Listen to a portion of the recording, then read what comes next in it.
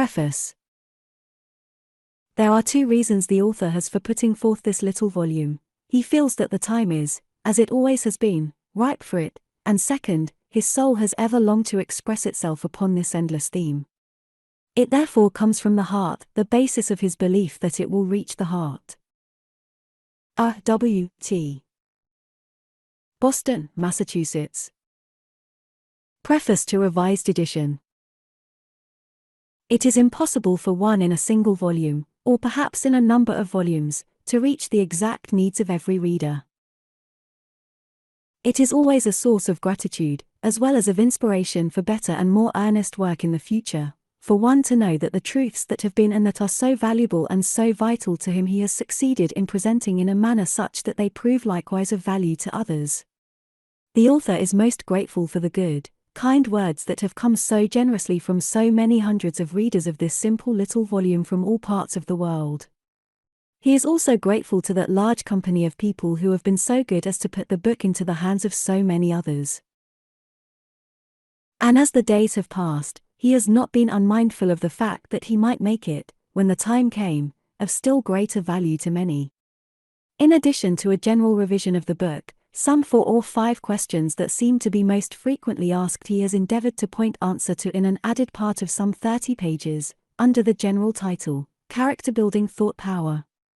The volume enters therefore upon its 15,000 better able, possibly, to come a little more directly in touch with the everyday needs of those who will be sufficiently interested to read it. Part 1. The Principle. The Principle. Would you find that wonderful life supernal, that life so abounding, so rich, and so free?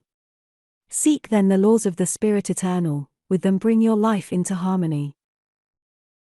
How can I make life yield its fullest and best? How can I know the true secret of power? How can I attain to a true and lasting greatness? How can I fill the whole of life with a happiness, a peace, a joy, a satisfaction that is ever rich and abiding, that ever increases, never diminishes, that imparts to it a sparkle that never loses its luster, that ever fascinates, never wearies? No questions, perhaps, in this form or in that have been asked oftener than these. Millions in the past have asked them. Millions are asking them today. They will be asked by millions yet unborn. Is there an answer, a true and safe one for the millions who are eagerly and longingly seeking for it in all parts of the world today, and for the millions yet unborn who will as eagerly strive to find it as the years come and go? Are you interested, my dear reader, in the answer? The fact that you have read even thus far in this little volume whose title has led you to take it up, indicates that you are but one of the innumerable company already mentioned. It is but another way of asking that great question that has come through all the ages: what is the summum bonum in life? And there have been countless numbers who gladly would have given all they possessed to have had the true and satisfactory answer. Can we then find this answer, true and satisfactory to ourselves? Surely the brief time spent together must be counted as the most precious and valuable of life itself. There is an answer, follow closely, and that our findings may be the more conclusive. Take issue with me at every step if you choose, but tell me finally if it is not true and satisfactory. There is one great, one simple principle, which, if firmly laid hold of, and if made the great central principle in one's life, around which all others properly arrange and subordinate themselves, will make that life a grand success, truly great and genuinely happy, loved and blessed by all in just the degree in which it is laid hold upon, a principle which, if universally made thus, would wonderfully change this old world in which we live. That would transform it almost in a night, and it is for its coming that the world has long been waiting, that in place of the gloom and despair in almost countless numbers of lives would bring light and hope and contentment, and no longer would it be said as so truly today, that man's inhumanity to man makes countless thousands mourn. That would bring to the life of the fashionable society woman, now spending her days and her nights in seeking for nothing but her own pleasure, such a flood of true and genuine pleasure and happiness and satisfaction as would make the poor, weak something she calls by this name so pale before it, that she would quickly see that she hasn't known who sent true pleasure is, and that what she has been mistaking for the real, the genuine, is but as a baser metal compared to the purest of gold, as a bit of cut glass compared to the rarest of diamonds, and that would make this same woman who scarcely deigns to notice the poor woman who washes her front steps, but who, were the facts known, may be living a much grander life, and consequently of much more value to the world than she herself, see that this poor woman is after all her sister, because child of the same father, and that would make the humble life of this same poor woman beautiful and happy and sweet in its humility. That would give us a nation of statesmen in place of, with now and then an exception, a nation of politicians, each one bent upon his own personal aggrandizement at the expense of the general good, that would go far, very far towards solving our great and hard-pressing social problems with which we are already face to face, that, in short, would make each man a prince among men, and each woman a queen among women. I have seen the supreme happiness in lives where this principle has been caught and laid hold of, some, lives that seemed not to have much in them before, but which under its wonderful influences have been so transformed and so beautified, that have been made so sweet and so strong, so useful and so precious, that each day seems to them all too short, the same time that before, when they could scarcely see what was in life to make it worth the living, dragged wearily along. So there are countless numbers of people in the world with lives that seem not to have much in them, among the wealthy classes and among the poorer, who might under the influence of this great, this simple principle, make them so precious, so rich, and so happy that time would seem only too short, and they would wonder why they have been so long running on the wrong track, for it is true that much the larger portion of the world today is on the wrong track in the pursuit of happiness, but almost all are there, let it be said, not through choice, but by reason of not knowing the right, the true one. The fact that really great, true, and happy lives have been lived in the past and are being lived today gives us our starting point. Time and again I have examined such lives in a most careful endeavor to find what has made them so, and have found that in each and every individual case this that we have now come to has been the great central principle upon which they have been built. I have also found that in numbers of lives where it has not been, but where almost every effort apart from it has been made to make them great, true, and happy, they have not been so, and also that no life built upon it in sufficient degree, other things being equal, has failed in being thus.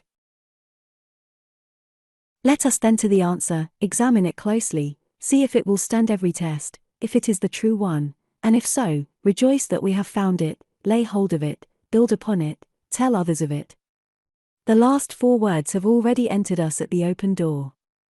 The idea has prevailed in the past, and this idea has dominated the world, that self is the great concern, that if one would find success, greatness, happiness, he must give all attention to self, and to self alone. This has been the great mistake, this the fatal error, this the direct opposite of the right, the true as set forth in the great immutable law that we find our own lives in losing them in the service of others. In longer form, the more of our lives we give to others, the fuller and the richer, the greater and the grander, the more beautiful and the more happy our own lives become. It is as that great and sweet soul who when with us lived at Concord said, that generous giving or losing of your life which saves it. This is an expression of one of the greatest truths, of one of the greatest principles of practical ethics the world has thus far seen. In a single word, it is service, not self, but the other self. We shall soon see, however, that our love, our service, our helpfulness to others, invariably comes back to us, intensified sometimes 100 or 1,000 or 1,000,000-fold, and this by a great, immutable law.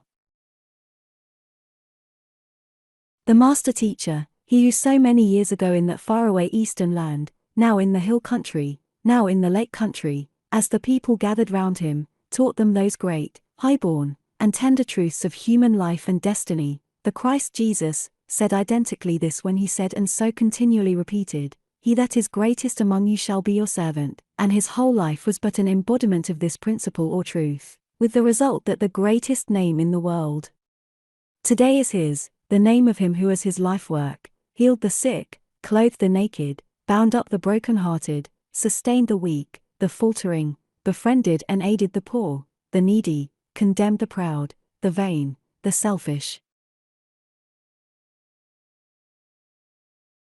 and through it all taught the people to love justice and mercy and service, to live in their higher, their diviner selves, in brief, to live his life, the Christ life, and who has helped in making it possible for this greatest principle of practical ethics the world has thus far seen to be enunciated, to be laid hold of, to be lived by today. He that is greatest among you shall be your servant, or, he who would be truly great and recognized as such must find it in the capacity of a servant. And what, let us ask, is a servant? One who renders service. To himself? Never. To others? Always. Freed of its associations and looked at in the light of its right and true meaning, then the word servant there is no greater in the language, and in this right use of the term, as we shall soon see, every life that has been really true, great, and happy has been that of a servant, and apart from this no such life ever has been or ever can be lived. O you who are seeking for power, for place, for happiness, for contentment in the ordinary way, tarry for a moment, see that you are on the wrong track, grasp this great eternal truth, lay hold of it, and you will see that your advance along this very line will be manifold times more rapid. Are you seeking, then, to make for yourself a name? Unless you grasp this mighty truth and make your life accordingly, as the great clock of time ticks on and all things come to their proper level according to their merits, as all invariably, inevitably do, you will indeed be somewhat surprised to find how low, how very low your level is. Your name and your memory will be forgotten long ere the minute hand has passed even a single time across the great dial, while your fellow man who has grasped this simple but this great and all necessary truth, and who accordingly is forgetting himself in the service of others, who is making his life a part of 100 or 1,000 or 1,000,000 lives, thus illimitably intensifying or multiplying his own, instead of living as you in what otherwise would be his own little, diminutive self, will find himself ascending higher and higher until he stands as one among the few, and will find a peace, a happiness, a satisfaction so rich and so beautiful, compared to which yours will be but a poor miserable something, and whose name and memory when his life here is finished, will live in the minds and hearts of his fellow men and of mankind fixed and eternal as the stars. A corollary of the great principle already enunciated might be formulated thus: there is no such thing as finding true happiness by searching for it directly. It must come, if it come at all, indirectly, or by the service, the love, and the happiness we give to others. So, there is no such thing as finding true greatness by searching for it directly. It always, without a single exception, has come indirectly in this same way, and it is not at all probable that this great eternal law is going to be changed to suit any particular case or cases. Then recognize it, put your life into harmony with it, and reap the rewards of its observance, or fail to recognize it and pay the penalty accordingly, for the law itself will remain unchanged. The men and women whose names we honor and celebrate are invariably those with lives founded primarily upon this great law. Note, if you will, every truly great life in the world's history, among those living and among the so-called dead, and tell me if in every case that life is not a life spent in the service of others, either directly, or indirectly, as when we say, he served his country. Whenever one seeks for reputation, for fame, for honor, for happiness directly and for his own sake, then that which is true and genuine never comes, at least to any degree worthy the name. It may seem to for a time, but a great law says that such an one gets so far and no farther. Sooner or later, generally sooner, there comes an end. Human nature seems to run in this way, seems to be governed by a great paradoxical law which says, that whenever a man self-centered, thinking of, living for and in himself, is very desirous for place, for preferment, for honor, the very fact of his being thus is of itself a sufficient indicator that he is too small to have them, and mankind refuses to accord them.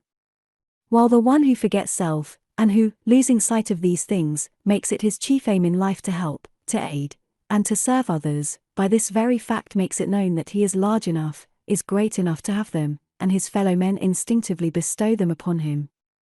This is a great law which many would profit by to recognize.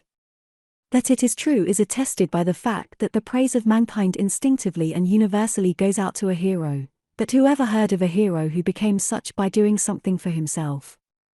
always something he has done for others. By the fact that monuments and statues are gratefully erected to the memory of those who have helped and served their fellow men, not to those who have lived to themselves alone. I have seen many monuments and statues erected to the memories of philanthropists, but I never yet have seen one erected to a miser, many to generous-hearted, noble-hearted men, but never yet to one whose whole life was that of a sharp bargain driver, and who clung with a sort of semi-idiotic grasp to all that came thus into his temporary possession. I have seen many erected to statesmen, but never one to mere politicians, many to true orators, but never to mere demagogues, many to soldiers and leaders, but never to men who were not willing, when necessary, to risk all in the service of their country. No, you will find that the world's monuments and statues have been erected and its praises and honors have gone out to those who were large and great enough to forget themselves in the service of others, who have been servants, true servants of mankind, who have been true to the great law that we find our own lives in losing them in the service of others. Not honor for themselves, but service for others. But notice the strange, wonderful, beautiful transformation as it returns upon itself. Honor for themselves, because of service to others. It would be a matter of exceeding great interest to verify the truth of what has just been said by looking at a number of those who are regarded as the world's great sons and daughters, those to whom its honors, its praises, its homage go out, to see why it is, upon what their lives have been founded that they have become so great and are so honored.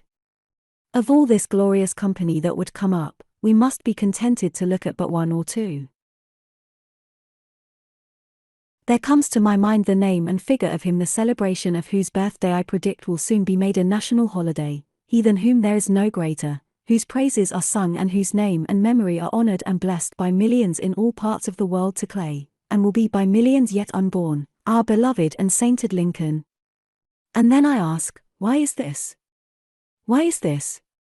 One sentence of his tells us what to look to for the answer.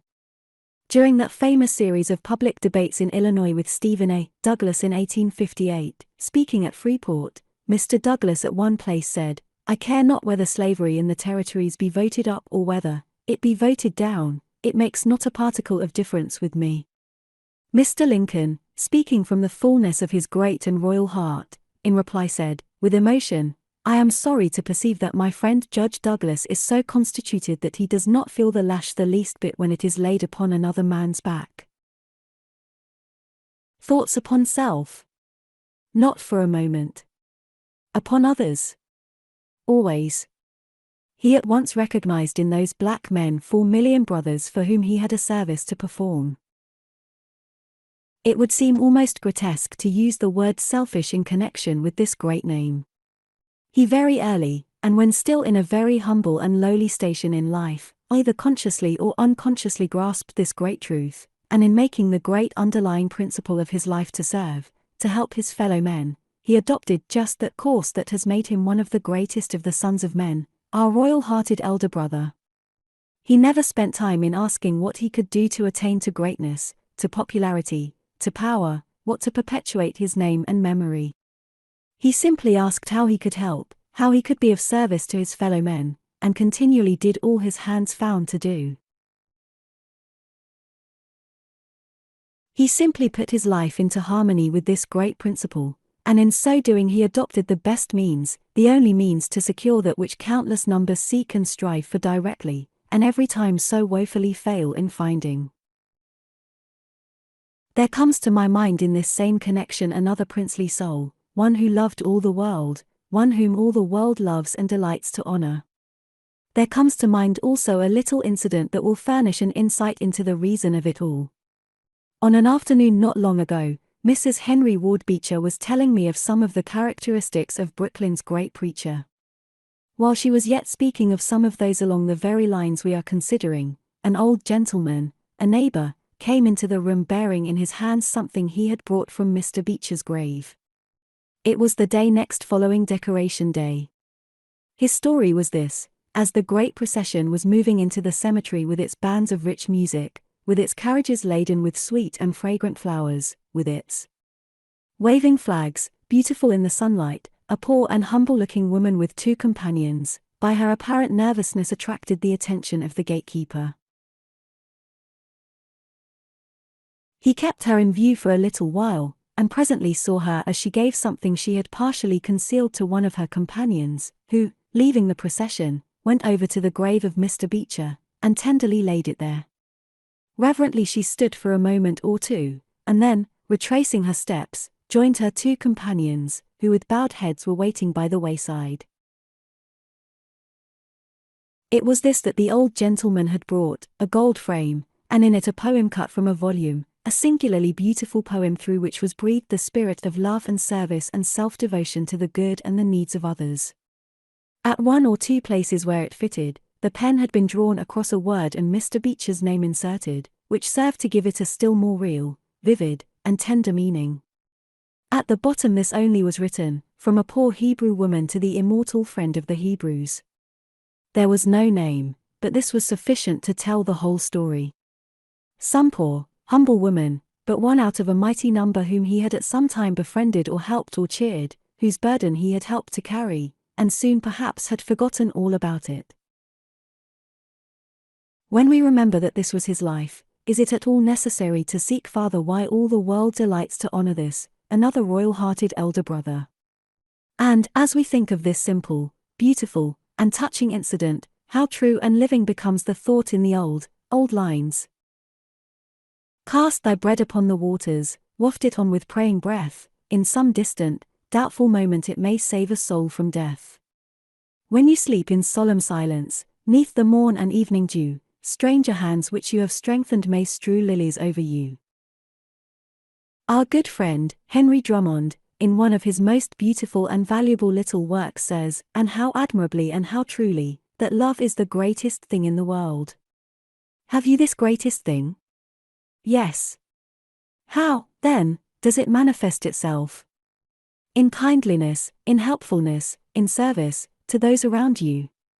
If so, well and good, you have it. If not, then I suspect that what you have been calling love is something else, and you have indeed been greatly fooled. In fact, I am sure it is, for if it does not manifest itself in this way, it cannot be true love, for this is the one grand and never-failing test. Love is the statics, helpfulness and service the dynamics, the former necessary to the latter, but the latter the more powerful, as action is always more powerful than potentiality, and, were it not for the dynamics, the statics might as well not be. Helpfulness, kindliness, service, is but the expression of love. It is love in action, and unless love thus manifests itself in action, it is an indication that it is of that weak and sickly nature that needs exercise, growth, and development, that it may grow and become strong, healthy, vigorous, and true, instead of remaining a little, weak, indefinite, sentimental something or nothing. It was but yesterday that I heard one of the world's greatest thinkers and speakers, one of our keenest observers of human affairs, state as his opinion that selfishness is the root of all evil. Now, if it is possible for any one thing to be the root of all evil, then I think there is a world of truth in the statement. But, leaving out of account for the present purpose whether it is true or not, it certainly is true that he who can't get beyond self robs his life of its chief charms, and more, defeats the very ends he has in view. It is a well-known law in the natural world about us that whatever hasn't use, that whatever serves no purpose, shrivels up. And thus it is that one becomes a prince among men, a queen among women. And thus it is that one becomes a prince among men, a queen among women. Why, one of the very fundamental principles of life is, so much love in return, so much love, so much growth, so much love, so much power, so much love, so much life, strong, healthy, rich, exulting, and abounding life. The world is beginning to realize the fact that love, instead of being a mere indefinite something, is a vital and living force, the same as electricity is a force, though perhaps of a different nature. The same great fact we are learning in regard to thought, that thoughts are things, that thoughts are forces, the most vital and powerful in the universe. That they have form and substance and power, the quality of the power determined as it is by the quality of the life in whose organism the thoughts are engendered, and so, when a thought is given birth, it does not end there, but takes form, and as a force it goes out and has its effect upon other minds and lives, the effect being determined by its intensity and the quality of the prevailing emotions, and also by the emotions dominating the person at the time the thoughts are engendered and given form. Science, while demonstrating the great facts it is today demonstrating in connection with the mind in its relations to and effects upon the body, is also finding from its very laboratory experiments that each particular kind of thought and emotion has its own peculiar qualities, and hence its own peculiar effects or influences, and these it is classifying with scientific accuracy. A very general classification in just a word would be those of a higher and those of a lower nature. Some of the chief ones among those of the lower nature are anger, hatred, jealousy, malice, rage. Their effect, especially when violent, is to emit a poisonous substance into the system, or rather, to set up a corroding influence which transforms the healthy and life-giving secretions of the body into the poisonous and the destructive. When one, for example, is dominated, even if for but a moment, by a passion of anger or rage, there is set up in the system what might be justly termed a bodily thunderstorm, which has the effect of souring or corroding the normal and healthy secretions of the body and making them so that instead of life-giving they become poisonous. This, if indulged in to any extent, sooner or later induces the form of disease that this particular state of mind and emotion or passion gives birth to, and it in turn becomes chronic.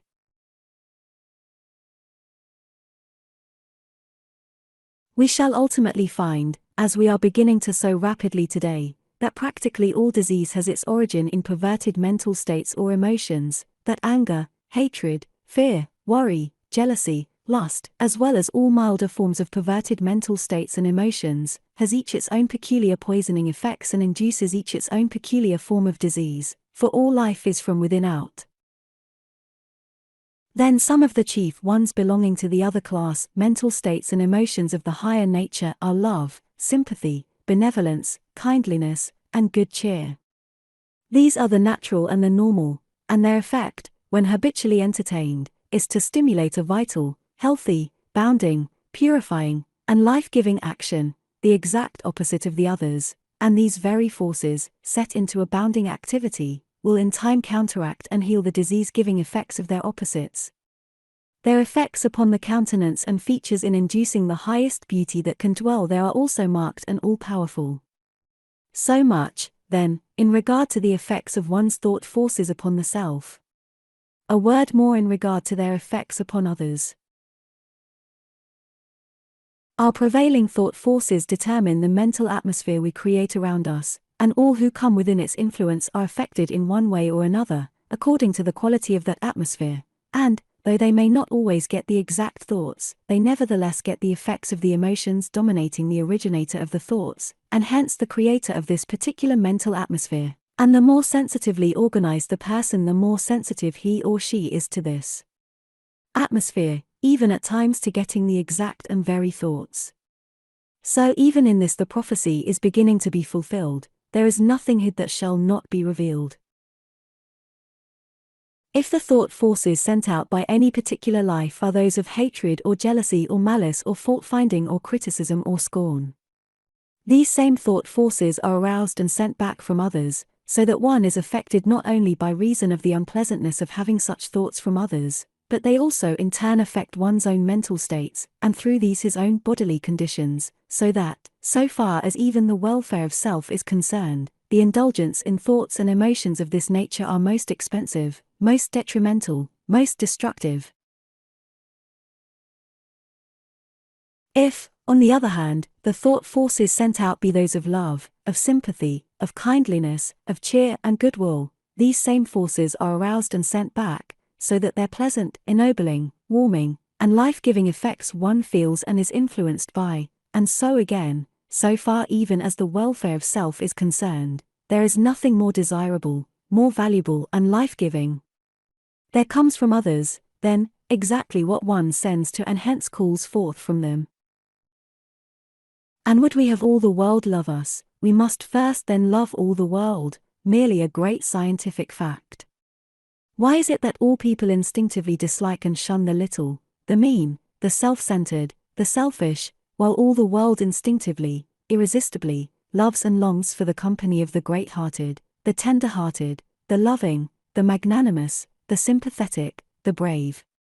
The mere answer, because, will not satisfy. There is a deep, scientific reason for it, either this or it is not true. Much has been said, much written, in regard to what some have been pleased to call personal magnetism, but which, as is so commonly true in cases of this kind, is even today but little understood. But to my mind, personal magnetism in its true sense, and as distinguished from what may be termed a purely animal magnetism, is nothing more nor less than the thought forces sent out by a great-hearted, tender-hearted, magnanimous, loving, sympathetic man or woman. For, let me ask, have you ever known of any great personal magnetism in the case of the little, the mean, the vindictive, the self-centered? Never, I venture to say, but always in the case of the other. Why, there is nothing that can stand before this wonderful transmuting power of love.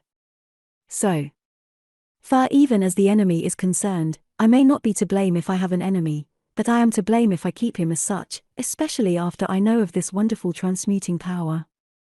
Have I then an enemy, I will refuse, absolutely refuse, to recognize him as such, and instead of entertaining the thoughts of him that he entertains of me, instead of sending him like thought forces, I will send him only thoughts of love, of sympathy, of brotherly kindness, and magnanimity. But a short time it will be until he feels these, and is influenced by them. Then in addition I will watch my opportunity, and whenever I can, I will even go out of my way to do him some little kindnesses. Before these forces he cannot stand, and by I shall find that he who today is my bitterest enemy is my warmest friend, and it may be my stanchest supporter. No, the wise man is he who by that wonderful alchemy of love transmutes the enemy into the friend, transmutes the bitterest enemy into the warmest friend and supporter. Certainly this is what the Master meant when he said, "Love your enemies, do good to them that hate you and despitefully use you, thou shalt thereby be heaping coals of fire upon their heads. Thou shalt melt them, before this force they cannot stand. Thou shalt melt them, and transmute them into friends."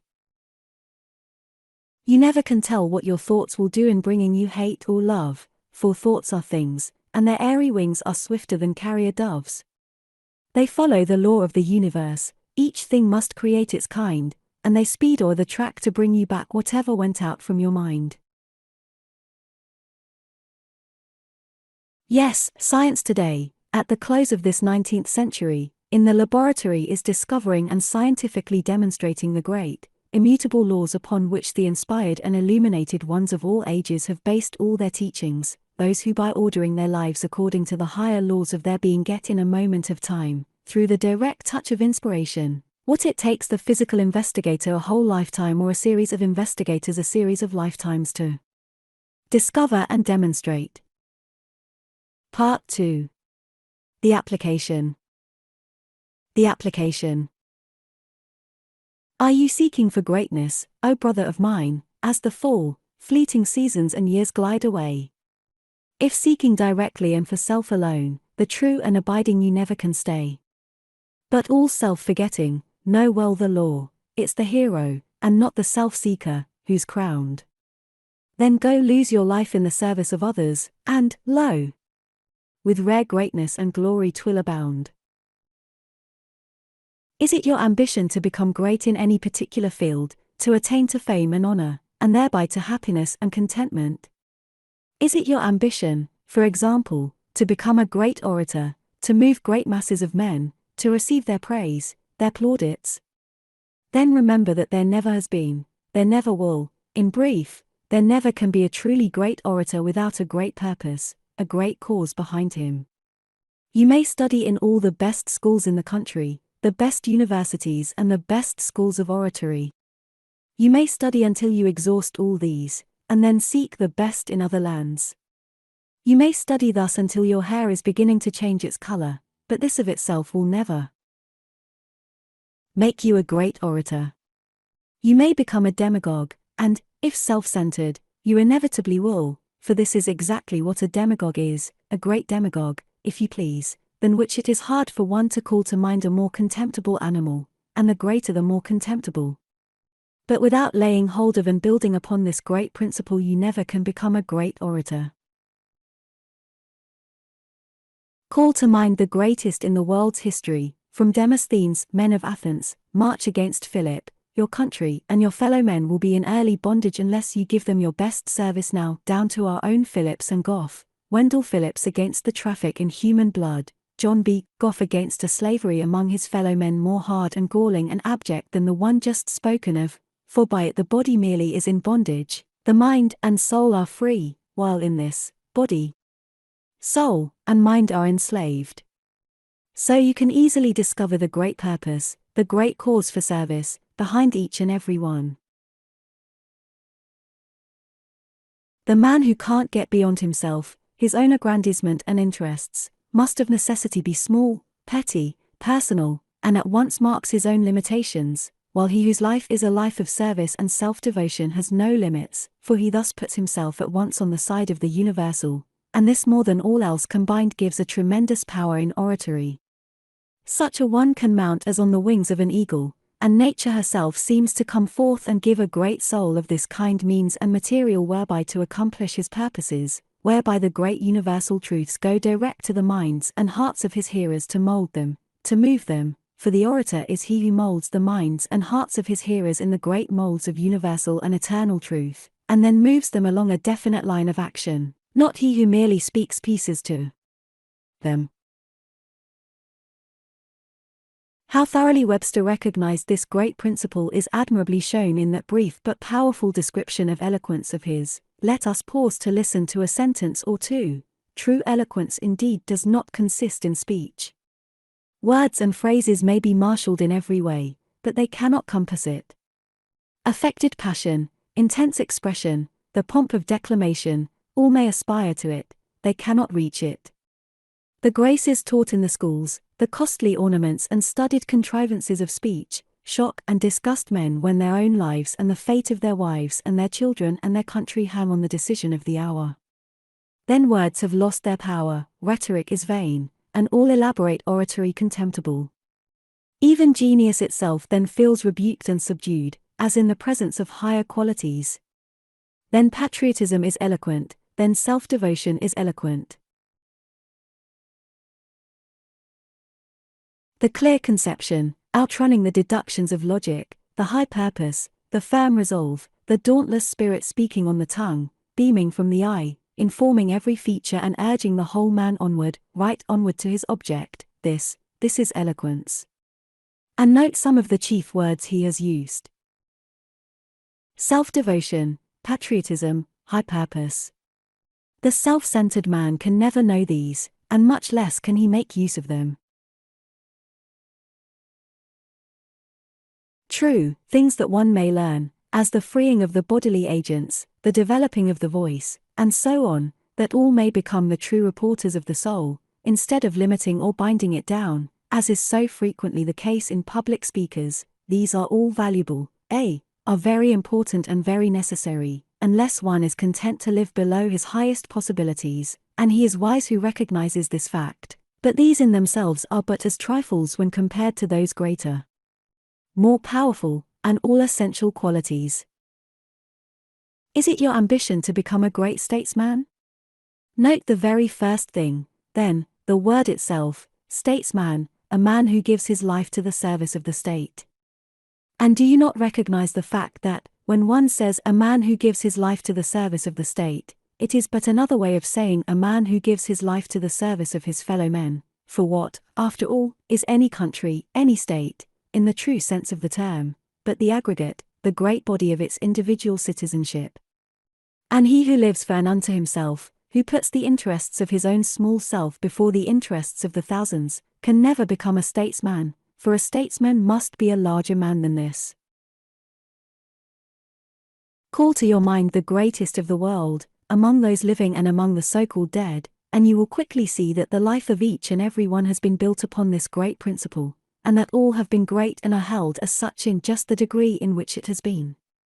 Two of the greatest among Americans, both passed away, would today, and even more as time goes on, be counted still greater, had they been a little larger in one aspect of their natures, large enough to have recognized to its fullest extent the eternal truth and importance of this great principle, and had they given the time to the service of their fellow men that was spent in desiring the presidency and in all too plainly making it known.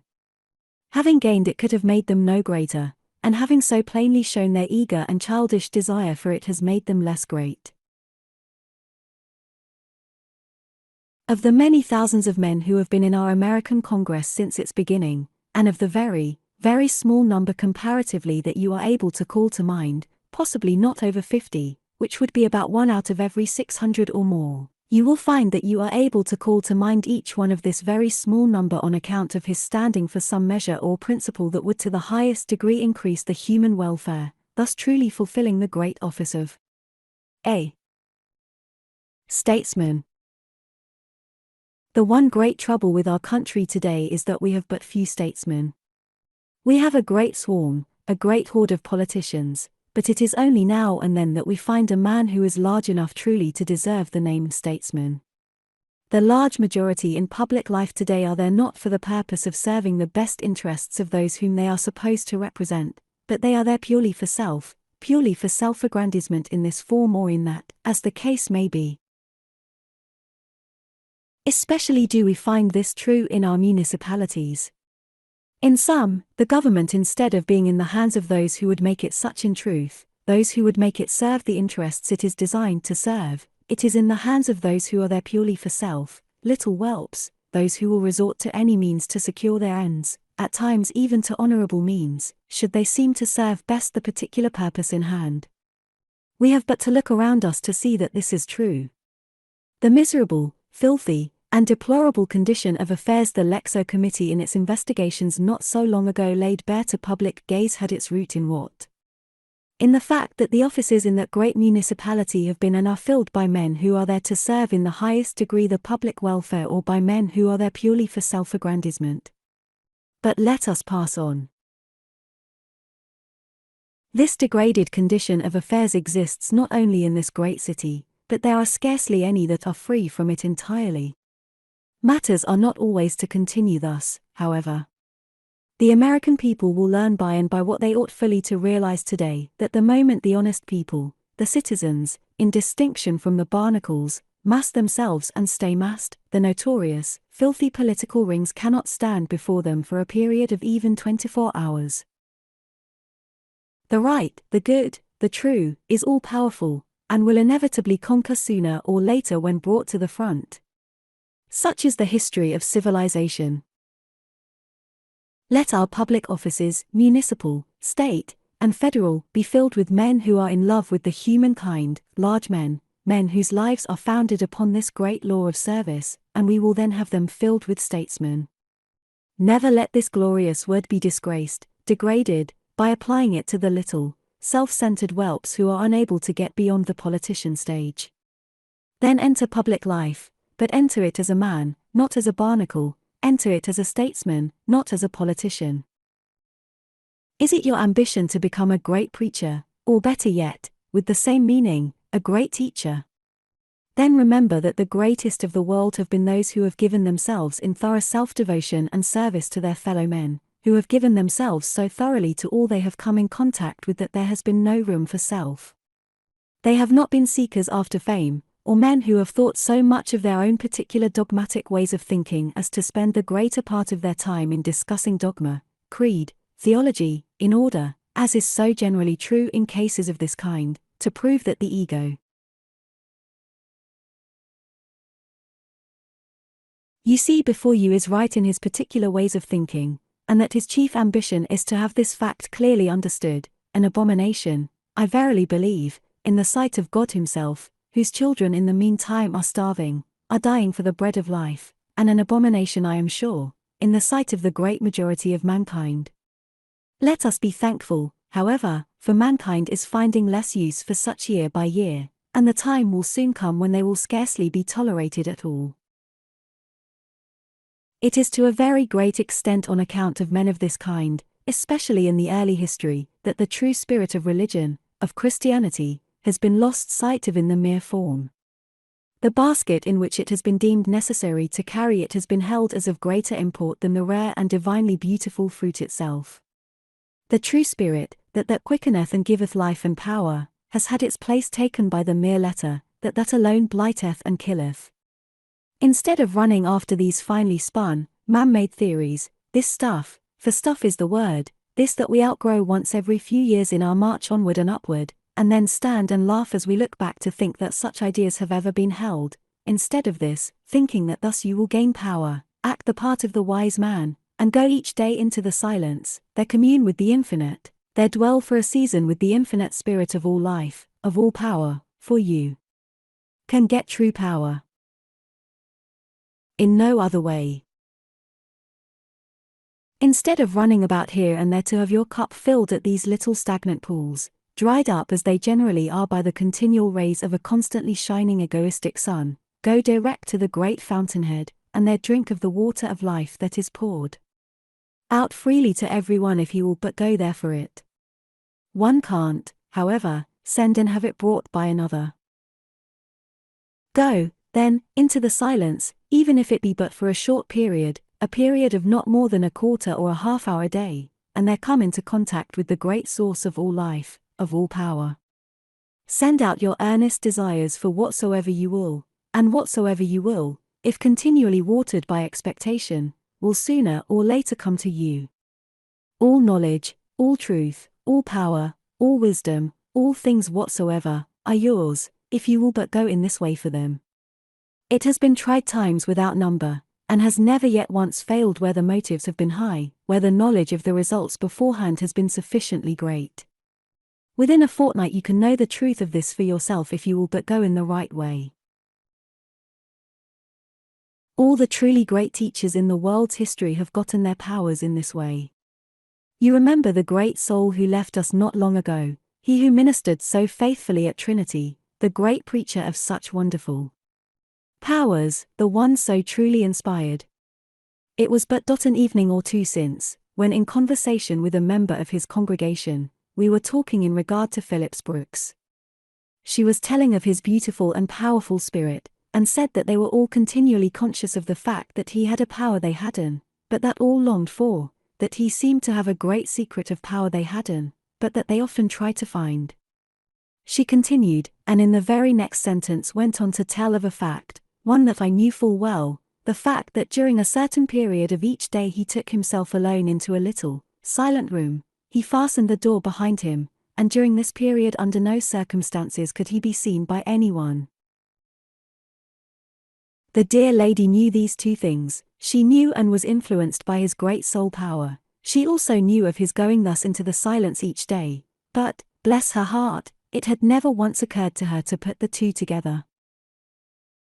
It is in this way that great soul power is grown, and the men of this great power are the men who move the world, the men who do the great work in the world along all lines, and against whom no man, no power, can stand. Call to mind a number of the world's greatest preachers, or, using again the better term, teachers, and bear in mind I do not mean creed, dogma, form, but religious teachers, and the one class differs from the other even as the night from the day, and you will find two great facts in the life of each and all: great soul power, grown chiefly by much time spent in the silence, and the fact that the life of each has been built upon this one great and all-powerful principle of love, service, and helpfulness for all mankind. Is it your ambition to become a great writer? Very good. But remember that unless you have something to give to the world, something you feel mankind must have, something that will aid them in their march upward and onward, unless you have some service of this kind to render, then you had better be wise, and not take up the pen, for, if your object in writing is merely fame or money, the number of your readers may be exceedingly small, possibly a few score or even a few dozen may be a large estimate. What an author writes is, after all, the sum total of his life, his habits, his characteristics, his experiences, his purposes. He never can write more than he himself is. He can never pass beyond his limitations, and unless he have a purpose higher than writing merely for fame or self-aggrandizement, he thereby marks his own limitations, and what he seeks will never come. While he who writes for the world, because he feels he has something that it needs and that will be a help to mankind, if it is something it needs, other things being equal, that which the other man seeks for directly, and so never finds, will come to him in all its fullness. This is the way it comes, and this way only. Mankind cares nothing for you until you have shown that you care for mankind. Note this statement from the letter of a now well-known writer, one whose very first book met with instant success, and that has been followed by others all similarly received. She says, "I never thought of writing until 2.5 years ago, when, in order to disburden my mind of certain thoughts that clamored for utterance, I produced, etc." In the light of this we cannot wonder at the remarkable success of her very first and all succeeding books. She had something she felt the world needed and must have, and, with no thought of self, of fame, or of money, she gave it. The world agreed with her, and, as she was large enough to seek for neither, it has given her both. Note this also, I write for the love of writing, not for money or reputation. The former I have without exertion, the latter is not worth a pin's point in the general economy of the vast universe. Work done for the love of working brings its own reward far more quickly and surely than work done for mere payment. This is but the formulated statement of what all the world's greatest writers and authors have said or would say, at least so far as I have come in contact with their opinions in regard to it. So, unless you are large enough to forget self for the good, for the service of mankind, thus putting yourself on the side of the universal and making it possible for you to give something that will in turn of itself bring fame, you had better be wise, and not lift the pen at all, for what you write will not be taken up, or, if it is, will soon be let fall again. One of our most charming and most noted American authors says in regard to her writing, "I press my soul upon the white paper, and let me tell you the reason it in turn makes its impression upon so many thousands of other souls is because hers is so large, so tender, so sympathetic, so loving, that others cannot resist the impression, living as she does not for self, but for the service of others, her own life thus having a part in countless numbers of other lives. It is only that comes from the heart that can reach the heart. Take from their shelves the most noted, the greatest works in any library, and you will find that their authors have made them what they are not by a study of the rules and principles of rhetoric, for this of itself never has made and never can make a great writer. They are what they are because the author's very soul has been fired by some great truth or fact that the world has needed, that has been a help to mankind. Large souls they have been, souls in love with all the humankind. Is it your ambition to become a great actor? Then remember that if you make it the object of your life to play to influence the hearts, the lives, and so the destinies of men, this same great law of nature that operates in the case of the orator will come to your assistance, will aid you in your growth and development, and will enable you to attain to heights you could never attain to or even dream of, in case you play for the little ego you otherwise would stand for. In the latter case you may succeed in making a third or a fourth-rate actor, possibly a second-rate, but you can never become one of the world's greatest, and the chances are you may succeed in making not even a livelihood, and thus have your wonderment satisfied why so many who try fail.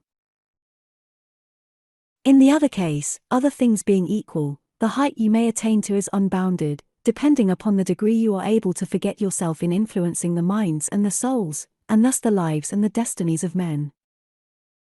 Is it your ambition to become a great singer? Then remember that if your thought is only of self, you may never sing at all, unless, indeed, you enjoy singing to yourself, this, or you will be continually anxious as to the size of your audience. If, on the other hand, you choose this field of work because here you can be of the greatest service to mankind, if your ambition is to sing to the hearts and the lives of men, then this same great law of nature will come to assist you in your growth and development and efforts, and other things being equal, instead of singing to yourself or being anxious as to the size of your audience, you will seldom find time for the first, and your anxiety will be as to whether the place has an audience chamber large enough to accommodate even a small portion of the people who will seek admittance. You remember Jenny Lind. Is it your ambition to become a fashionable society woman, this and nothing more, intent only upon your own pleasure and satisfaction? Then stop and meditate, if only for a moment, for if this is the case, you never will, you you never can find the true and the genuine, for you fail to recognize the great law that there is no such thing as finding true happiness by searching for it directly, and the farther on you go the more flimsy and shallow and unsatisfying that imitation you are willing to accept for the genuine will become. You will thereby rob life of its chief charms, defeat the very purpose you have in view. And, while you are at this moment meditating, grasp the truth of the great law that you will find your own life only in losing it in the service of others, that the more of your life you so give, the fuller and the richer, the greater and the grander, the more beautiful and the more happy your own life will become. And with your abundant means and opportunities build your life upon this great law of service, and experience the pleasure of growing into that full, rich, ever-increasing and satisfying life that will result, and that will make you better known, more honored and blessed, than the life of any mere society woman can be, or any life, for that matter, for you are thus living a life the highest this world can know. And you will thus hasten the day when, standing and looking back and seeing the emptiness and the littleness of the other life as compared with this, you will bless the time that your better judgment prevailed and saved you from it. Or, if you chance to be in it already, delay not, but commence now to build upon this true foundation.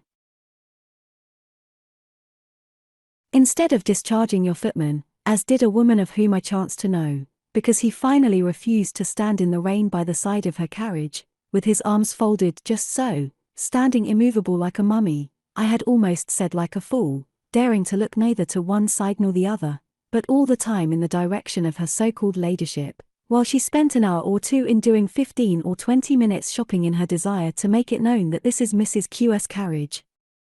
And this is the footman that goes with it. Instead of doing this, give him an umbrella if necessary, and take him to aid you as you go on your errands of mercy and cheer and service and loving kindness to the innumerable ones all about you who so stand in need of them.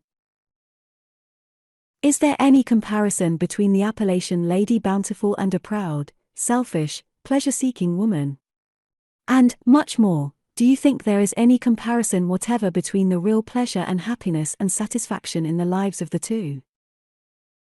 Is it the ambition of your life to accumulate great wealth, and thus to acquire a great name, and along with it happiness and satisfaction? Then remember that whether these will come to you will depend entirely upon the use and disposition you make of your wealth.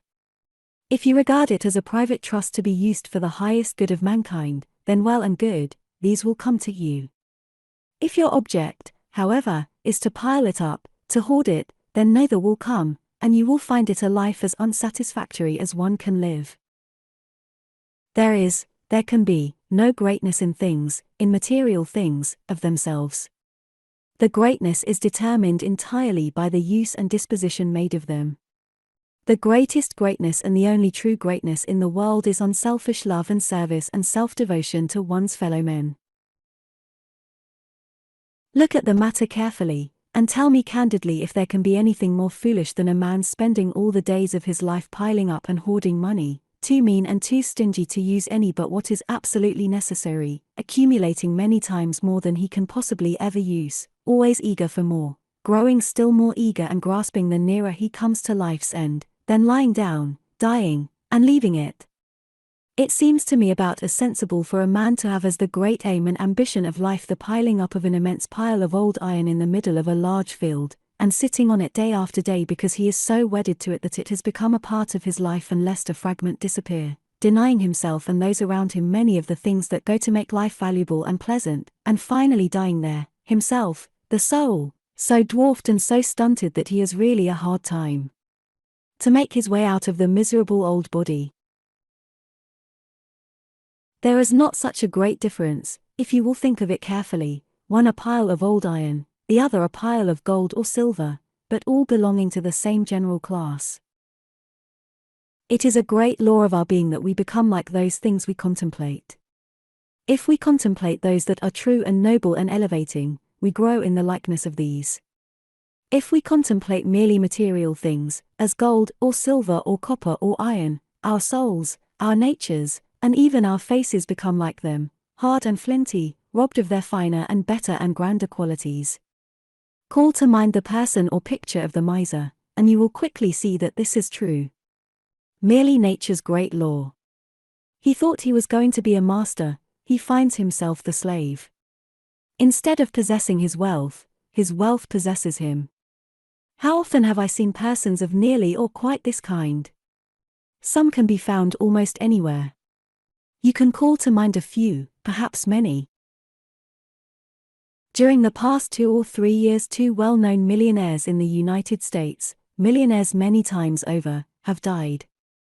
The one started into life with the idea of acquiring a great name by accumulating great wealth. These two things he had in mind, self and great wealth.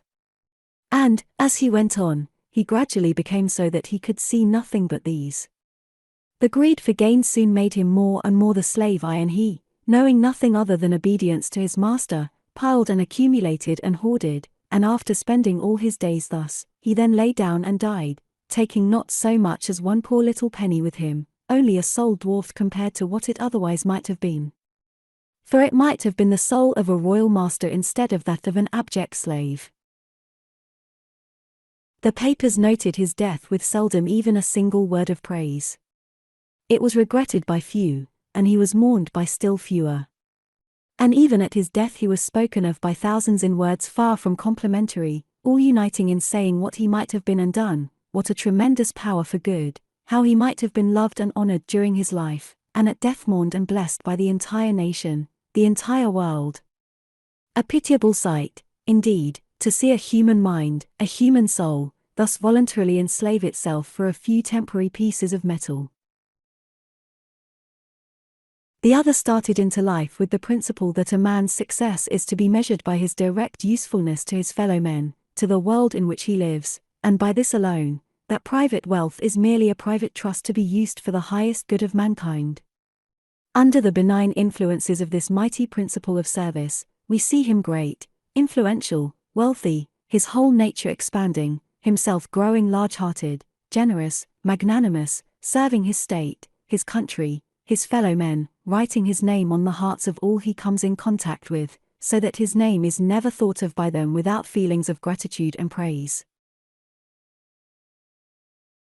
Then, as the chief service to his fellow men, next to his own personal influence and example, he uses his vast fortune, this vast private trust, for the founding and endowing of a great institution of learning, using his splendid business capacities in its organization, having uppermost in mind in its building that young men and young women may there have every advantage at the least possible expense to fit themselves in turn for the greatest direct usefulness to their fellow men while they live in the world. In the midst of these activities the news comes of his death.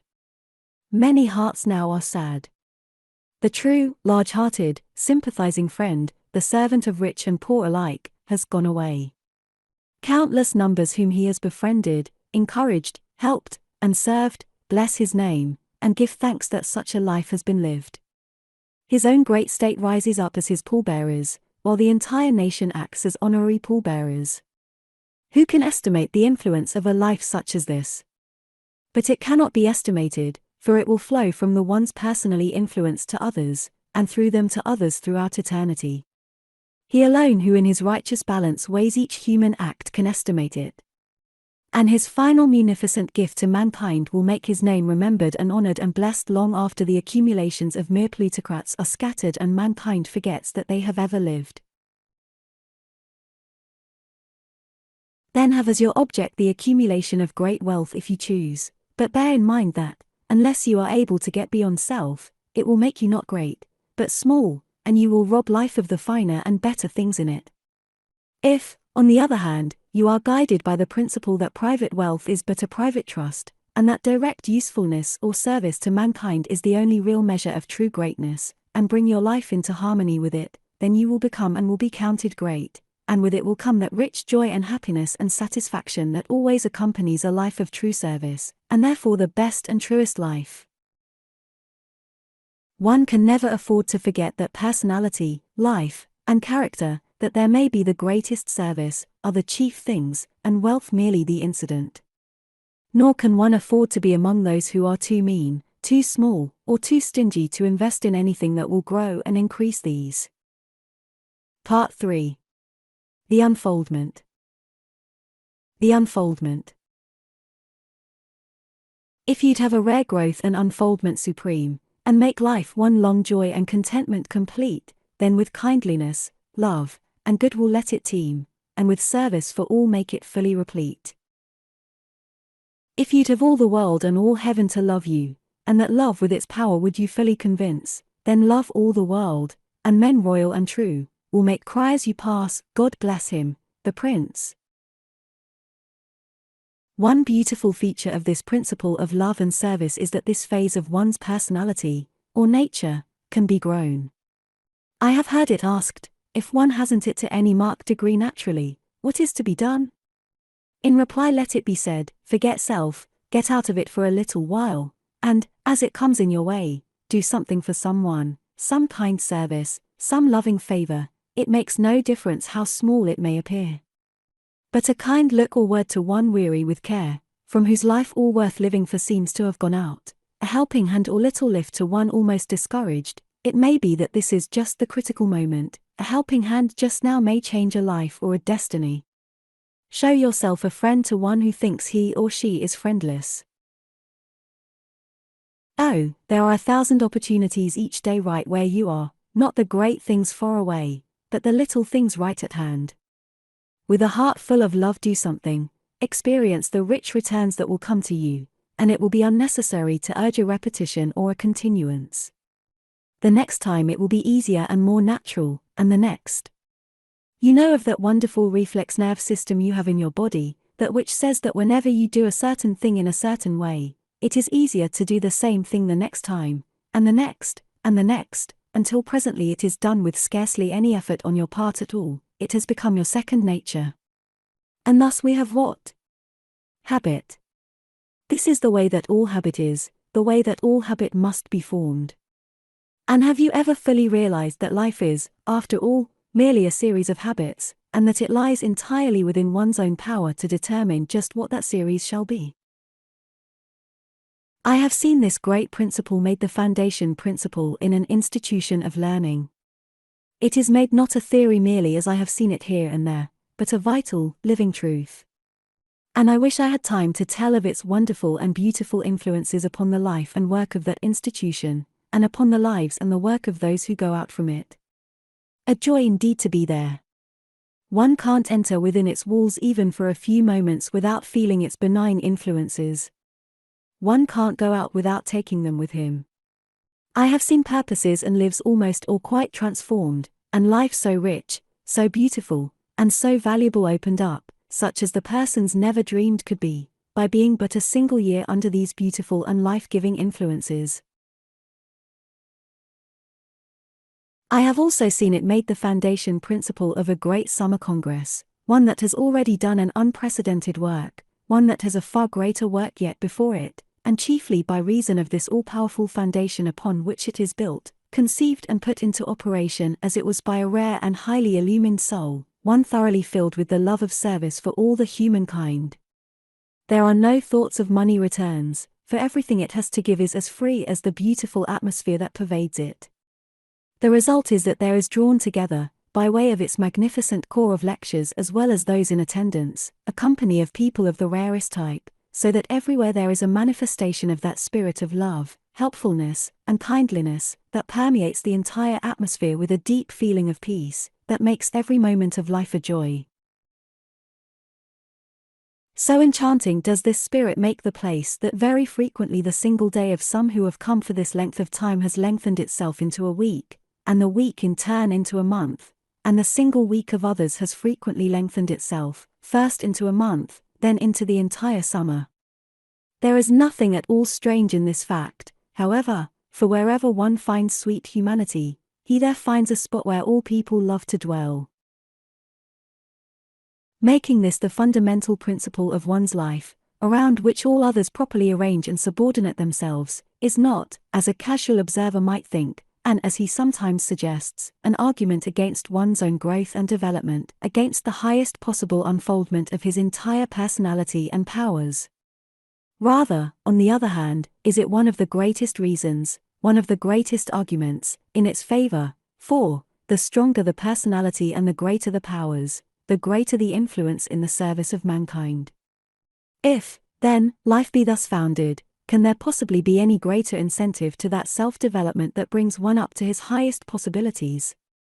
A development merely for self alone can never have behind it an incentive, a power so great, and after all, there is nothing in the world so great, so effective in the service of mankind, as a strong, noble, and beautiful manhood or womanhood. It is this that in the ultimate determines the influence of every man upon his fellow men. Life, character, is the greatest power in the world, and character it is that gives the power, for in all true power, along whatever line it may be, it is after all, living the life that tells. This is a great law that but few who would have great power and influence seem to recognize, or, at least, that but few seem to act upon. Are you a writer? You can never write more than you yourself are. Would you write more? Then broaden, deepen, enrich the life. Are you a minister? You can never raise men higher than you have raised yourself. Your words will have exactly the sound of the life whence they come. Hollow the life. Hollow sounding and empty will be the words, weak, ineffective, false. Would you have them go with greater power, and thus be more effective? Live the life, the power will come. Are you an orator? The power and effectiveness of your words in influencing and moving masses of men depends entirely upon the altitude from which they are spoken. Would you have them more effective, each one filled with a living power? Then elevate the life, the power will come. Are you in the walks of private life? Then, wherever you move, there goes from you, even if there be no word spoken, a silent but effective influence of an elevating or a degrading nature. Is the life high, beautiful? Then the influences are inspiring, life-giving. Is it low, devoid of beauty? The influences, then, are disease-laden, death-dealing. The tones of your voice, the attitude of your body, the character of your face, all are determined by the life you live, all in turn influence for better or for worse all who come within your radius. And if, as one of Earth's great souls has said, the only way truly to help a man is to make him better, then the tremendous power of merely the life itself. Why, I know personally a young man of splendid qualities and gifts, who was rapidly on the way of ruin, as the term goes, gradually losing control of himself day after day, self-respect almost gone, already the thought of taking his own life had entered his mind, who was so inspired with the mere presence and bearing of a royal-hearted young man, one who had complete mastery of himself, and therefore a young man of power, that the very sight of him as he went to and fro in his daily work was a power that called his better self to the front again, awakened the good nature within him, so that he again set his face in the direction of the right, the true, the manly, and today there is no grander, stronger, more beautiful soul in all the wide country than he. Yes, there is a powerful influence that resolves itself into a service for all in each individual strong, pure, and noble life. And have the wonderful possibilities of what may be termed an inner or soul development ever come strongly to your notice? Perhaps not, for as yet only a few have begun to recognize under this name a certain great power that has always existed, a power that has never as yet been fully understood, and so has been called by this term and by that. It is possible so to develop this soul power that, as we stand merely and talk with a person, there goes out from us a silent influence that the person cannot see or hear, but that he feels, and the influences of which he cannot escape, that, as we merely go into a room in which several persons are sitting, there goes out from us a power, a silent influence that all will feel and will be influenced by, even though not a word be spoken. This has been the power of every man, of every woman, of great and lasting influence in the world's history. It is just beginning to come to us through a few highly illumined souls that this power can be grown, that it rests upon great natural law that the author of our being has instituted within us and about us. It is during the next few years that we are to see many wonderful developments along this line, for in this, as in many others, the light is just beginning to break. A few, who are far up on the heights of human development, are just beginning to catch the first few faint flushes of the dawn. Then live to your highest. This of itself will make you of great service to mankind, but without this you never can be. Naught is the difference how hard you may try, and know, even so far as your own highest interests are concerned, that the true joy of existence comes from living to one's highest. This life, and this alone, will bring that which I believe to be one of the greatest characteristics of a truly great man, humility, and when one says humility, he necessarily implies simplicity, for the two always go hand in hand. The one is born of the other. The proud, the vain, the haughty, those striving for effect, are never counted among the world's greatest personages. The very fact of one striving for effect of itself indicates that there is not enough in him to make him really great, while he who really is so needs never concern himself about it, nor does he ever. I can think of no better way for one to attain to humility and simplicity than for him to have his mind off of self in the service of others. Vanity, that most dangerous quality, and especially for young people, is the outcome of one's always regarding self. Mrs. Henry Ward Beecher once said that, when they lived in the part of Brooklyn known as the Heights, they could always tell when Mr. Beecher was coming in the evening from the voices and the joyous laughter of the children.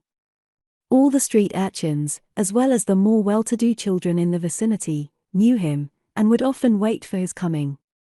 When they saw him in the distance, they would run and gather around him, get hold of his hands, into those large overcoat pockets for the nuts and the good things he so often filled them with before starting for home, knowing as he did full well what was coming, tug at him to keep him with them as long as they could, he all the time laughing or running as if to get away, never too great rather let us say, great enough, to join with them in their sports. That mysterious dignity of a man less great, therefore with less of humility and simplicity, with mind always intent upon self and his own standing, would have told him that possibly this might not be just the proper thing to do. But even the children, street urchins as well as those well-to-do, found in this great loving soul a friend. Recall similar incidents in the almost daily life of Lincoln and in the lives of all truly great men.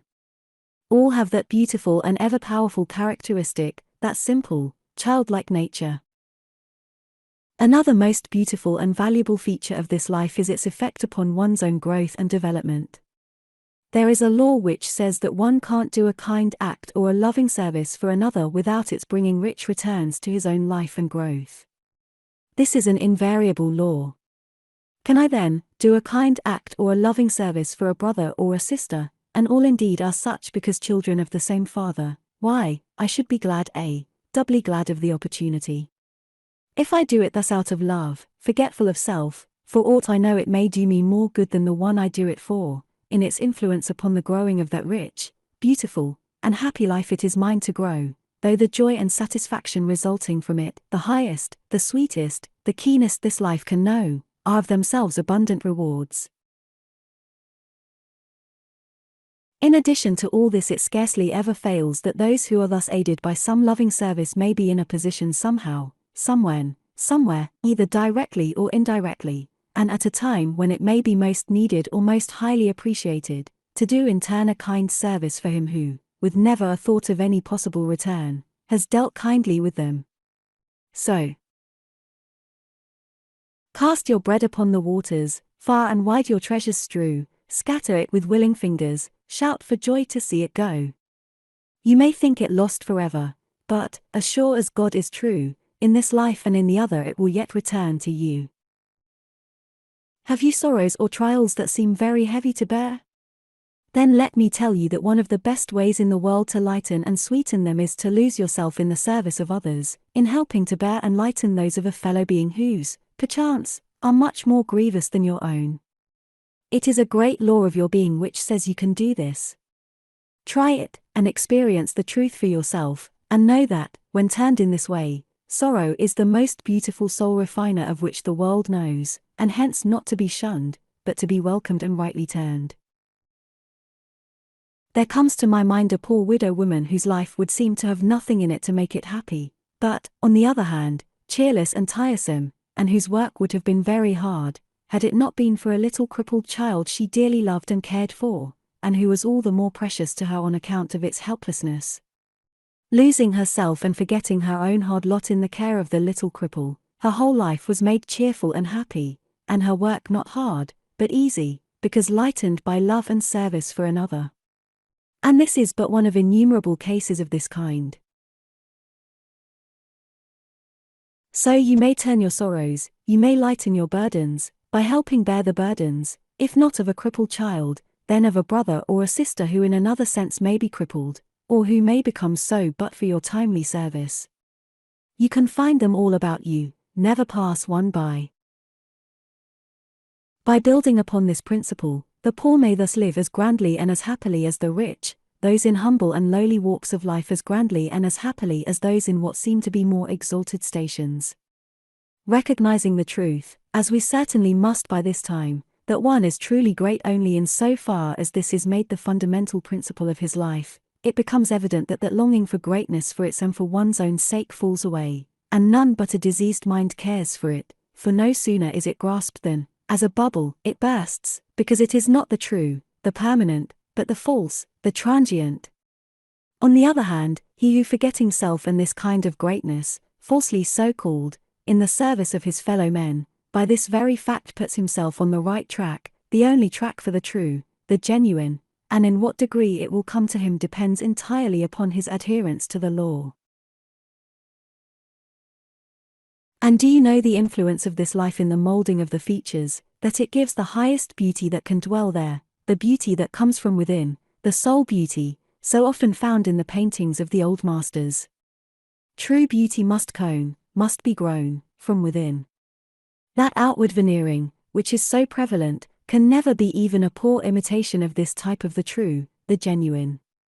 To appreciate fully the truth of this, it is but necessary to look for a moment at that beautiful picture by Sant, The Soul's Awakening, a face that grows more beautiful each time one looks at it, and that one never tires of looking at, and compare with it the fractional parts of apothecary shops we see now and then, or so often, to speak more truly, on the streets. A face of this higher type carries with it a benediction wherever it goes. A beautiful little incident came to my notice not long ago. It was a very hot and dusty day. The passengers on the train were weary and tired. The time seemed long and the journey cheerless.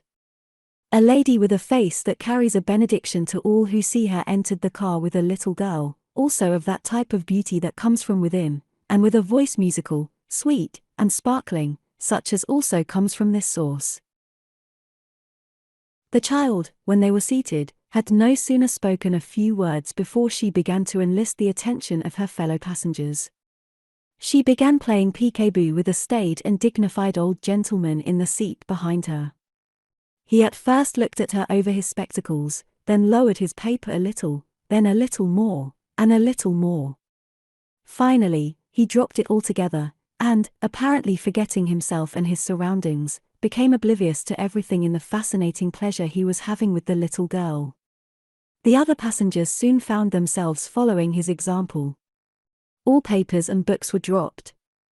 The younger folks gave way to joyous laughter, and all seemed to vie with each other in having the honor of receiving a word or a smile from the little one. The dust, the heat, the tired, cheerless feelings were all forgotten, and when these two left the car, the little girl waving them goodbye, instinctively, as one person, all the passengers waved it to her in return, and two otherwise dignified gentlemen, leaving their seats, passed over to the other side, and looked out of the window to see her as long as they could. Something as an electrical spark seemed to have passed through the car. Ali were light-hearted and happy now, and the conditions in the car, compared to what they were before these two entered, would rival the work of the stereopticon, so far as completeness of change is concerned. You have seen such faces and have heard such voices. They result from a life the kind we are considering. They are but its outward manifestations, spontaneous as the water from the earth as it bursts forth a natural fountain. We must not fail also to notice the effect of this life upon one's manners and bearing. True politeness comes from a life founded upon this great principle, and from this alone. This gives the true gentleman, a man gentle, kind, loving, courteous from nature. Such a one can't have anything but true politeness, can't be anything but a gentleman, for one can't truly be anything but himself.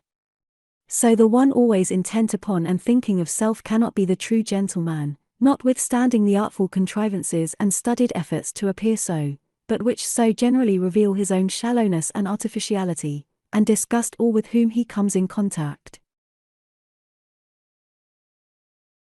I sometimes meet a person who, when introduced, will go through a series of stiff, cold, and angular movements, the knee at such a bend, the foot at such an angle, the back with such a bend or hump, much less pleasant to see than that of a camel or a dromedary, for with these it is natural, so that I have found myself almost thinking, poor fellow, I wonder what the trouble is, whether he will get over it all right. It is so very evident that he all the time has his mind upon himself, wondering whether or not he is getting everything just right. What a relief to turn from such a one to one who, instead of thinking always of self, has continually in mind the ease and comfort and pleasure he can give to others, who, in other words, is the true gentleman, and with whom true politeness is natural, for one's every act is born of his thoughts. It is said that there was no truer gentleman in all Scotland than Robert Burns. And yet he was a farmer all his life, and had never been away from his native little rural village into a city until near the close of his life, when, taking the manuscripts that for some time had been accumulating in the drawer of his writing table up to Edinburgh, he captivated the hearts of all in the capital. Without studied contrivances, he was the true gentleman, and true politeness was his, because his life was founded upon the principle that continually brought from his pen lines such as, "It's coming yet, for a that man to man, the world o'er, shall brothers be for a that." And under the influence of this principle, he was a gentleman by nature, and one of nature's noblemen, without ever thinking whether he was or not, as he who is truly such never needs to and never does. And then recall the large-hearted Ben Franklin, when sent to the French court. In his plain grey clothes, unassuming and entirely forgetful of himself, how he captured the hearts of all, of even the giddy society ladies, and how he became and remained while there the centre of attraction in that gay capital. His politeness, his manners, all the result of that great, kind, loving, and helpful nature which made others feel that it was they he was devoting himself to, and not himself. This little extract from a letter written by Franklin to George Whitefield will show how he regarded the great principle we are considering. As to the kindness you mention, I wish it could have been of more service to you. But, if it had, the only thanks I should desire is that you would always be equally ready to serve any other person that may need your assistance, and so let good offices go around, for mankind are all of a family. For my own part, when I am employed in serving others, I do not look upon myself as conferring favors, but as paying debts. In my travels, and since my settlement, I have received much kindness from men to whom I shall never have any opportunity of making any direct return, and numberless mercies from God, who is infinitely above being benefited by our services. These kindnesses from men I can, therefore, only return on their fellow men, and I can only show my gratitude for these mercies from God by a readiness to help his other children and my brethren. No, true gentlemanliness and politeness always comes from within, and is born of a life of love, kindliness, and service. This is the universal language, known and understood everywhere, even when our words are not. There is, you know, a beautiful old proverb which says, "He who is kind and courteous to strangers thereby shows himself a citizen of the world." And there is nothing so remembered, and that so endears one to all mankind, as this universal language. Even dumb animals understand it and are affected by it. How quickly the dog, for example, knows and makes it known when he is spoken to and treated kindly or the reverse. And here shall not a word be spoken in connection with that great body of our fellow creatures who, because we do not understand their language, we are accustomed to call dumb. The attitude we have assumed toward these fellow creatures, and the treatment they have been subjected to in the past, is something almost appalling. There are a number of reasons why this has been true. Has not one been on account of a belief in a future life for man, but not for the animal? A few years ago a gentleman left by will some $50,000 for the work of Henry Brooks' New York Society. His relatives contested the will on the ground of insanity because he believed in a future life for animals. The judge, in giving his decision sustaining the will, stated that after a very careful investigation, he found that fully half the world shared the same belief. Agassiz thoroughly believed it. An English writer has recently compiled a list of over 170 English authors who have so thoroughly believed it as to write upon the subject. The same belief has been shared by many of the greatest thinkers in all parts of the world, and it is a belief that is constantly gaining ground. Another and perhaps the chief cause has been on account of a supposed inferior degree of intelligence on the part of animals, which in another form would mean that they are less able to care for and protect themselves. Should this, however, be a reason why they should be neglected and cruelly treated? Nay, on the other hand, should this not be the greatest reason why we should all the more zealously care for, protect, and kindly treat them? You or I may have a brother or a sister who is not normally endowed as to brain power, who, perchance, may be idiotic or insane, or who, through sickness or mishap, is weak-minded, but do we make this an excuse for neglecting, cruelly treating, or failing to love such a one? On the contrary, the very fact that he or she is not so able to plan for, care for, and protect him or herself, is all the greater reason for all the more careful exercise of these functions on our part. But, certainly, there are many animals around us with far more intelligence, at least manifested intelligence, than this brother or sister. The parallel holds, but the absurd falsity of the position we assume is most apparent.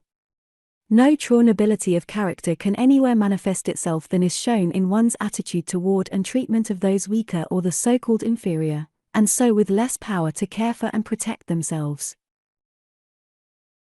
Moreover, I think we shall find that we are many times mistaken in regard to our beliefs in connection with the inferior intelligence of at least many animals.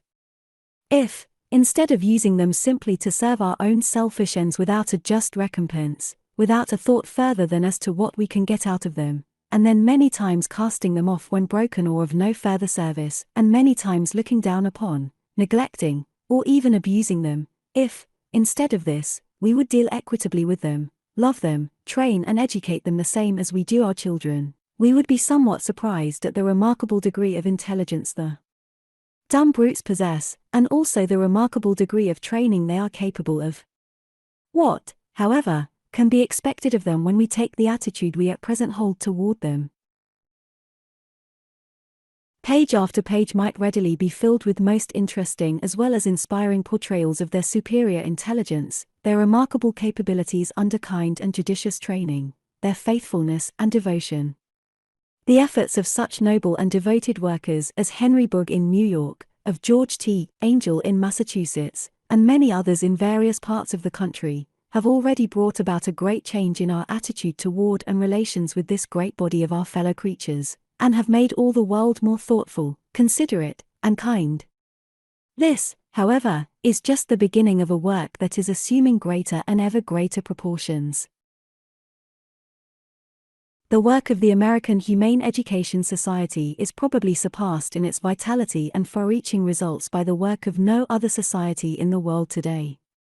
Its chief object is the humane education of the American people, and through one phase of its work alone, its bands of mercy, over 25,000 of which have already been formed, giving regular, systematic humane training and instruction to between 1 and 2 million children, and these continually increasing in numbers, a most vital work is being done, such as no man can estimate.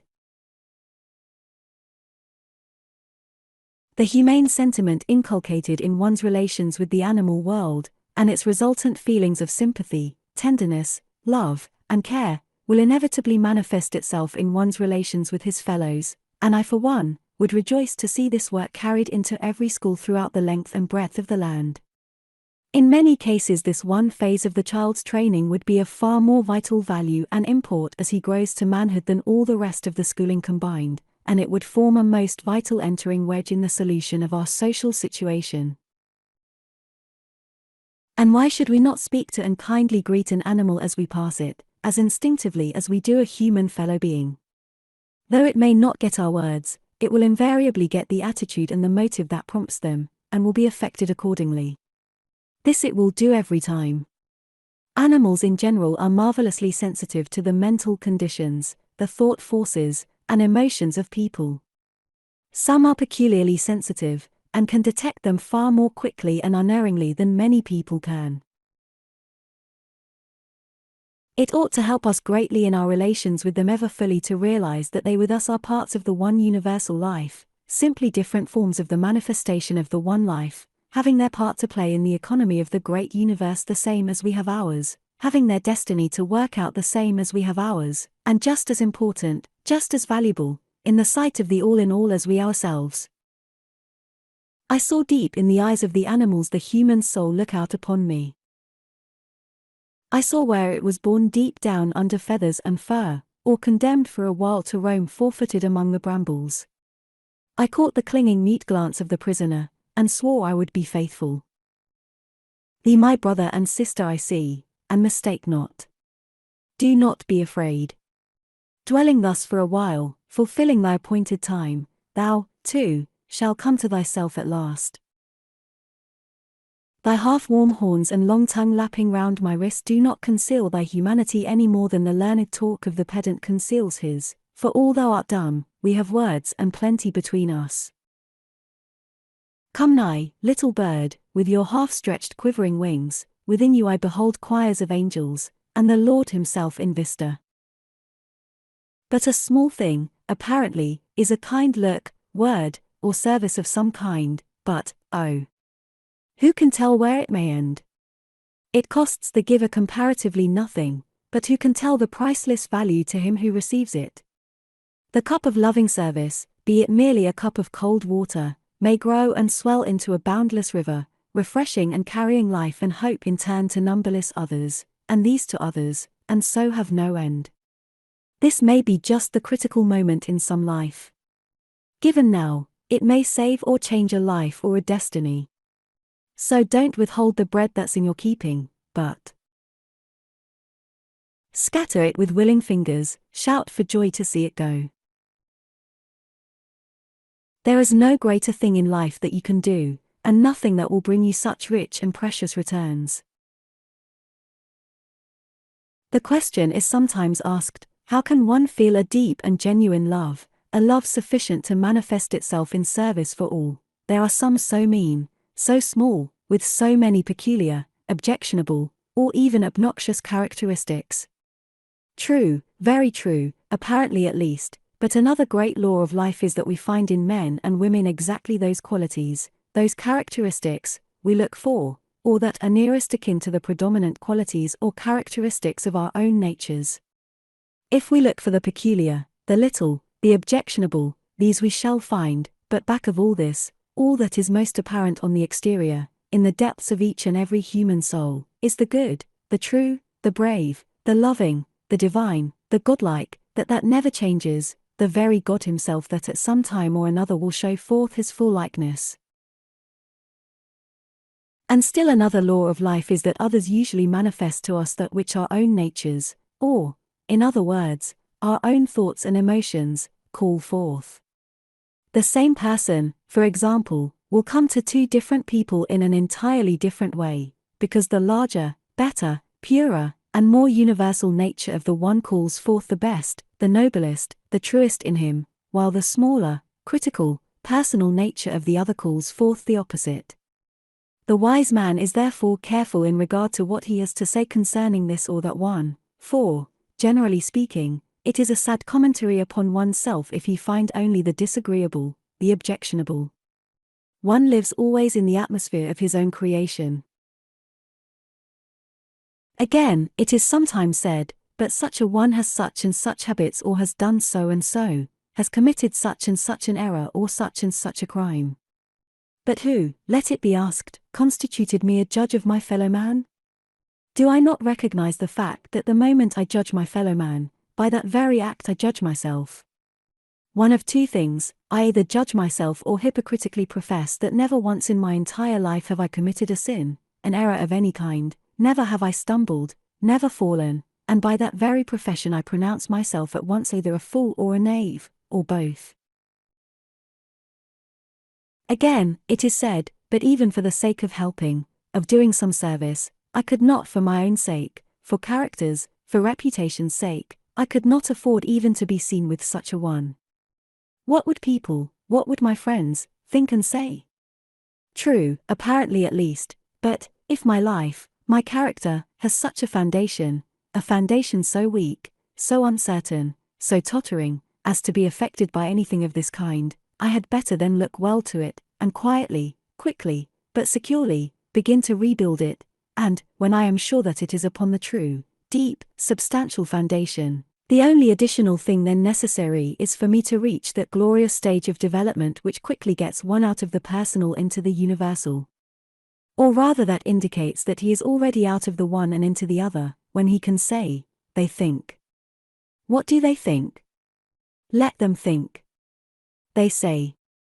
What do they say? Let them say. And, then, the supreme charity one should have, when he realizes the fact that the great bulk of the sin and error in the world is committed not through choice, but through ignorance. Not that the person does not know many times that this or that course of action is wrong, that it is wrong to commit this error or sin or crime, but the ignorance comes in his belief that in this course of conduct he is deriving pleasure and happiness, and his ignorance of the fact that through a different course of conduct he would derive a pleasure, a happiness, much keener, higher, more satisfying and enduring.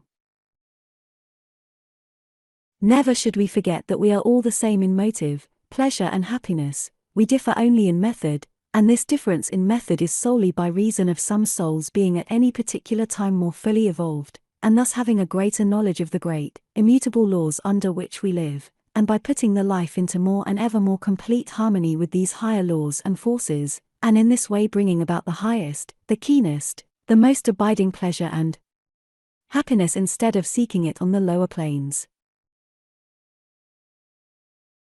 While all are the same in essence, all are part of the one infinite, eternal, all with the same latent possibilities, all reaching ultimately the same place, it nevertheless is true that at any particular time some are more fully awakened, evolved, unfolded.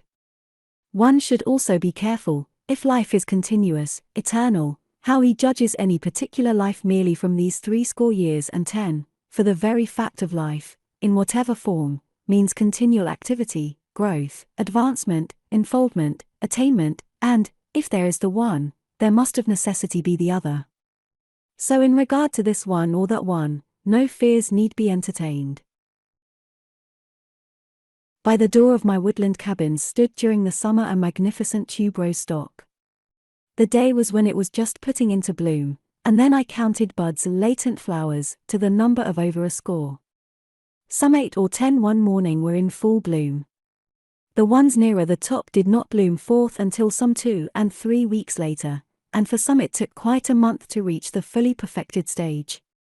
These certainly were not so beautiful, so satisfying, as those already in the perfect bloom, those that had already reached their highest perfection.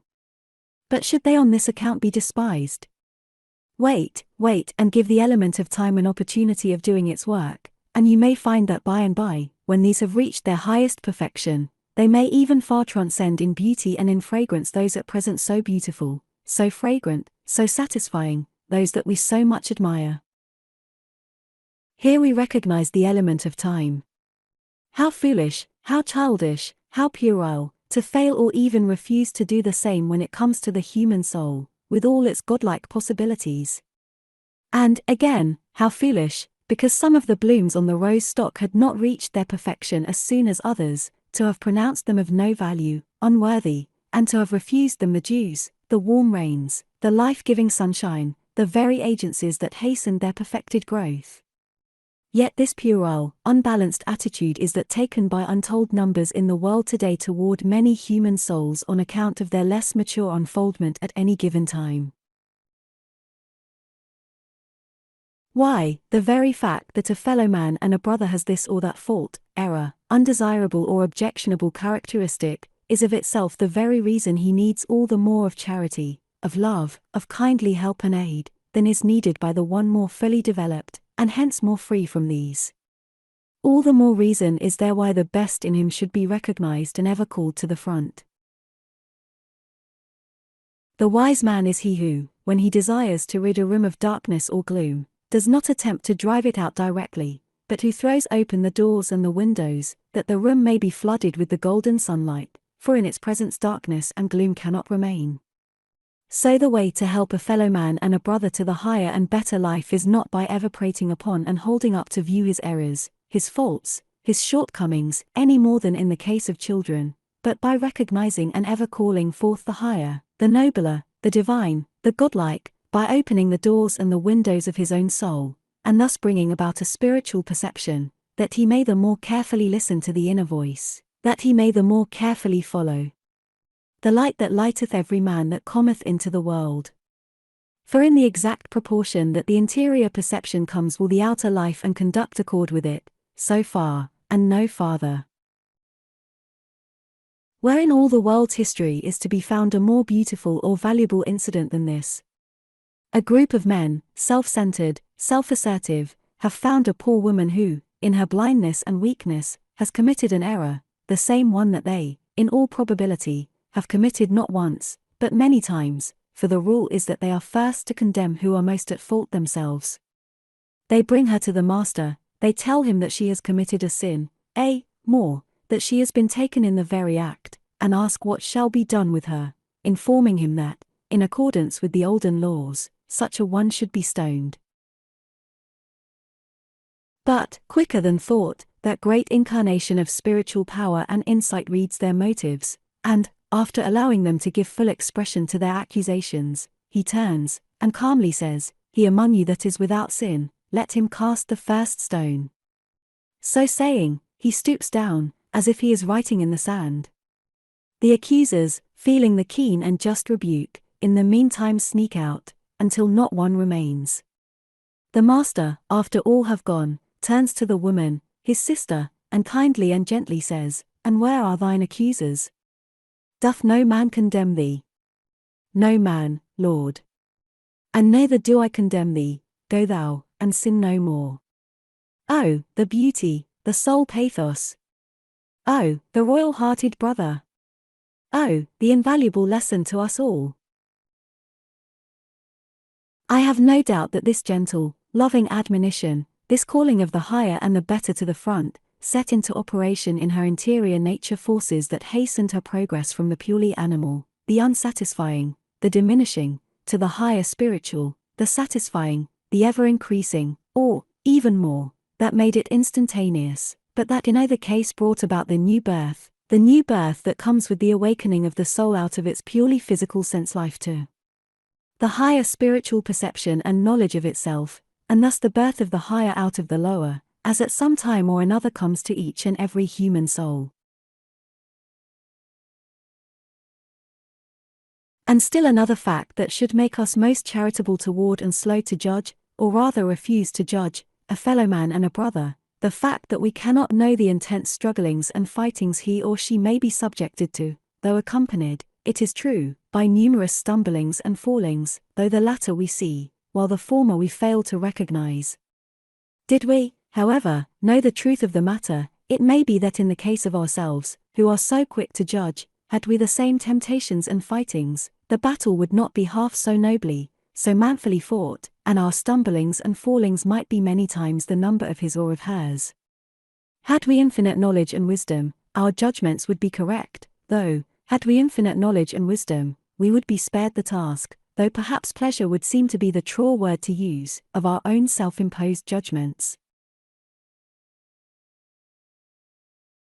Even so, then, if I cannot give myself in thorough love and service and self-devotion to each and all of the Father's other children, to every brother, no matter what the rank, station, or apparent condition, it shows that at least one of several things is radically wrong with self, and it also indicates that I shall never know the full and supreme joy of existence until I am able to and until I regard each case in the light of a rare and golden opportunity, in which I take a supreme delight.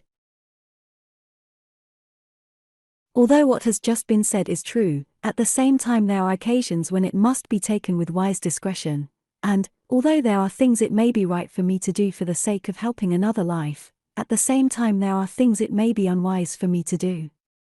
I have sympathy for a friend who is lying in the gutter, but it would be very unwise for me to get myself into the same condition, and go and lie with him, thinking that only thus I could show my fullest sympathy, and be of greatest help to him.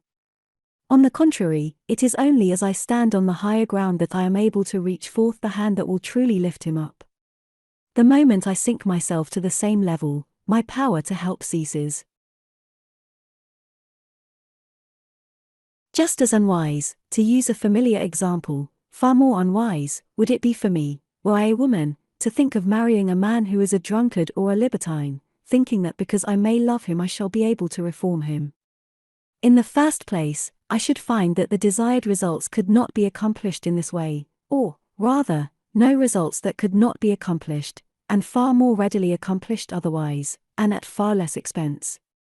In the second place, I could not afford to subject myself to the demands, the influences, of one such, and so either sink myself to his level or, if not, then be compelled to use the greater part of my time, thought, and energy in demonstrating over existing conditions, and keeping myself true to the higher life, the same time that might be used in helping the lives of many others.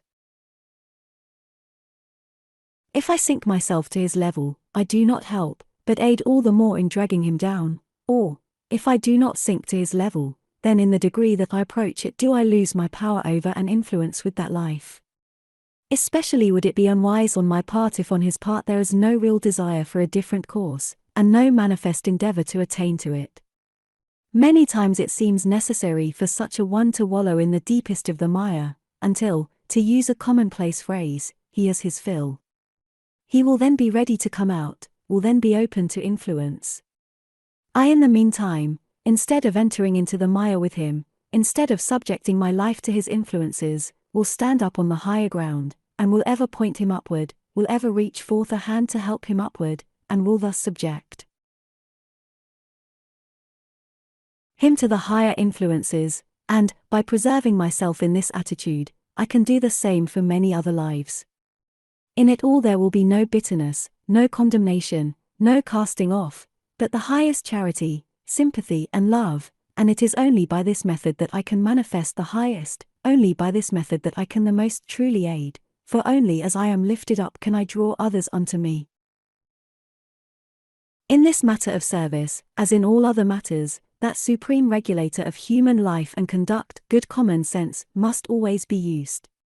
There are some natures, for example, whom the more we would do for, the more we would have to do for, who, in other words, would become dependent, losing their sense of self-dependence. For such the highest service one can render is as judiciously and as indirectly as possible to lead them to the sense of self-reliance. Then there are others whose natures are such that, the more they are helped, the more they expect, the more they demand, even as their right, who, in other words, are parasites or vultures of the human kind. In this case, again, the greatest service that can be rendered may be a refusal of service, a refusal of aid in the ordinary or rather expected forms, and a still greater service in the form of teaching them that great principle of justice, of compensation, that runs through all the universe, that for every service there must be in some form or another an adequate service in return, that the law of compensation in one form or another is absolute, and, in fact, the greatest forms of service we can render any one are, generally speaking, along the lines of teaching him the great laws of his own being, the great laws of his true possibilities and powers, and so the great laws of self-help. And, again, it is possible for one whose heart goes out in love and service for all, and who, by virtue of lacking that long range of vision or by virtue of not having a grasp of things in their entirety or wholeness, may have his time, his energies so dissipated in what seems to be the highest service that he is continually kept from his own highest unfoldment, powers, and possessions, the very things that in their completeness would make him 1,000-fold more effective and powerful in his own life, and hence in the life of real service and influence.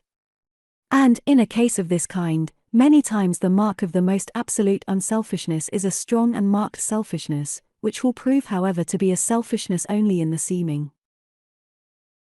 The self should never be lost sight of. It is the one thing of supreme importance, the greatest factor even in the life of the greatest service. Being always and necessarily precedes doing, having always and necessarily precedes giving. But this law also holds, that when there is the being, it is all the more increased by the doing. When there is the having, it is all the more increased by the giving. Keeping to oneself dwarfs and stultifies. Boarding brings loss, using brings even greater gain. In brief, the more we are, the more we can do, the more we have, the more we can give. The most truly successful, the most powerful and valuable life, then, is the life that is first founded upon this great, immutable law of love and service, and that then becomes supremely self-centered that it may become all the more supremely unself-centered. In other words, the life that looks well to self, that there may be the ever greater self, in order that there may be the ever greater service. Part 4. The Awakening. The Awakening. If you'd live a religion that's noble, that's godlike and true, a religion the grandest that men or that angels can, then live the truth of the brother who taught you. It's love to God, service, and love to the fellow man. Social problems are to be among the greatest problem of the generation just moving on to the stage of action. They, above all others, will claim the attention of mankind, as they are already claiming it across the waters even as at home. The attitude of the two classes toward each other, or the separation of the classes, will be by far the chief problem of them all. Already it is imperatively demanding a solution. Gradually, as the years have passed, this separation has been going on, but never so rapidly as of late. Each has come to regard the other as an enemy, with no interests in common, but rather that what is for the interests of the one must necessarily be to the detriment of the other. The great masses of the people, the working classes, those who as much, if not more than many others ought to be there, are not in our churches today. They already feel that they are not wanted there, and that the church even is getting to be their enemy. There must be a reason for this, for it is impossible to have an effect without its preceding cause. It is indeed time to waken up to these facts and conditions, for they must be squarely met. A solution is imperatively demanded, and the sooner it comes, the better, for, if allowed to continue thus, all will come back to be paid for, intensified 1,000-fold, to be paid for even by many innocent ones. Let this great principle of service, helpfulness, love, and self-devotion to the interests of one's fellow men be made the fundamental principle of all lives, and see how simplified these great and all-important questions will become. Indeed, they will almost solve themselves. It is the man all for self, so small and so short-sighted that he can't get beyond his own selfish interests, that has done more to bring about this state of affairs than all other causes combined. Let the cause be removed, and then note the results. For many years it has been a teaching even of political economy that an employer buys his help just as he buys his raw material or any other commodity, and this done, he is in no way responsible for the welfare of those he employs.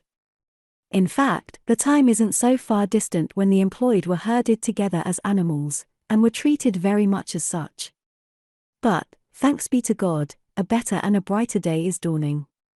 Even the employer is beginning to see that practical ethics, or true Christianity, and business cannot and must not be divorced, that the man he employs, instead of being a mere animal whose services he buys, is, after all, his fellow man and his brother, and demands a treatment as such, and that when he fails to recognize this truth, a righteous God steps in, demanding a penalty for its violation.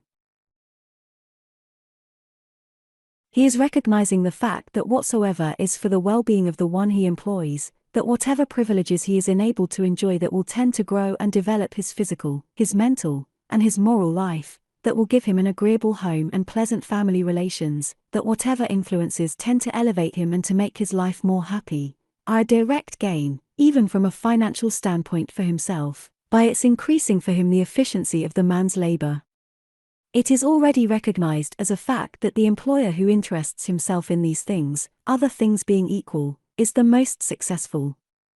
Thus the old and the false are breaking away before the right and the true, as all inevitably must sooner or later, and the divinity and the power of the working man is being ever more fully recognized.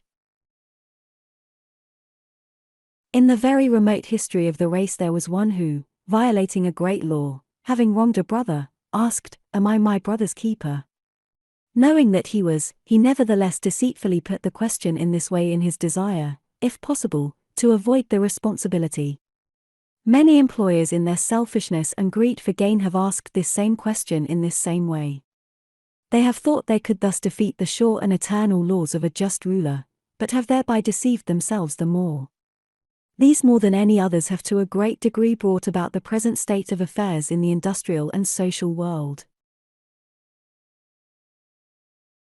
Just as soon as the employer recognizes the falsity of these old teachings and practices, and the fact that he cannot buy his employees' services the same as he buys his raw material, with no further responsibility, but that the two are on vastly different planes, that his employee is his fellow man and his brother, and that he is his brother's keeper, and will be held responsible as such, that it is to his own highest interests, as well as to the highest interests of those he employs and to society in general, to recognize this, and just as soon as he who is employed fully appreciates his opportunities and makes the highest use of all, and in turn takes an active, personal interest in all that pertains to his employer's welfare, just that soon will a solution of this great question come forth, and no sooner. It is not so much a question of legislation as of education and right-doing, thus a dealing with the individual, and so a prevention and a cure, not merely a suppression and a regulation, which is always sure to fail, for, in a case of right or wrong no question is ever settled finally until it is settled rightly. The individual, dealing with the individual is necessarily at the bottom of all true social progress. There can't be anything worthy the name without it. The truth will at once be recognized by all that the good of the whole depends upon the good of each, and the good of each makes the good of the whole. Attend, then, to the individual, and the whole will take care of itself. Let each individual work in harmony with every other, and harmony will pervade the whole. The old theory of competition that in order to have great advancement, great progress, we must have great competition to induce it is as false as it is savage and detrimental in its nature. We are just reaching that point where the larger men and women are beginning to see its falsity. They are recognizing the fact that, not competition, but cooperation, reciprocity, is the true power.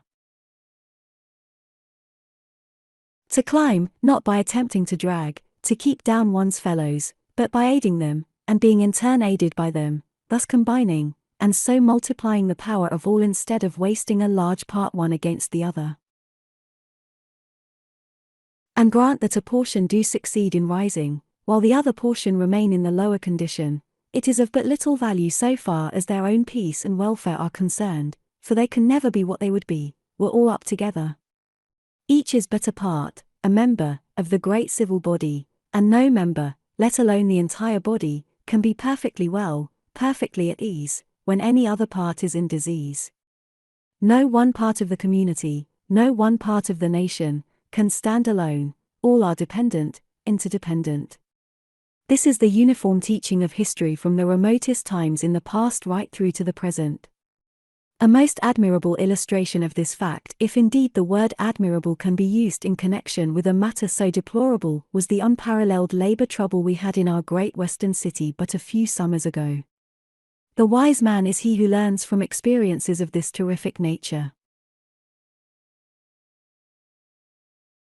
No, not until this all-powerful principle is fully recognized, and is built upon so thoroughly that the brotherhood principle, the principle of oneness can enter in, and each one recognizes the fact that his own interests and welfare depend upon the interests, the welfare of each, and therefore of all, that each is but a part of the one great whole, and each one stands shoulder to shoulder in the advance forward, can we hope for any true solution of the great social problems before us, for any permanent elevation of the standard in our national social life and welfare. This same principle is the solution, and the only true solution, of the charities question, as indeed the whole world during the last few years or so, and during this time only, is beginning to realize. And the splendid and efficient work of the organized charities in all our large cities, as of the Elberfeld system in Germany, is attesting the truth of this. Almost numberless methods have been tried during the past, but all have most successfully failed, and many have greatly increased the wretched condition of matters, and of those it was designed to help. During this length of time only have these all-important questions been dealt with in a true, scientific, Christ-like, common-sense way. It has been found even here that nothing can take the place of the personal and friendly influences of a life built upon this principle of service. The question of aiding the poor and needy has passed through 3 distinct phases of development in the world's history. In early times it was, each one for himself, and the devil take the hindmost. From the time of the Christ, and up to the last few years it has been, help others. Now it is, help others to help themselves. The wealthy society lady going down Fifth Avenue in New York, or Michigan Avenue in Chicago, or Charles Street in Baltimore, or Commonwealth Avenue in Boston, who flings a coin to one asking alms, is not the one who is doing a true act of charity, but, on the other hand, she may be doing the one she thus gives to and to society in general much more harm than good, as is many times the case. It is but a very cheap way of buying ease for her sympathetic nature or her sense of duty. Never let the word charity, which always includes the elements of interested service, true helpfulness, kindliness, and love, be debased by making it a synonym of mere giving, which may mean the flinging of a quarter in scorn or for show. Recognizing the great truth that the best and only way to help another is to help him to help himself, and that the neglected classes need not so much alms as friends, the organized charities with their several branches in different parts of the city have their staffs of friendly visitors, almost all voluntary, and from some of the best homes in the land. Then when a case of need comes to the notice of the society, one of these goes to the person or family as a friend to investigate, to find what circumstances have brought about these conditions, and, if found worthy of aid, present needs are supplied, an effort is made to secure work, and every effort is made to put them on their feet again, that self-respect may be regained, that hope may enter in, for there is scarcely anything that tends to make one lose his self-respect so quickly and so completely as to be compelled, or of his own accord, to ask for alms. It is thus many times that a new life is entered upon, brightness and hope taking the place of darkness and despair. This is not the only call the friendly visitor makes, but he or she becomes a true friend, and makes regular visits as such. If by this method the one seeking charity is found to be an impostor, as is frequently the case, proper means of exposure are resorted to, that his or her progress in this course may be stopped. The organizations are thus doing a most valuable work, and one that will become more and more valuable as they are enabled to become better organized, the greatest need today being more with the true spirit to act as visiting friends. It is this same great principle that has given birth to our college and university settlements and our neighborhood guilds, which are so rapidly increasing, and which are destined to do a great and efficient work. Here a small colony of young women, many from our best homes, and the ablest graduates of our best colleges, and young men, many of them the ablest graduates of our best universities, take up their abode in the poorest parts of our large cities, to try by their personal influence and personal contact to raise the surrounding life to a higher plane. It is in these ways that the poor and the unfortunate are dealt with directly. Thus the classes mingle. Thus that sentimentalism which may do and which has done harm to these great problems, and by which the people it is designed to help may be hindered rather than helped, is done away with. Thus true aid and service are rendered, and the needy are really helped. The one whose life is built upon this principle will not take up work of this kind as a fad, or because it is fashionable, but because it is right, true, Christ-like. The truly great and noble never fear thus to mingle with those poorer and less fortunate. It is only those who would like to be counted as great, but who are too small to be so recognized, and who, therefore, always thinking of self, put forth every effort to appear so. There is no surer test than this. Very truly has it been said that the greatest thing a man can do for God is to be kind to some of his other children. All children of the same Father, therefore all brothers, sisters. Man is next to God. Man is God incarnate. Humanity, therefore, cannot be very far from being next to godliness. Many people there are who are greatly concerned about serving God, as they term it. Their idea is to build great edifices with costly ornaments to Him. A great deal of their time is spent in singing songs and hallelujahs to Him, just as if He needed or wanted these for Himself, forgetting that He is far above being benefited by anything that we can say or do, forgetting that He doesn't want these, when for lack of them some of His children are starving for bread to eat or are dying for the bread of life. Can you conceive of a God who is worthy of love and service, and I speak most reverently, who under such conditions would take a satisfaction in these things? I confess I am not able to. I can conceive of no way in which I can serve God only as I serve Him through my own life and through the lives of my fellow men. This, certainly, is the only kind of service He needs or wants, or that is acceptable to Him. At one place we read, "He that says he loves God and loves not his fellow men, is a liar, and the truth is not in him." Even in religion I think we shall find that there is nothing greater or more important than this great principle of service, helpfulness, kindliness, and love. Is not Christianity, you ask, greater or more important? Why, bless you, is this any other than Christianity? Is Christianity any other than this, at least, if we take what the Master Teacher himself has said? For what, let us ask, is a Christian, the real, not merely in name? A follower of Christ, one who does as He did, one who lives as He lived. And, again, who was Christ? He that healed the sick, clothed the naked, bound up the broken-hearted, sustained and encouraged the weak, the faltering, befriended and aided the poor, the needy, condemned the proud and the selfish, taught the people to live nobly, truly, grandly, to live in their higher, diviner selves, that the greatest among them should be their servant, and that His followers were those who lived as He lived. He spent all His time in the service of humanity. He gave His whole life in this way. He it was who went about doing good. Is it your desire then, to be numbered among His followers, to bear that blessed name, the name Christian? Then sit at His feet, and learn of Him, love Him, do as He did, as He taught you to do, live as He lived, as He taught you to live, and you are a Christian, and not unless you do. True Christianity can be found in no other way. Naught is the difference what one may call himself, for many call themselves by this name to whom Christ says it will one day be said, "I never knew you, depart from me, ye cursed."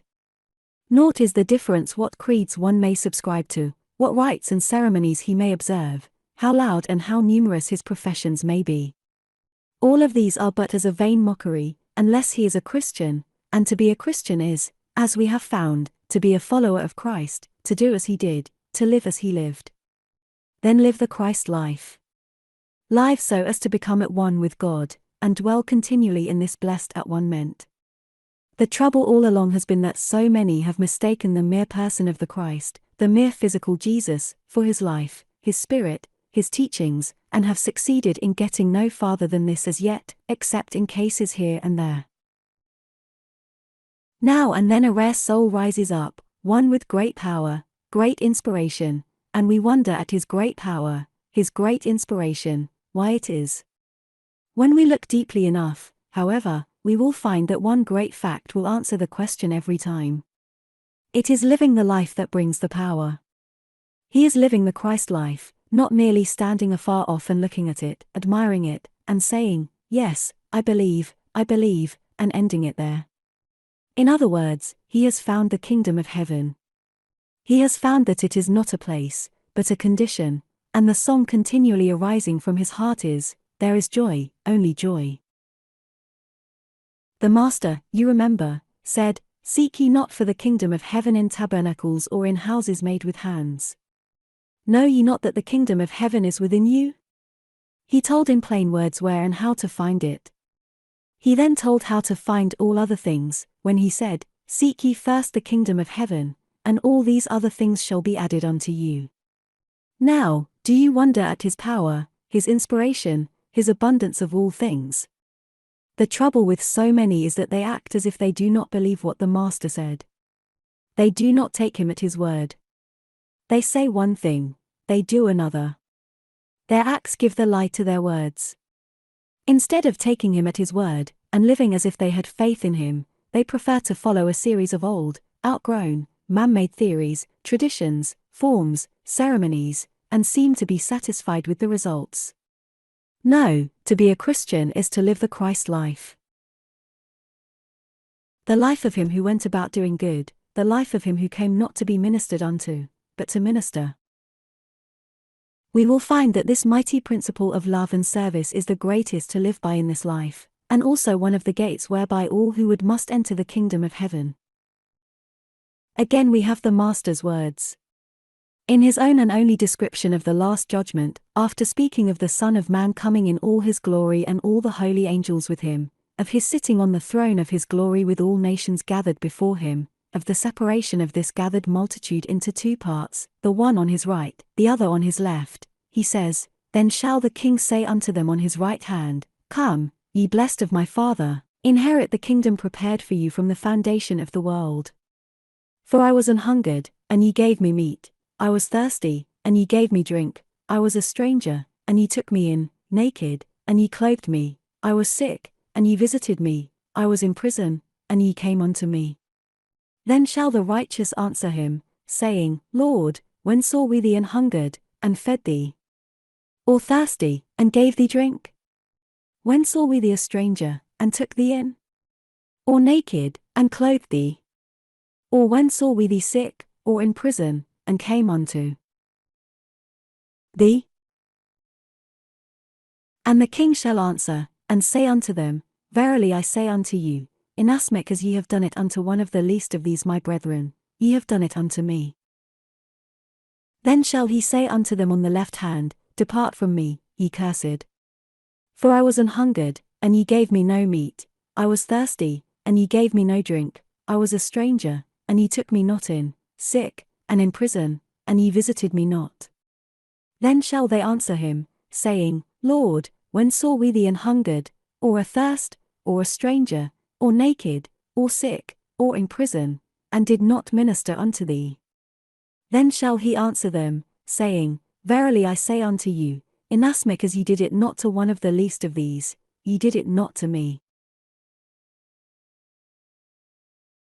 After spending the greater portion of his life in many distant climes in a fruitless endeavor to find the cup of the Holy Grail, thinking that thereby he was doing the greatest service he could for God, Sir Launfal at last returns an old man, grey-haired and bent. He finds that his castle is occupied by others, and that he himself is an outcast. His cloak is torn, and instead of the charger in gilded trappings he was mounted upon when as a young man, he started out with great hopes and ambitions, he is afoot and leaning on a staff. While sitting there and meditating, he is met by the same poor and needy leper he passed the morning he started, the one who in his need asked for aid, and to whom he had flung a coin in scorn, as he hurried on in his eager desire to be in the Master's service. But matters are changed now, and he is a wiser man. Again the poor leper says,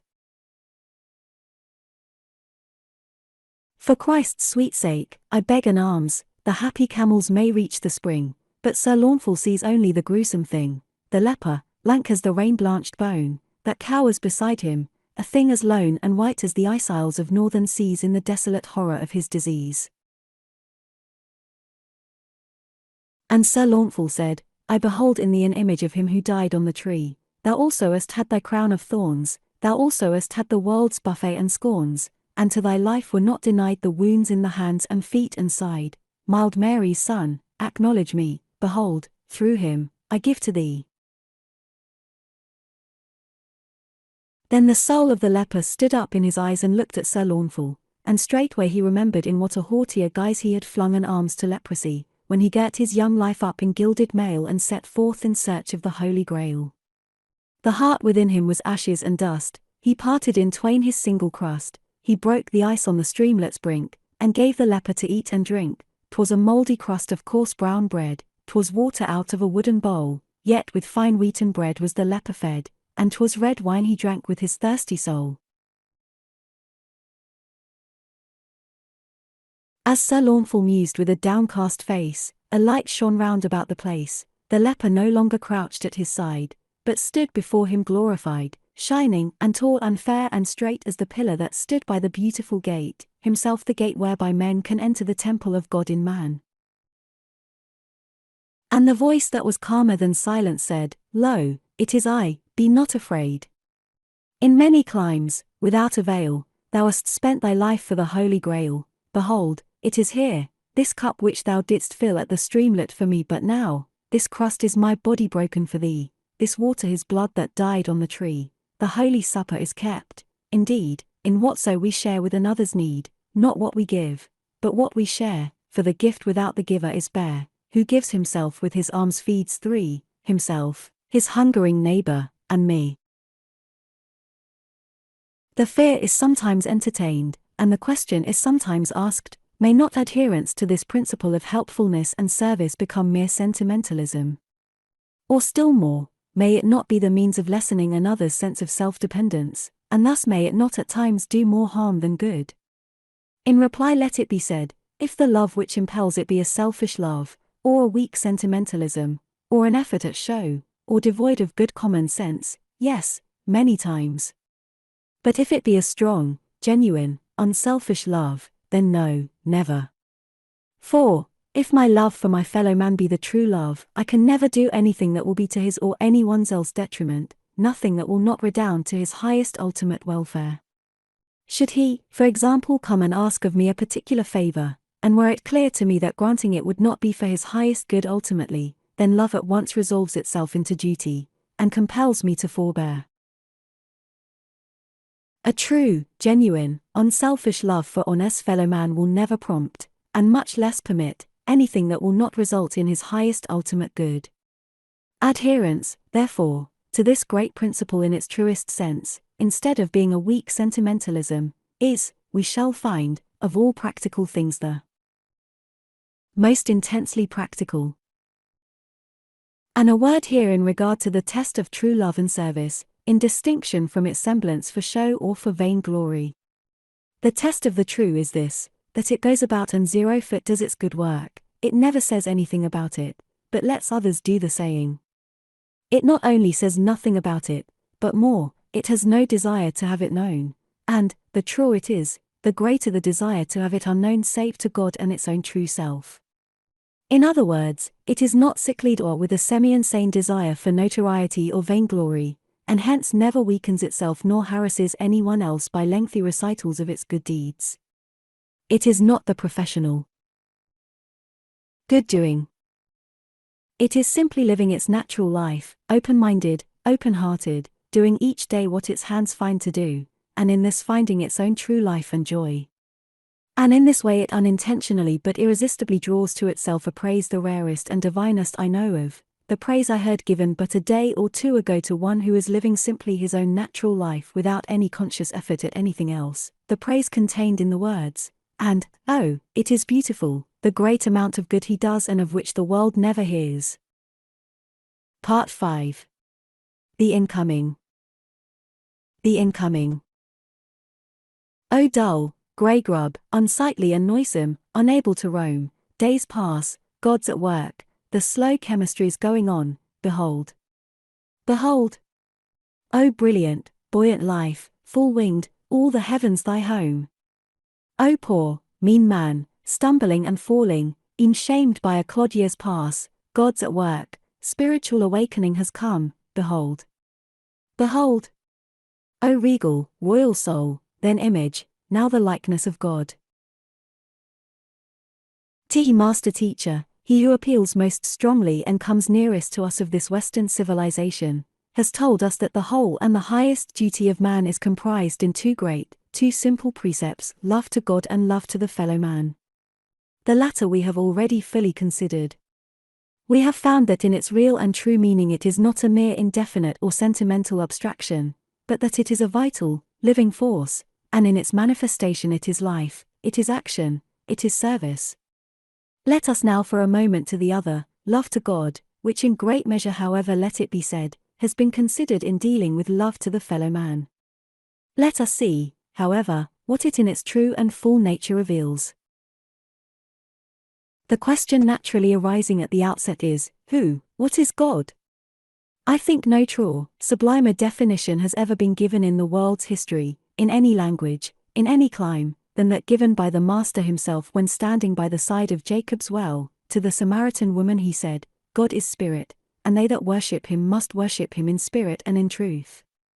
God is spirit, the infinite life back of all these physical manifestations we see in this changing world about us, and of which all, including we ourselves, is the body or outer form, the one infinite spirit which fills all the universe with himself, so that all is he, since he is all. All is he in the sense of being a part of him, for, if he is all, there can be nothing that is outside of, that is not a part of him, so that each one is a part of this eternal God who is not separate from us, and, if not separate from us, then not afar off, for in him we live and move and have our being. He is the life of our life. Our very life itself. The life of God is in us, we are in the life of God, but that life transcends us so that it includes all else, every person, every animal, every grass blade, every flower, every particle of earth, every particle of everything, animate and inanimate. So that God is all. And, if all, then each individual, you and I, must be a vital part of that all, since there can be nothing separate from it, and, if a part, then the same in nature, in characteristics, the same as a tumbler of water taken from the ocean is, in nature, in qualities, in characteristics, identical with that ocean, its source. God, then, is the infinite spirit of which each one is a part in the form of an individualized spirit. God is spirit, creating, manifesting, ruling through the agency of great spiritual laws and forces that surround us on every side, that run through all the universe, and that unite all, for in one sense, there is nothing in all this great universe but law. And, oh, the stupendous grandeur of it all! These same great spiritual laws and forces operate within us. They are the laws of our being. By them every act of each individual life is governed. Now one of the great facts born ever more and more into the inner consciousness of man is that sublime and transcendent fact that we have just noticed, that man is one with, that he is part of, the infinite God, this infinite spirit that is the life of all, this infinite whole, that he is not a mere physical, material being, for the physical is but the material which the real inner self, the real life or spirit uses to manifest through, but that he is this spirit, using, living in this physical, material house or body to get the contact, the experience with the material world around him while in this form of life, but spirit nevertheless, and spirit now as much as he ever will or ever can be, except so far of course, as he recognizes more and more his true, his higher self, and so consciously evolves, step by step, into the higher and ever higher realization of the real nature, the real self, the God self. As I heard it said by one of the world's great thinkers and writers but a few days ago, men talk of having a soul. I have no soul. I am a soul, I have a body. We are told moreover in the Word, that man is created in the image of God. God is spirit. What then must man be, if that which tells us is true? Now one of the great errors all along in the past has been that we have mistaken the mere body, the mere house in which we live while in this form of life for a period, that which comes from the earth and which, in a greater or less time, returns to the earth, this we have mistaken for the real self. Either we have lost sight of or we have failed to recognize the true identity. The result is that we are at life from the wrong side, from the side of the external, while all true life is from within out. We have taken our lives out of a conscious harmony with the higher laws of our being, with the result that we are going against the great current of the divine order of things. Is it any wonder, then, that we find the strugglings, the inharmonies, the sufferings, the fears, the forebodings, the fallings by the wayside, the strange, inscrutable dispensations of providence that we behold on every side? The moment we bring our lives into harmony with the higher laws of our being, and, as a result, into harmony with the current of the divine order of things, we shall find that all these will have taken wings, for the cause will have been removed. And as we look down the long vista of such a life, we shall find that each thing fits into all others with a wonderful, a sublime, a perfect, a divine harmony. This, it will seem to some, and to many, no doubt, is claiming a great deal. No more, however, than the Master Teacher warranted us in claiming when he said, and repeated it so often, "Seek ye first the kingdom of heaven, and all these other things shall be added unto you." And he left us not in the dark as to exactly what he meant by the kingdom of heaven, for again he said, "Say not, Lo here, nor to there. Know ye not that the kingdom of heaven is within you?" Within you. The interior spiritual kingdom, the kingdom of the higher self, which is the kingdom of God, the kingdom of harmony, harmony with the higher laws of your being. The Master said what he said not for the sake merely of using a phrase of rhetoric, nor even to hear himself talk, for this he never did. But that great incarnation of spiritual insight and power knew of the great spiritual laws and forces under which we live, and also that supreme fact of the universe, that man is a spiritual being, born to have dominion, and that, by recognizing the true self and by bringing it into complete and perfect harmony with the higher spiritual laws and forces under which he lives, he can touch these laws and forces so that they will respond at every call and bring him whatsoever he wills. One of the most stupendous scientific facts of the universe. When he has found and entered into the kingdom, then applies to him the truth of the great precept, "Take ye no thought for the morrow, for the things of the morrow will take care of themselves." Yes, we are at life from the wrong side. We have been giving all time and attention to the mere physical, the material, the external, the mere outward means of expression and the things that pertain thereto, thus missing the real life, and this we have called living, and seem, indeed, to be satisfied with the results. No wonder the cry has gone out again and again from many a human soul, "Is life worth the living?"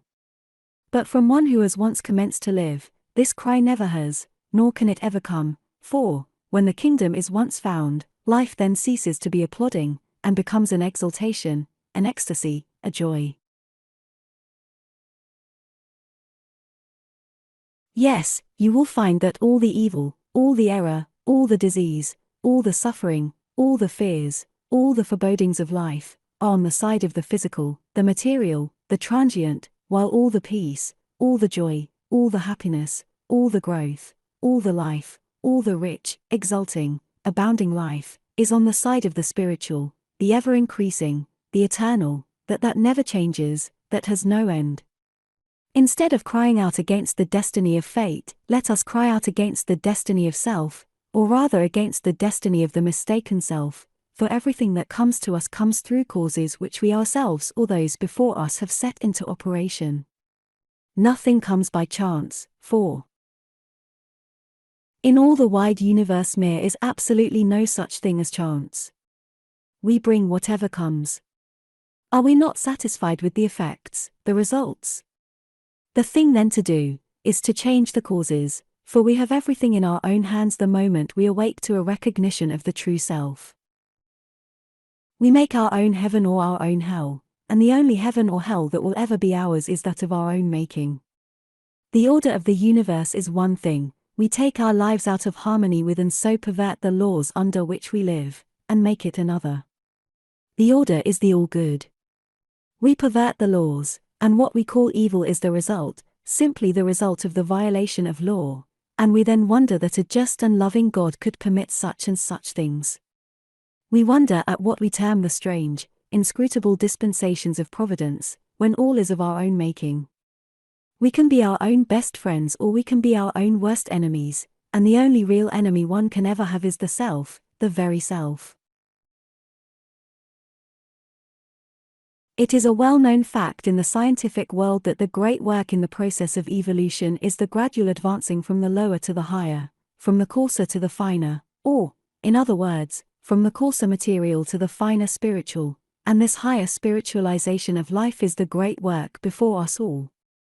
All pass ultimately over the same road in general, some more rapidly, some more slowly.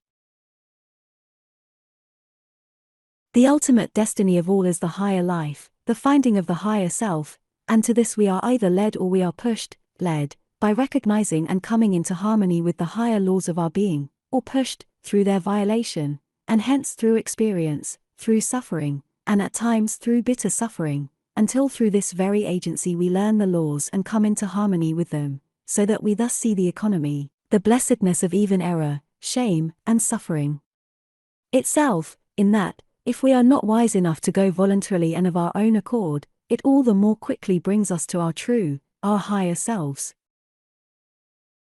Moreover, whatever is evolved must as surely first be involved. We cannot conceive even of an evolution without first an involution, and, if this is true, we cannot conclude otherwise than that all that will ever be brought forth through the process of evolution is already within. All the God possibilities of the human soul are now, at this very moment, latent within. This being true, the process of evolution need not, as is many times supposed, take eons or even ages for its accomplishment, for the process is wonderfully accelerated when we have grasped and when we have commenced to actualize the reality of that mighty precept, know thyself. It is possible, through an intelligent understanding of the laws of the higher life, to advance in the spiritual awakening and unfoldment even in a single year more than one otherwise would through a whole lifetime, or more in a single day or even hour than in an entire year or series of years otherwise. This higher spiritualization of life is certainly what the Master had in mind when he said, "It is as hard for a rich man to enter into the kingdom of heaven as it is for a camel to pass through the eye of a needle." For, if a man give all his days and his nights merely to the accumulation of outer material possessions, what time has he for the growing, the unfolding, of the interior, the spiritual, what time for finding that wonderful kingdom, the kingdom of heaven, the Christ within? This certainly is also the significance of the temptation in the wilderness.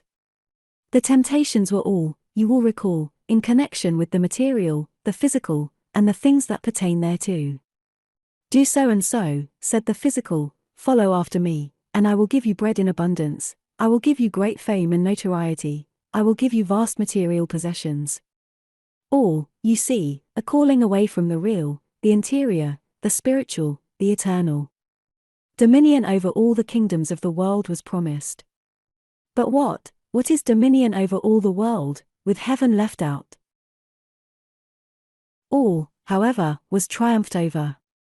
The physical was put into subjection by the spiritual, the victory was gained once for all and forever, and he became the supreme and royal master, and by this complete and glorious mastery of self he gained the mastery over all else besides, even to material things and conditions.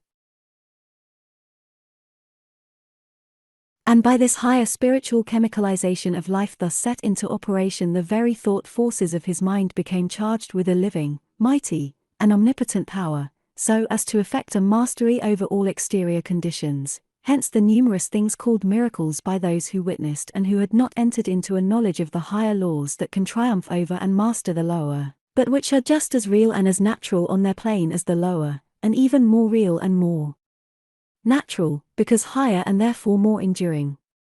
But this complete mastery over self during this period of temptation was just the beginning of the path that led from glory unto glory, the path that for you and for me will lead from glory unto glory, the same as for him.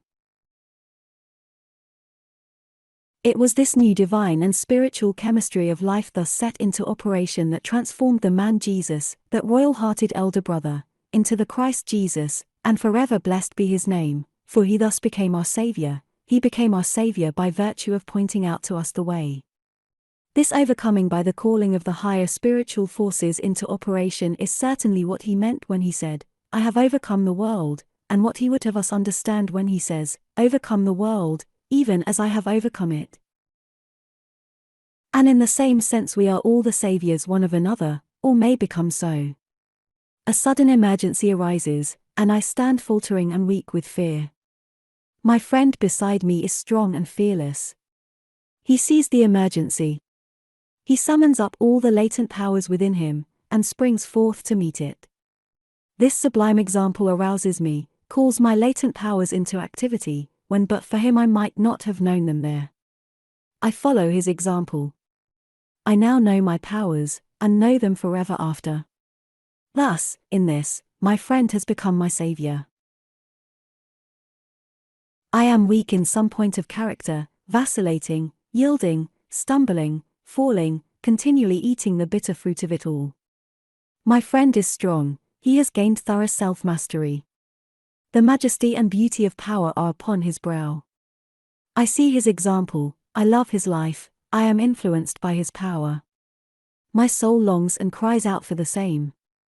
A supreme effort of will, that imperial master that will take one anywhere when rightly directed, arises within me. It is born at last, and it calls all the soul's latent powers into activity, and instead of stumbling I stand firm, instead of giving over in weakness I stand firm and master, I enter into the joys of full self-mastery, and through this into the mastery of all things besides. And thus my friend has again become my savior. With the new power I have acquired through the example and influence of my savior friend, I, in turn, stand before a friend who is struggling, who is stumbling and in despair. He sees, he feels, the power of my strength. He longs for, his soul cries out for the same. His interior forces are called into activity, he now knows his powers, and instead of the slave, he becomes the master, and thus I, in turn, have become his savior. Oh, the wonderful sense of sublimity, the mighty feelings of responsibility, the deep sense of power and peace the recognition of this fact should bring to each and all. God works through the instrumentality of human agency. Then forever away with that old, shriveling, weakening, dying, and devilish idea that we are poor worms of the dust.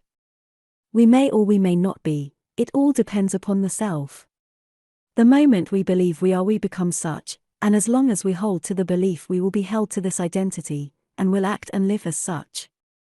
The moment, however, we recognize our divinity, our higher, our God selves, and the fact that we are the saviors of our fellow men, we become saviors, and stand and move in the midst of a majesty and beauty and power that of itself proclaims us as such. There is a prevalent idea to the effect that overcoming in this sense necessarily implies more or less of a giving up, that it means something possibly on the order of asceticism. On the contrary, the highest, truest, keenest pleasures the human soul can know, it finds only after the higher is entered upon and has commenced its work of mastery, and, instead of there being a giving up of any kind, there is a great law which says that the lower always and of its own accord falls away before the higher. And the time soon comes when, as one stands and looks back, he wonders that this or that he at one time called pleasure ever satisfied him, for what then satisfied him, compared to what now is his hourly peace, satisfaction, and joy, was but as poor brass compared to the finest, purest, and rarest of gold. From what has been said, let it not be inferred that the body, the physical, material life is to be despised or looked down upon. This, rather let it be said, is one of the crying errors of the times, and prolific of a vast amount of error, suffering, and shame. On the contrary, it should be thought all the more highly of, it should be loved and developed to its highest perfections, beauties, and powers. God gave us the body not in vain. It is just as holy and beautiful as the spirit itself. It is merely the outward material manifestation of the individualized spirit, and we by our hourly thoughts and emotions are building it, are determining its conditions, its structure, and appearance. And, if there are any conditions we are not satisfied with, we by an understanding of the laws, have it in our power to make it over and change these conditions. Flammarion, the eminent French scientist, member of the Royal Academy of Science, and recognized as one of the most eminent scientists living, tells us that the entire human structure can be made over within a period of less than 1 year, some 11 months being the length of time required for the more compact and more set portions to respond, while some portions respond much more readily, within a period of from 2 to 3 months, and some even within a month. Every part, every organ, every function of the body is just as clean, just as beautiful, just as sweet, and just as holy as every other part, and it is only by virtue of man's perverted ways of looking at some that they become otherwise, and the moment they so become, abuses, ill-uses, suffering, and shame creep in. Not repression, but elevation. Would that this could be repeated 1,000 times over. Not repression, but elevation. Every part, every organ, every function of the body is given for use, but not for misuse or abuse, and the moment the latter takes place in connection with any function it loses its higher powers of use, and there goes with this the higher powers of true enjoyment. It is thus that we get that large class known as abnormals, resorting to the methods they resort to for enjoyment, but which, in its true sense, they always fail in finding, because law will admit of no violations, and, if violated, it takes away the very powers of enjoyment, it takes away the very things that through its violation they thought they had secured, or it turns them into ashes in their very hands. God, nature, law, the higher self, is not mocked. Not repression, but elevation, repression only in the sense of mastery, but this means nay, this is elevation. In other words, we should be the master, and not the body. We should dictate to the body, and should never, even for an instant, allow it to dictate to us. Oh, the thousands, the hundreds of thousands of men and women who are everywhere being driven hither and thither, led into this and into that which their own better selves would not enter into, simply because they have allowed the body to assume the mastery, while they have taken the place of the weakling, the slave, and all on account of their own weakness, weakness through ignorance, ignorance of the tremendous forces and powers within, the forces and powers of the mind and spirit. It would be a right royal plan for those who are thus enslaved by the body, and we all are more or less, each in his own particular way, and not one is absolutely free. It would be a good plan to hold immediately, at this very hour, a conversation with the body somewhat after this fashion. Body, we have for some time been dwelling together. Life for neither has been in the highest degree satisfactory. The cause is now apparent to me. The mastery I have voluntarily handed over to you. You have not assumed it of your own accord, but I have given it over to you little by little, and just in the degree that you have appropriated it. Neither one is to blame. It has been by virtue of ignorance. But henceforth we will reverse positions. You shall become the servant, and I the master. From this time forth you shall no longer dictate to me, but I will dictate to you. I, one with infinite intelligence, wisdom, and power, longing for a fuller and ever fuller realization of this oneness, will assume control, and will call upon you to help in the fuller and ever fuller external manifestation of this realization. We will thus regain the ground both of us have lost. We will thus be truly married instead of farcically so. And thus we will help each the other to a realization of the highest, most satisfying and most enduring pleasures and joys, possibilities and powers, loves and realizations, that human life can know, and so, hand in hand, we will help each the other to the higher and ever-increasing life instead of degrading each the other to the lower and ever-decreasing. I will become the imperial master, and you the royal companion, and thus we will go forth to an ever larger life of love and service, and so of true enjoyment. This conversation, if entered into in the spirit, accompanied by an earnest, sincere desire for its fulfillment, reinforced by the thought forces, and continually attended by that absolute magnet of power, firm expectation, will, if all are firmly and persistently held to, bring the full realization of one's fondest desires with a certainty as absolute as that effect follows cause.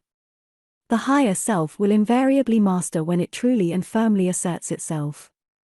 Much the same attitude can be assumed in connection with the body in disease or in suffering with the same results.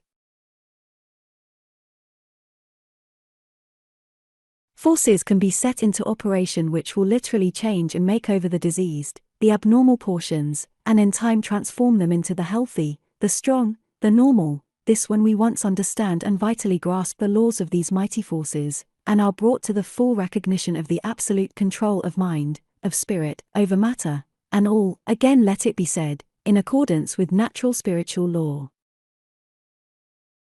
No, a knowledge of the spiritual realities of life prohibits asceticism, repression, the same as it prohibits license and perverted use. To err on the one side is just as contrary to the ideal life as to err on the other. All things are for a purpose, all should be used and enjoyed, but all should be rightly used, that they may be fully enjoyed. It is the threefold life and development that is wanted: physical, mental, spiritual. This gives the rounded life, and he or she who fails in any one comes short of the perfect whole. The physical has its uses just the same and is just as important as the others.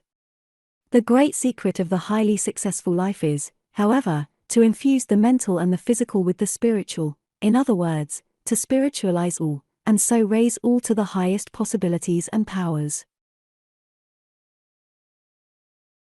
It is the all-round, fully developed we want, not the ethereal, pale-blooded man and woman, but the man and woman of flesh and blood, for action and service here and now, the man and woman strong and powerful, with all the faculties and functions fully unfolded and used, all in a royal and bounding condition, but all rightly subordinated. The man and the woman of this kind, with the imperial hand of mastery upon all, standing, moving thus like a king, nay, like a very god, such is the man and such is the woman of power.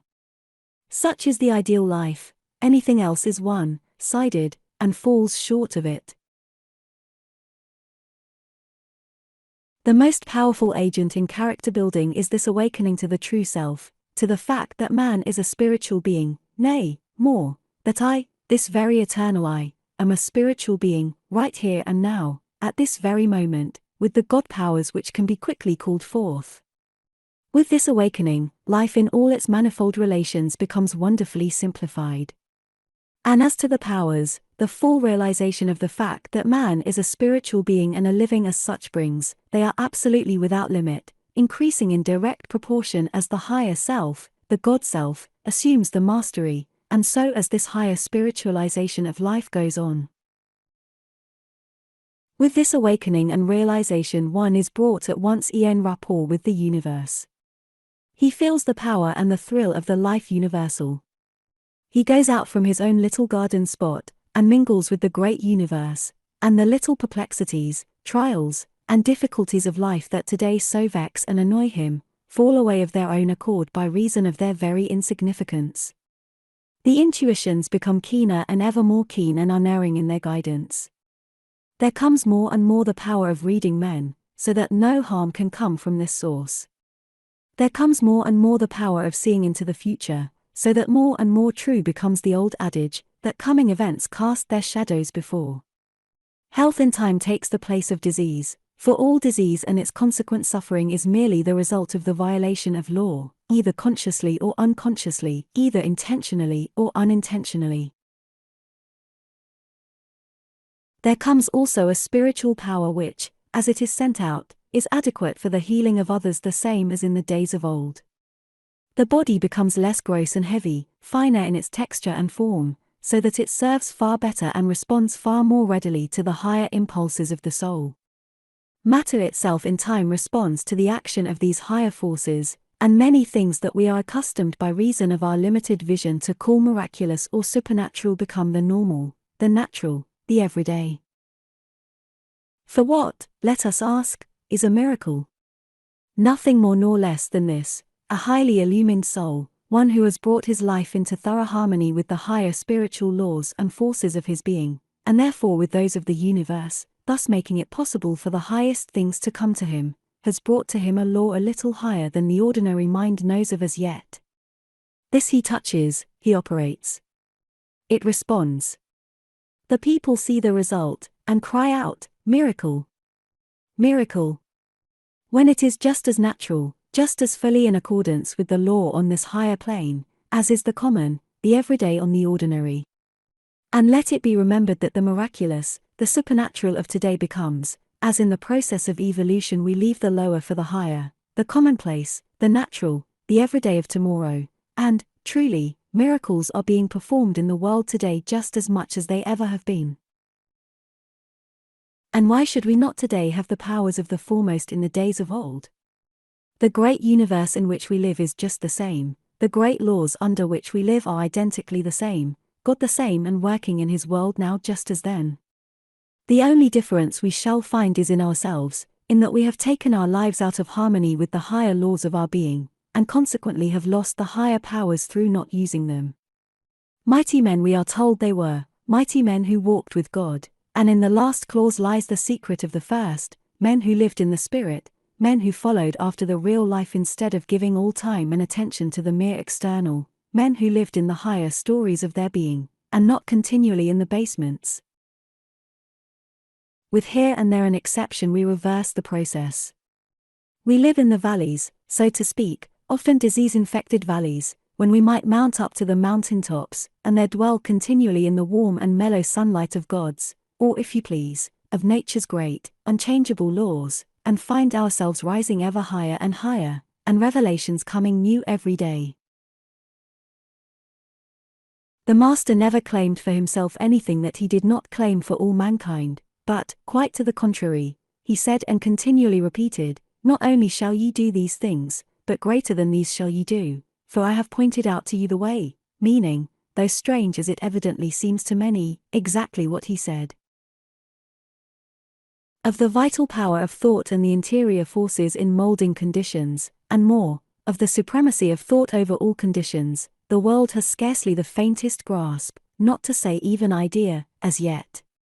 The fact that thoughts are forces, and that through them we have creative power, is one of the most vital facts of the universe, the most vital fact of man's being.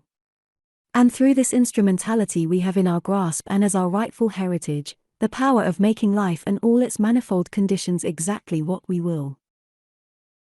Through our thought forces we have creative power, not in a figurative sense, but in reality. Everything in the material universe about us had its origin first in spirit, in thought, and from this it took its form. The very world in which we live, with all its manifold wonders and sublime manifestations, is the result of the energies of the divine intelligence or mind, God, or whatever term it comes convenient for each one to use. And God said, "Let there be," and there was, the material world, at least the material manifestation of it, literally spoken into existence, the spoken word, however, but the outward manifestation of the interior forces of the supreme intelligence.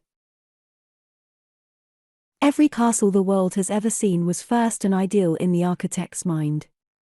Every statue was first an ideal in the sculptor's mind. Every piece of mechanism the world has ever known was first formed in the mind of the inventor. Here it was given birth to. These same mind forces then dictated to and sent the energy into the hand that drew the model, and then again dictated to and sent the energy into the hands whereby the first instrument was clothed in the material form of metal or of wood. The lower negative always gives way to the higher when made positive. Mind is positive, matter is negative. Each individual life is a part of, and hence is one with, the infinite life, and the highest intelligence and power belongs to each in just the degree that he recognizes his oneness and lays claim to and uses it. The power of the word is not merely an idle phrase or form of expression. It is a real mental, spiritual, scientific fact, and can become vital and powerful in your hands and in mine in just the degree that we understand the omnipotence of the thought forces and raise all to the higher planes. The blind, the lame, the diseased, stood before the Christ, who said, "Receive thy sight, rise up and walk," or, "Be thou healed," and lo! It was so. The spoken word, however, was but the outward expression and manifestation of his interior thought forces, the power and potency of which he so thoroughly knew. But the laws governing them are the same today as they were then, and it lies in our power to use them the same as it lay in his. Each individual life, after it has reached a certain age or degree of intelligence, lives in the midst of the surroundings or environments of its own creation, and this by reason of that wonderful power, the drawing power of mind, which is continually operating in every life, whether it is conscious of it or not. We are all living, so to speak, in a vast ocean of thought.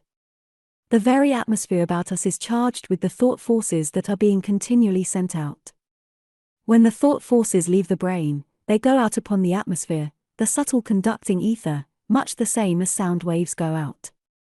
It is by virtue of this law that thought transferences is possible, and has become an established scientific fact, by virtue of which a person can so direct his thought forces that a person at a distance, and in a receptive attitude, can get the thought much the same as sound, for example, is conducted through the agency of a connecting medium.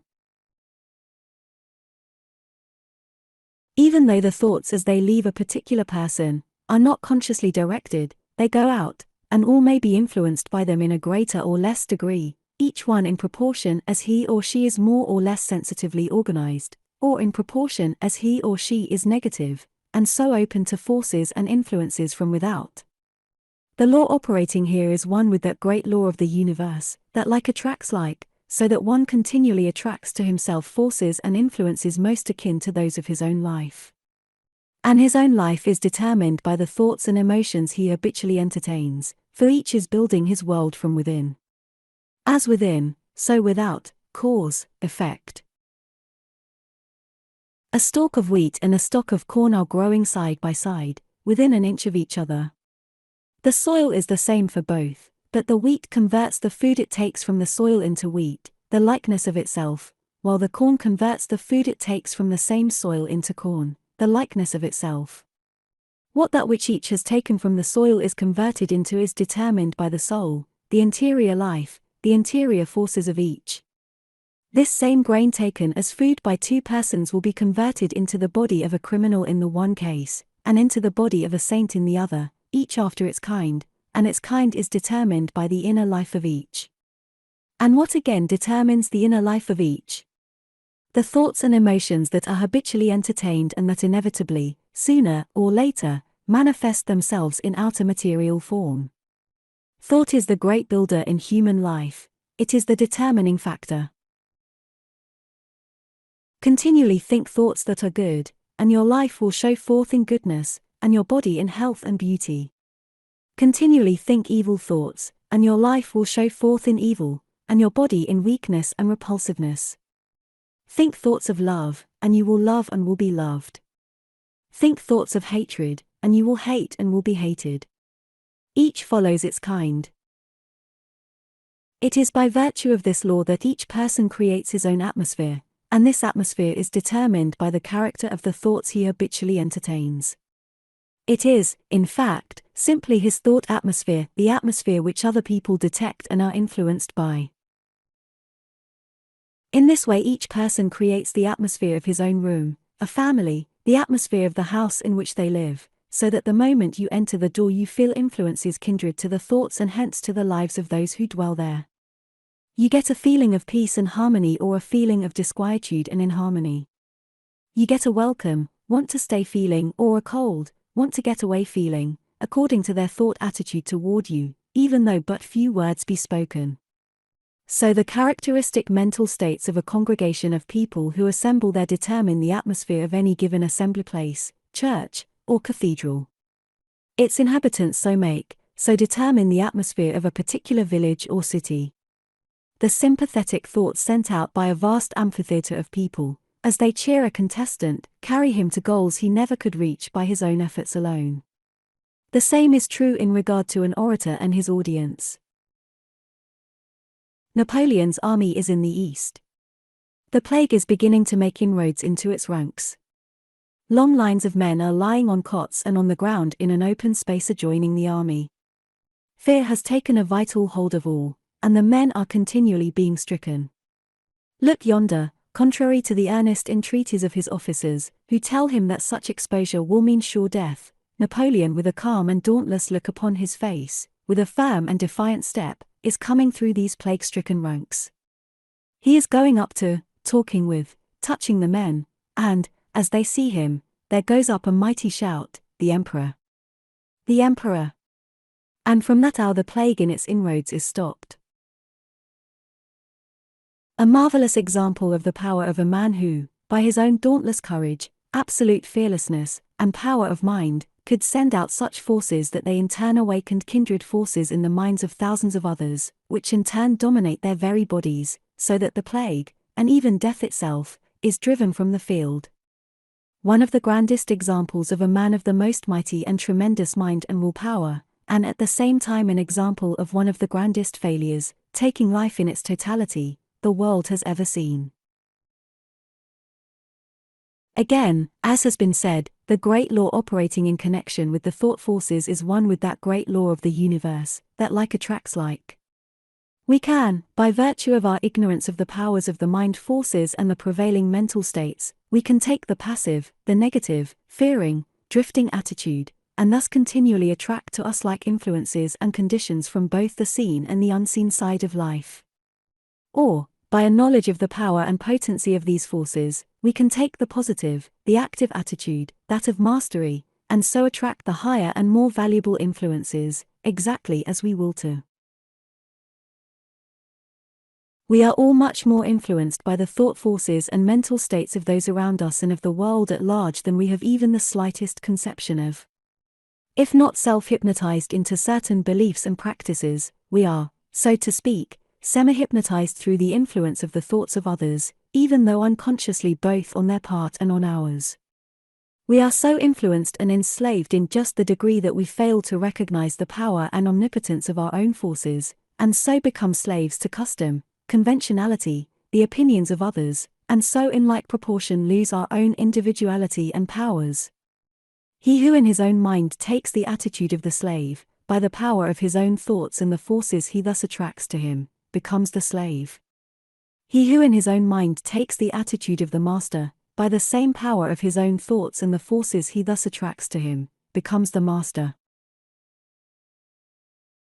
Each is building his world from within, and, if outside forces play, it is because he allows them to play, and he has it in his own power to determine whether these shall be positive, uplifting, ennobling, strengthening, success-giving, or negative, degrading, weakening, failure-bringing. Nothing is more subtle than thought, nothing more powerful, nothing more irresistible in its operations, when rightly applied and held to with a faith and fidelity that is unswerving, a faith and fidelity that never knows the neutralizing effects of doubt and fear. If one have aspirations and a sincere desire for a higher and better condition, so far as advantages, facilities, associates, or any surroundings or environments are concerned, and if he continually send out his highest thought forces for the realization of these desires, and continually water these forces with firm expectation as to their fulfillment, he will sooner or later find himself in the realization of these desires, and all in accordance with natural laws and forces. Fear brings its own fulfillment the same as hope. The same law operates, and if, as our good and valued friend, Job, said when the darkest days were setting in upon him, that which I feared has come upon me, was true, how much more surely could he have brought about the opposite conditions, those he would have desired, had he have had even the slightest realization of his own powers, and had he acted the part of the master instead of that of the servant, had he have dictated terms instead of being dictated to, and thus suffering the consequences. If one finds himself in any particular condition, in the midst of any surroundings or environments that are not desirable, that have nothing, at least for any length of time, that is of value to him, for his highest life and unfoldment, he has the remedy entirely within his own grasp the moment he realizes the power and supremacy of the forces of the mind and spirit, and, unless he intelligently use these forces, he drifts. Unless through them he becomes master and dictates, he becomes the slave and is dictated to, and so is driven hither and thither. Earnest, sincere desire, sincere aspiration for higher and better conditions or means to realize them, the thought forces actively sent out for their realization, these continually watered by firm expectation without allowing the contrary, neutralizing force of fear ever to enter in, this, accompanied by rightly directed work and activity, will bring about the fullest realization of one's highest desires and aspirations with a certainty as absolute as that effect follows cause. Each and every one of us can thus make for himself ever higher and higher conditions, can attract ever and ever higher influences, can realize an ever higher and higher ideal in life. These are the forces that are within us, simply waiting to be recognized and used, the forces that we should infuse into and mold everyday life with. The moment we vitally recognize them, they become our servants and wait upon our bidding. Are you, for example, a young man or a young woman desiring a college, a university education, or have you certain literary or artistic instincts your soul longs the more fully to realize and actualize, and seems there no way open for you to realize the fulfillment of your desires? But the power is in your hands the moment you recognize it there. Begin at once to set the right forces into operation. Put forth your ideal, which will begin to clothe itself in material form, send out your thought forces for its realization, continually hold and add to them, always strongly but always calmly, never allow the element of fear, which will keep the realization just so much farther away to enter in, but, on the contrary, continually water with firm expectation all the forces thus set into operation. Do not then sit and idly fold the hands, expecting to see all things drop into the lap. God feeds the sparrow, but he does not throw the food into its nest, but take hold of the first thing that offers itself for you to do: work in the fields, at the desk, saw wood, wash dishes, tend behind the counter, or whatever it may be faithful to the thing in hand, always expecting something better, and know that this in hand is the thing that will open to you the next higher, and this the next and the next, and so realize that each thing thus taken hold of is but the agency that takes you each time a step nearer the realization of your fondest ideals. You then hold the key, and bolts that otherwise would remain immovable, by this mighty force, will be thrown before you. We are born to be neither slaves nor beggars, but to dominion and to plenty. This is our rightful heritage, if we will but recognize and lay claim to it. Many a man and many a woman is today longing for conditions better and higher than he or she is in, who might be using the same time now spent in vain, indefinite, spasmodic longings, in putting into operation forces which, accompanied by the right personal activity, would speedily bring the fullest realization of his or her fondest dreams. The great universe is filled with an abundance of all things, filled to overflowing. All there is in her, waiting only for the touch of the right forces to cast them forth. She is no respecter of persons outside of the fact that she always responds to the demands of the man or the woman who knows and uses the forces and powers he or she is endowed with. And to the demands of such she always opens her treasure house, for the supply is always equal to the demand. All things are in the hands of him who knows they are there. Of all known forms of energy, thought is the most subtle, the most irresistible force. It has always been operating, but, so far as the great masses of the people are concerned, it has been operating blindly, or, rather, they have been blind to its mighty power, except in the cases of a few here and there. And these, as a consequence, have been our prophets, our seers, our sages, our saviors, our men of great and mighty power. We are just beginning to grasp the tremendous truth that there is a science of thought, and that the laws governing it can be known and scientifically applied. The man who understands and who appropriates this fact has literally all things under his control. Heredity and its attendant circumstances and influences. You ask. Most surely. The barriers which heredity builds, the same as those environment erects, when the awakened interior forces are considered, are as mud walls standing within the range of a Krupp gun. Shattered and crumbled they are when the tremendous force is applied. Thought needs direction to be effective, and upon this effective results depend as much as upon the force itself. This brings us to the will. Will is not, as is so often thought, a force in itself. Will is the directing power. Thought is the force. Will gives direction. Thought scattered gives the weak, the uncertain, the vacillating, the aspiring, but the never doing, the I would like to, but the get nowhere, the attain to nothing man or woman.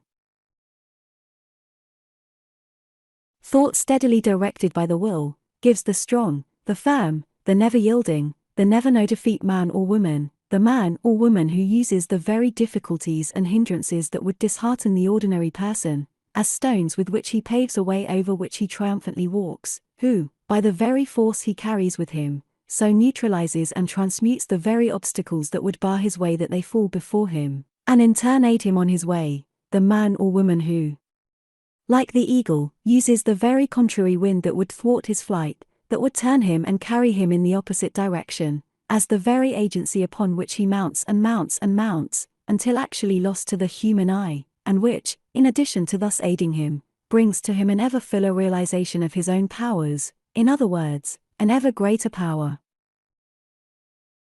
It is this that gives the man or the woman who in storm or in sunny weather, rides over every obstacle, throws before him every barrier, and, as Browning has said, finally arrives. Take, for example, the successful businessman, for it is all one, the law is the same in all cases, the man who started with nothing except his own interior equipments. He has made up his mind to one thing, success. This is his ideal. He thinks success, he sees success. He refuses to see anything else. He expects success, he thus attracts it to him. His thought forces continually attract to him every agency that makes for success.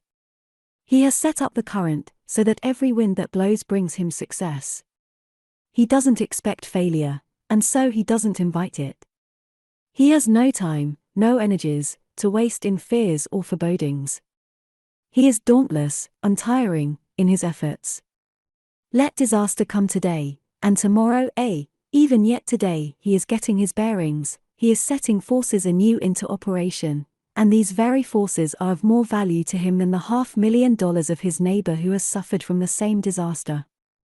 We speak of a man's failing in business, little thinking that real failure came long before, and that the final crash is but the culmination, the outward visible manifestation, of the real failure that occurred within possibly long ago. A man carries his success or his failure with him, it is not dependent upon outside conditions. Will is the steady directing power, it is concentration. It is the pilot which, after the vessel is started by the mighty force within, puts it on its right course and keeps it true to that course, the pilot under whose control the rudder is which brings the great ocean liner, even through storms and gales, to an exact spot in the Liverpool port within a few minutes of its scheduled time, and at times even upon the very minute. Will is the sunglass which so concentrates and so focuses the sun's rays that they quickly burn a hole through the paper that is held before it. The same rays, not thus concentrated, not thus focused, would fall upon the paper for days without any effect whatever. Will is the means for the directing, the concentrating, the focusing, of the thought forces. Thought under wise direction, this it is that does the work, that brings results, that makes the successful career. One object in mind which we never lose sight of, an ideal steadily held before the mind, never lost sight of, never lowered, never swerved from, this, with persistence, determines all. Nothing can resist the power of thought, when thus directed by will. May not this power, then, be used for base as well as for good purposes, for selfish as well as for unselfish ends? The same with this modification, the more highly thought is spiritualized, the more subtle and powerful it becomes, and the more highly spiritualized the life, the farther is it removed from base, ignoble, selfish ends. But, even if it can be thus used, let him who would so use it be careful, let him never forget that that mighty, searching, omnipotent law of the right, of truth, of justice, that runs through all the universe and that can never be annulled or even for a moment set aside, will drive him to the wall, will crush him with a terrific force if he so use it. Let him never forget that whatever he may get for self at the expense of someone else, through deception, through misrepresentation, through the exercise of the lower functions and powers, will by a law equally subtle, equally powerful, be turned into ashes in his very hands. The honey he thinks he has secured will be turned into bitterness as he attempts to eat it, the beautiful fruit he thinks is his will be as wormwood as he tries to enjoy it, the rose he has plucked will vanish, and he will find himself clutching a handful of thorns, which will penetrate to the very quick and which will flow the very lifeblood from his hands. For through the violation of a higher, an immutable law, though he may get this or that, the power of true enjoyment will be taken away, and what he gets will become as a thorn in his side, either this or it will sooner or later escape from his hands. God's triumphal car moves in a direction and at a rate that is certain and absolute, and he who would oppose it or go contrary to it must fall and be crushed beneath its wheels, and for him this crushing is necessary, in order that it may bring him the more quickly to a knowledge of the higher laws, to a realization of the higher self. This brings to our notice two orders of will, which we may term, for convenience sake, the human and the divine. The human will is the one just noticed, the sense will, the will of the lower self, that which seeks its own ends regardless of its connection with the greater whole. The divine will is the will of the higher self, the God self, that never makes an error, that never leads into difficulties. How attain to its realization? How call it into a dominating activity? Through an awakening to and a living in the higher, the God self, thus making it one with God's will, one with the will of infinite intelligence, infinite love, infinite wisdom, infinite power, and when this is done, no mistakes can be made, any more than limits can be set. It is thus that the infinite power works through and for us, true inspiration, while our part is simply to see that our connection with this power is consciously and perfectly kept. And, when we come to a knowledge of the true nature, a knowledge of the true self, when we come to a conscious realization of the fact that we are one with, a part of, this spirit of infinite life, infinite love, infinite wisdom, infinite power, and infinite plenty, do we not see that we lack for nothing, that all things are ours? It is then ours to speak the word. Desire induces and gives place to realization. If you are intelligence, if you are power, if you are that all-seeing, all-knowing, all-doing, all-loving, all-having, that eternal self, that eternal one without beginning and without end, the same yesterday, today, and forever, then all things are yours, and you lack for nothing. And, when you come consciously to know and to live this truth, then the whole of life for you is summed up in the one word: realization. The striving, the pulling, the running hither and thither to accomplish this or that takes place on all planes of life below this highest plane, gives place to this realization, and you and your desire become one. And what does this mean? Simply this, that you have found and have literally entered into the kingdom of heaven, and heaven means harmony, so that you have entered into the kingdom of harmony, harmony or oneness with the infinite life, the infinite God.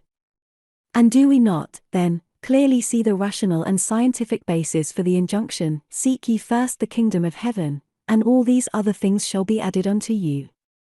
Than this there is nothing in all the wide universe more scientific, nothing more practical, and in the light of this can we not also see how readily follows the injunction, take ye no thought for the things of the morrow, for the things of the morrow will take care of themselves. This realization gives you that careless attitude, free from care. The infinite power does the work for you, and you are relieved of the responsibility. Your responsibility lies in keeping yourself in a faithful and a never-failing connection with this infinite source. Why, I know a few lives that have come into such a conscious oneness with the infinite life, and who so continually live in its realization, that all things that have just been said are absolutely true in their cases. The solution of all things they thus put into the law, so that, when the time comes, the difficulty is solved, the course is clear, the way is opened, all the means are at hand. When one knows whereof he speaks, of this he can speak with authority. When this realization comes, fear goes, hope attends, faith dominates, the faith of today which gives place to the realization of tomorrow. We then have nothing to do with the past, nothing to do with the future, for the whole of life is determined by the ever-present today. As my life today has been determined by the way I lived my yesterday, so my tomorrow is being determined by the way I live my today. Let me then live in this eternal now, and realize that I am at this very moment living the eternal life as much as I ever shall or can live it. I will then waste no time with the past, except perhaps occasionally to give thanks that its then seeming trials, sorrows, errors, and stumblings have brought me all the sooner into harmony with the laws of the higher life. Let me waste no time with the future, no time in idle dreaming, neither in fears nor forebodings, thus inviting and opening the door for the entrance of their actualizations, but rather let me, by the thoughts and so by the deeds of today, make the future exactly what I will. Every act is preceded and given birth to by a thought, the act repeated forms the habit determines the character, and character determines the life, the destiny, a most significant, a most tremendous truth, thought on the one hand, life, destiny, on the other. And how simplified, when we realize that it is merely the thought of the present hour, and the next when it comes, and the next, and the next. So life, destiny, on the one hand, the thoughts of the present hour, on the other. This is the secret of character building. How wonderfully simple, though what vigilance it demands. What, shall we ask, is the place, what the value, of prayer? Prayer, as every act of devotion, brings us into an ever greater conscious harmony with the infinite, the one pearl of great price, for it is this harmony which brings all other things. Prayer is the soul's sincere desire, and thus is its own answer, as the sincere desire made active and accompanied by faith sooner or later gives place to realization. For faith is an invisible and invincible magnet, and attracts to itself whatever it fervently desires and calmly and persistently expects. This is absolute, and the results will be absolute in exact proportion as this operation of the thought forces, as this faith is absolute, and relative in exact proportion as it is relative. The Master said, "What things soever ye desire, when ye pray, believe that ye receive them and ye shall have them." Can any law be more clearly enunciated? Can anything be more definite and more absolute than this? According to thy faith be it unto thee. Do we at times fail in obtaining the results we desire? The fault, the failure, lies not in the law but in ourselves. Regarded in its right and true light, than prayer there is nothing more scientific, nothing more valuable, nothing more effective. This conscious realization of oneness with the infinite life is of all things the one thing to be desired, for, when this oneness is realized and lived in, all other things follow in its train. There are no desires that shall not be realized, for God has planted in the human breast no desire without its corresponding means of realization. No harm can come nigh, nothing can touch us, there will be nothing to fear, for we shall thus attract only the good. And whatever changes time may bring, understanding the law, we shall always expect something better, and thus set into operation the forces that will attract that something, realizing that many times angels go out that archangels may enter in, and this is always true in the case of the life of this higher realization. And why should we have any fear whatever, fear even for the nation, as is many times expressed? God is behind his world, in love and with infinite care and watchfulness working out his great and almighty plans, and whatever plans men may devise, he will when the time is ripe either frustrate and shatter, or aid and push through to their most perfect culmination, frustrate and shatter if contrary to, aid and actualize if in harmony with his. It will readily be seen what a power the life that is fully awake, that fully grasps and uses the great forces of its own interior self, can be in the service of mankind. One with these forces highly spiritualized will not have to go here and there to do the greatest service for mankind. Such a one can sit in his cabin, in his tent, in his own home, or, as he goes here and there, he can continually send out influences of the most potent and powerful nature, influences that will have their effect, that will do their work, and that will reach to the uttermost parts of the world. Than this there can be no more valuable, more vital service, nor one of a higher nature. These facts, the facts relating to the powers that come with the higher awakening, have been dealt with somewhat fully, to show that the matters along the lines of man's interior, intuitive, spiritual, thought, soul life, instead of being, as they are so many times regarded, merely indefinite, sentimental, or impractical, are, on the contrary, powerfully, omnipotently real, and are of all practical things in the world the most practical, and, in the truest and deepest sense, the only truly practical things there are. And preeminently is this true when we look with a long range of vision, past the mere today, to the final outcome, to the time when that transition we are accustomed to call death takes place, and all accumulations and possessions material are left behind, and the soul takes with it only the unfoldment and growth of the real life, and unless it has this, when all else must be left behind, it goes out poor indeed. And a most wonderful and beautiful fact of it all is this, that all growth, all advancement, all attainment made along the lines of the spiritual, the soul, the real life, is so much made forever, and can never be lost. Hence the great fact in the admonition, lay not up for yourselves treasures on earth, where moth doth corrupt and where thieves break through and steal, but lay up for yourselves treasures in heaven, the interior, spiritual kingdom, where neither moth doth corrupt nor where thieves break through and steal. What then, again let us ask, is love to God? It is far more, we have found, than a mere sentimental abstraction. It is this awakening to the higher, the God self, a coming into the conscious realization of the fact that your life is one with, is a part of the infinite life, the full realization of the fact that you are a spiritual being here and now, at this very moment, and are living as such. It is being true to the light that lighteth every man that cometh into the world, and so a finding of the Christ within, a realization of the fact that God is the life of your life, and so not afar off, a realization of a oneness so perfect that you are able to say, as did his other son, I and my Father are one, the ultimate destiny of each human soul, each of the Father's children, for all, no matter what differences man may see, are equal in his sight, and he created not one in vain. So love to God in its true expression is not a mere sentimentality, a mere abstraction. It is life, it is growth, it is spiritual awakening and unfoldment, it is realization. Again, it is life, it is the more abundant life. Then recognize this fact, and so fill your life with an intense, a passionate love for God. Then take this life, so rich, so abundant, and so powerful, and lose it in the love and service of your fellow men, the Father's other children.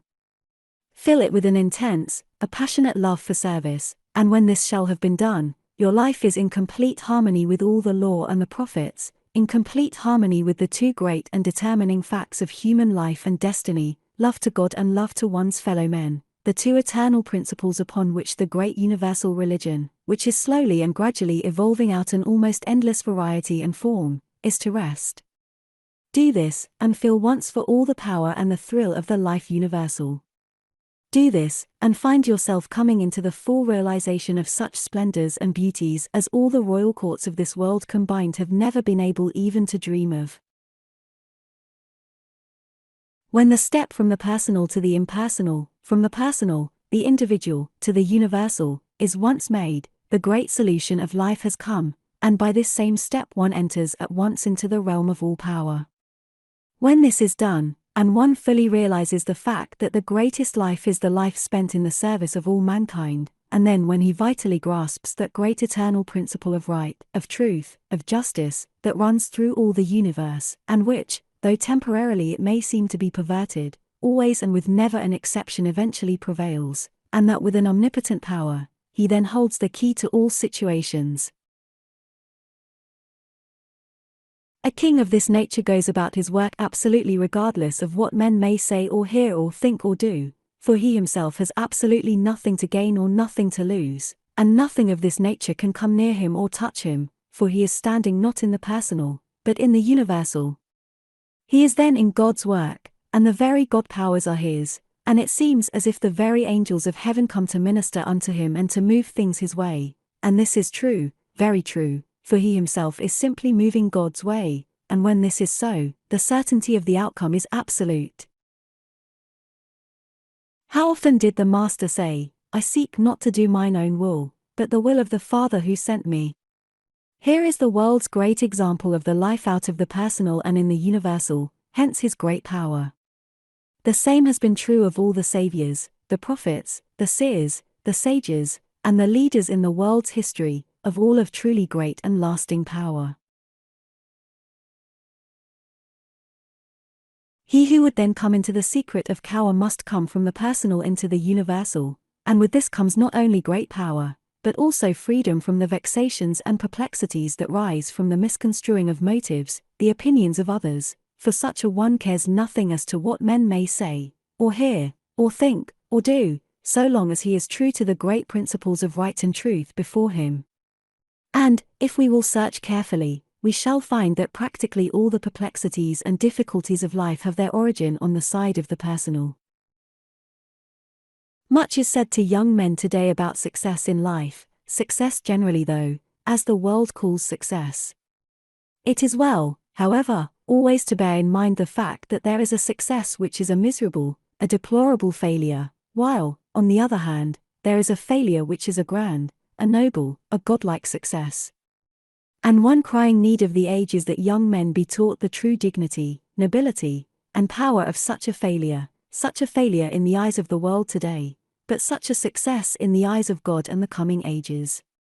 When this is done, there will be among us more prophets, more saviors, more men of grand and noble stature, who with a firm and steady hand will hold the lighted torch of true advancement high up among the people, and they will be those whom the people will gladly follow, for they will be those who will speak and move with authority, true sons of God, true brothers of men.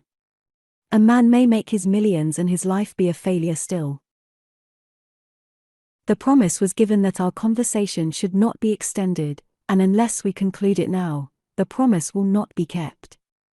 Our aim at the outset, you will remember, was to find answer to the question, how can I make life yield its fullest and best? How can I know the true secret of power? How can I attain to true greatness? How can I fill the whole of life with a happiness, a peace, a joy, a satisfaction, that is ever rich and abiding, that ever increases, never diminishes? Two great laws come forward, the one, that we find our own lives in losing them in the service of others, love to the fellow man, the other, that all life is one with, is part of, the infinite life, that we are not material, but spiritual beings here and now, and are living as such, which brings us in turn to a realization of the higher, the God Self, thus bringing us into the realm of all peace, all power, and all plenty. This is love to God. And I wonder now if we have found the answer true and satisfactory. We have sat at the feet of the Master Teacher, and he has told us that we have. We have found that through them, and through them alone, true greatness, power, and success can come, that through them comes the richest joy, the greatest peace and satisfaction this world can know. We have also found that, if one's desire is to make life narrow, pinched, and of little value, to rob it of its chief charms, the only requirement necessary is to become self-centered, to live continually with the little, stunted self, which will inevitably grow more and more diminutive and shriveled as time passes, instead of reaching out and having a part in the great life of humanity, thus illimitably intensifying and multiplying his own. For each act of humble service is that divine touching of the ground which enables one to get the spring whereby he leaps to ever greater heights. We have found that a recognition of these two laws enables one to grow and develop the fullest and richest life here, and that they are the two gates whereby all who would must enter the kingdom of heaven. Around this great and sweet incensed altar of love, service, and self-devotion to God and the fellow man, can and do all mankind bow and worship. To it can all religions and creeds subscribe, it is the universal religion. Then become at one with God, as did his other Son, through the awakening to the real self and by living continually in this the higher, the God Self. Become at one with humanity, as did his other Son, by bringing your life into harmony with this great, immutable law of love and service and self-devotion, and so feel once for all the power and the thrill of the life universal. Yours will then be a life the greatest, the grandest, the most joyous this world can know, for you will indeed be living the Christ life, the life that is beyond compare, the life to which all the world stretches out its eager palms, and innumerable companies will rise up and call you blessed, and give thanks that such a life is the rich heritage of the world. The song continually arising from your lips will then be, there is joy, only joy, for we are all one with the infinite life, all parts of the one great whole, and the spirit of infinite goodness and love is ever ruling over all. Part 6. Character Building Thought Power. Character Building Thought Power. A thought, good or evil, an act, in time a habit, so runs life's law. What you live in your thought world, that, sooner or later, you will find objectified in your life. Unconsciously we are forming habits every moment of our lives. Some are habits of a desirable nature, some are those of a most undesirable nature. Some, though not so bad in themselves, are exceedingly bad in their cumulative effects, and cause us at times much loss, much pain and anguish, while their opposites would, on the contrary, bring us much peace and joy, as well as a continually increasing power. Have we it within our power to determine at all times what types of habits shall take form in our lives? In other words, is habit forming, character building, a matter of mere chance, or have we it within our own control? We have, entirely and absolutely. I will be what I will to be, can be said and should be said by every human soul. After this has been bravely and determinedly said, and not only said, but fully inwardly realized, something yet remains. Something remains to be said regarding the great law underlying habit forming, character building, for there is a simple, natural, and thoroughly scientific method that all should know. A method whereby old, undesirable, earth-binding habits can be broken, and new, desirable, heaven-lifting habits can be acquired, a method whereby life in part or in its totality can be changed, provided one is sufficiently in earnest to know, and, knowing it, to apply the law. Thought is the force underlying all. And what do we mean by this?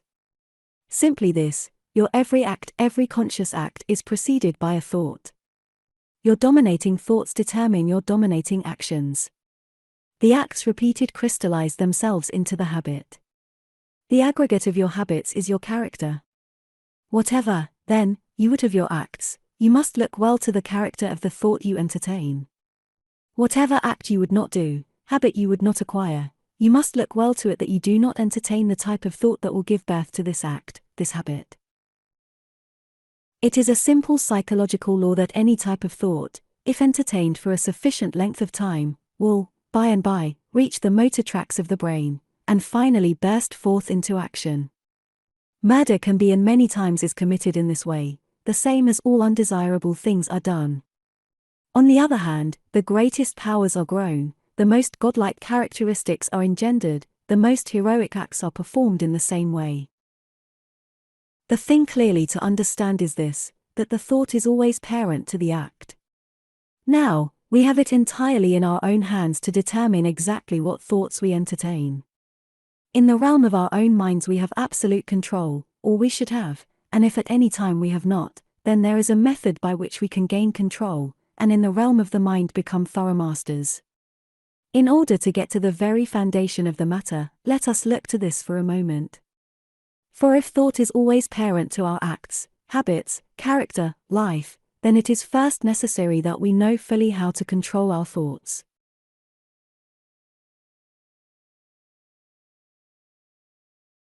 Here let us refer to that law of the mind which is the same as is the law in connection with the reflex nerve system of the body, the law which says that whenever one does a certain thing in a certain way it is easier to do the same thing in the same way the next time, and still easier the next, and the next, and the next, until in time it comes to pass that no effort is required, or no effort worth speaking of, but on the contrary, to do the opposite would require the effort.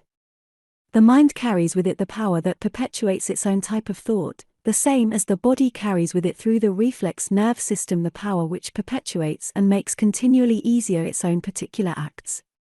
Thus a simple effort to control one's thoughts, a simple setting about it, even if at first failure is the result, and even if for a time failure seems to be about the only result, will in time, sooner or later, bring him to the point of easy, full, and complete control. Each one, then, can grow the power of determining, controlling his thought, the power of determining what types of thought he shall and what types he shall not entertain.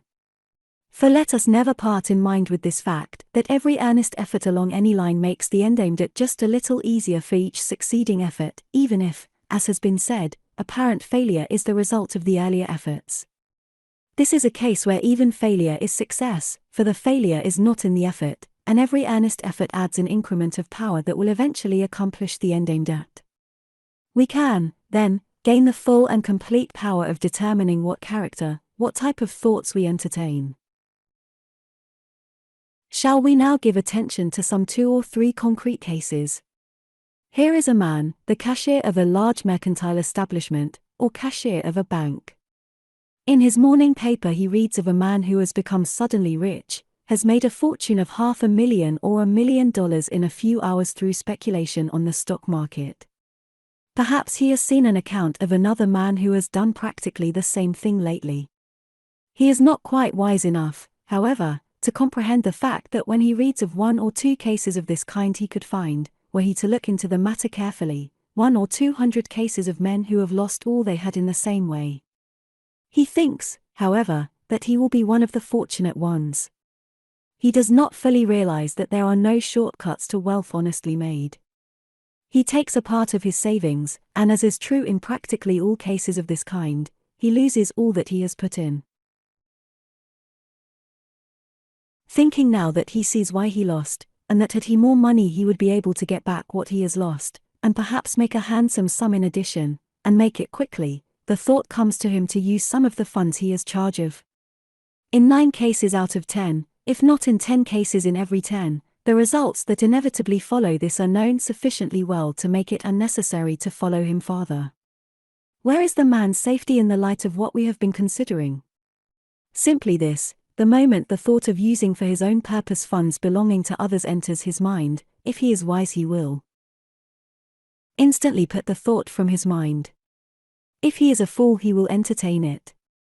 In the degree in which he entertains it, it will grow upon him, it will become the absorbing thought in his mind, it will finally become master of his willpower, and through rapidly succeeding steps, dishonor, shame, degradation, penitentiary, remorse will be his.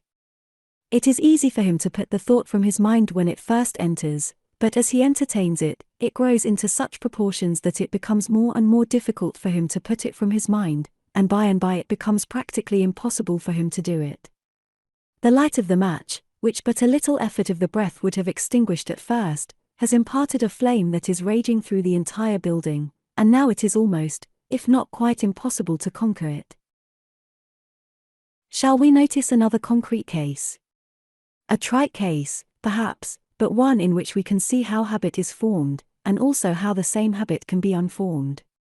Here is a young man, he may be the son of poor parents, or he may be the son of rich parents, one in the ordinary ranks of life, or one of high social standing, whatever that means. He is good-hearted, one of good impulses, generally speaking, a good fellow. He is out with some companions of the same general type. They are out for a pleasant evening, out for a good time. They are apt at times to be thoughtless, even careless. The suggestion is made by one of the company, not that they get drunk, no, not at all, but merely that they go and have something to drink together.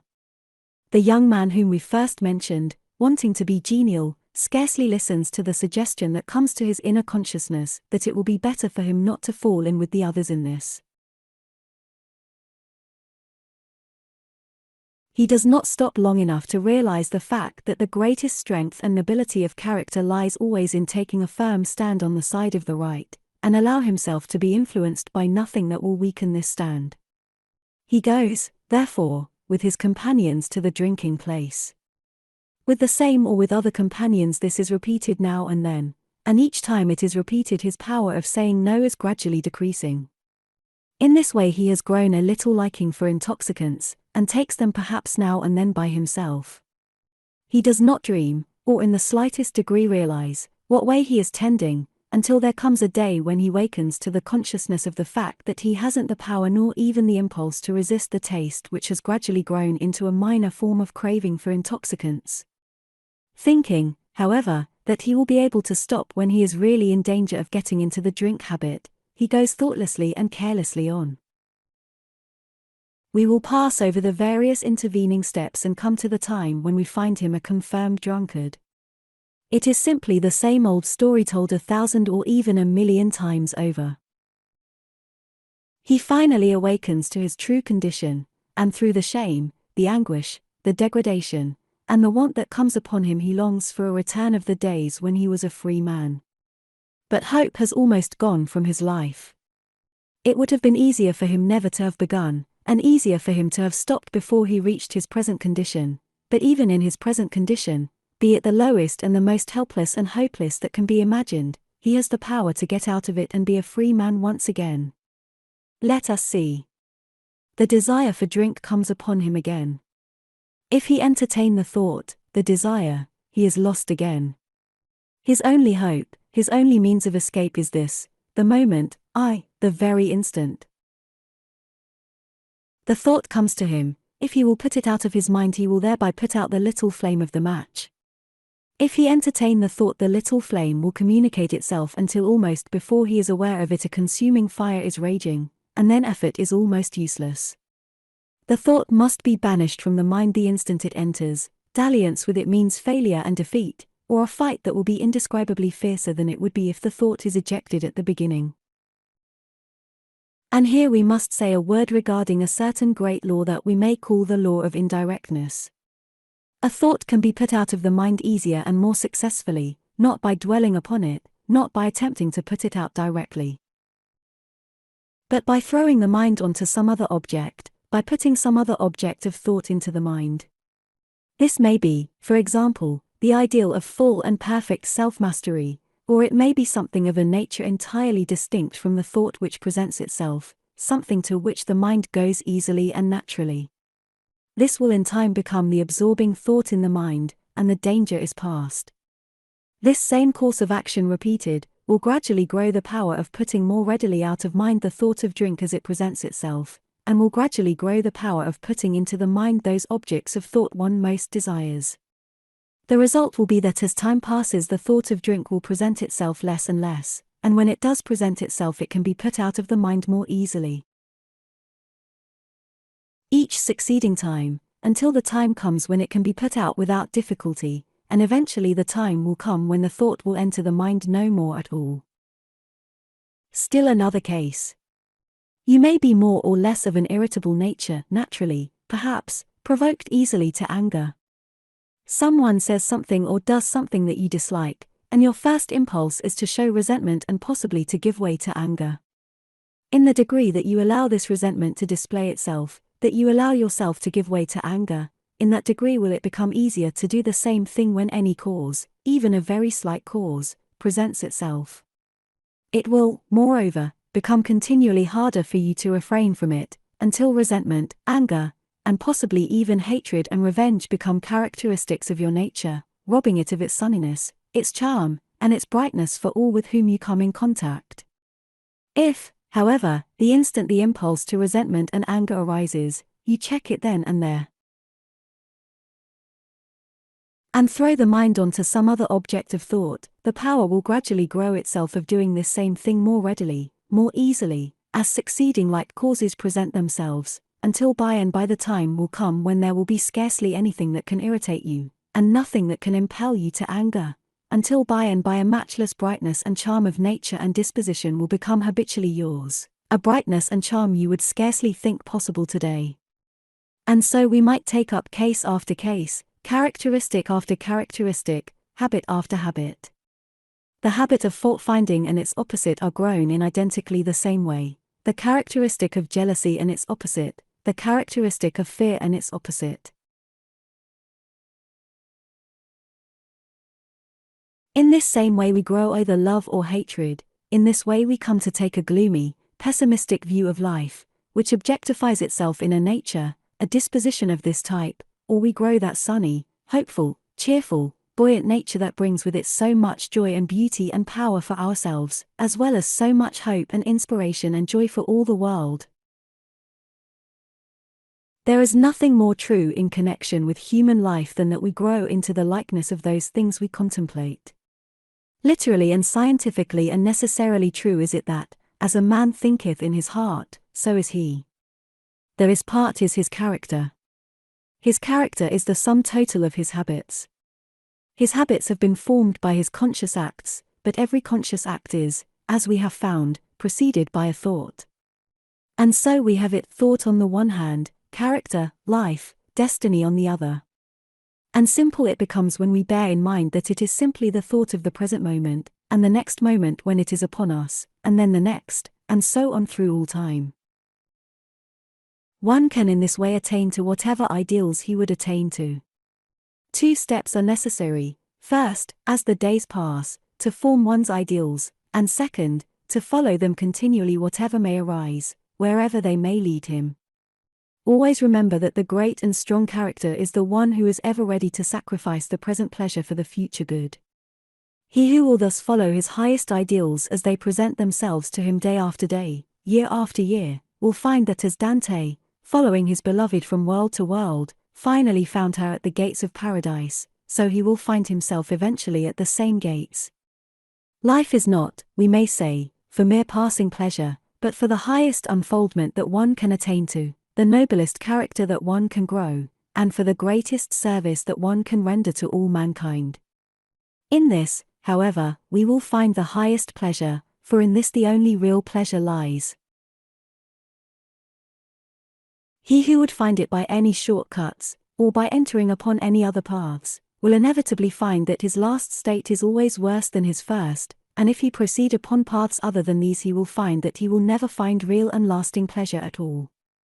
The question is not, what are the conditions in our lives? But, how do we meet the conditions that we find there?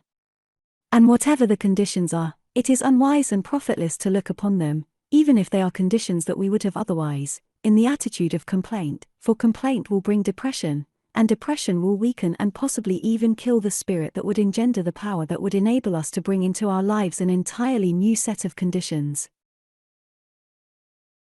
In order to be concrete, even at the risk of being personal, I will say that in my own experience there have come at various times into my life circumstances and conditions that I gladly would have run from at the time, conditions that caused at the time humiliation and shame and anguish of spirit. But invariably, as sufficient time has passed, I have been able to look back and see clearly the part which every experience of the type just mentioned had to play in my life. I have seen the lessons it was essential for me to learn, and the result is that now I would not drop a single one of these experiences from my life, humiliating and hard to bear as they were at the time. No, not for the world.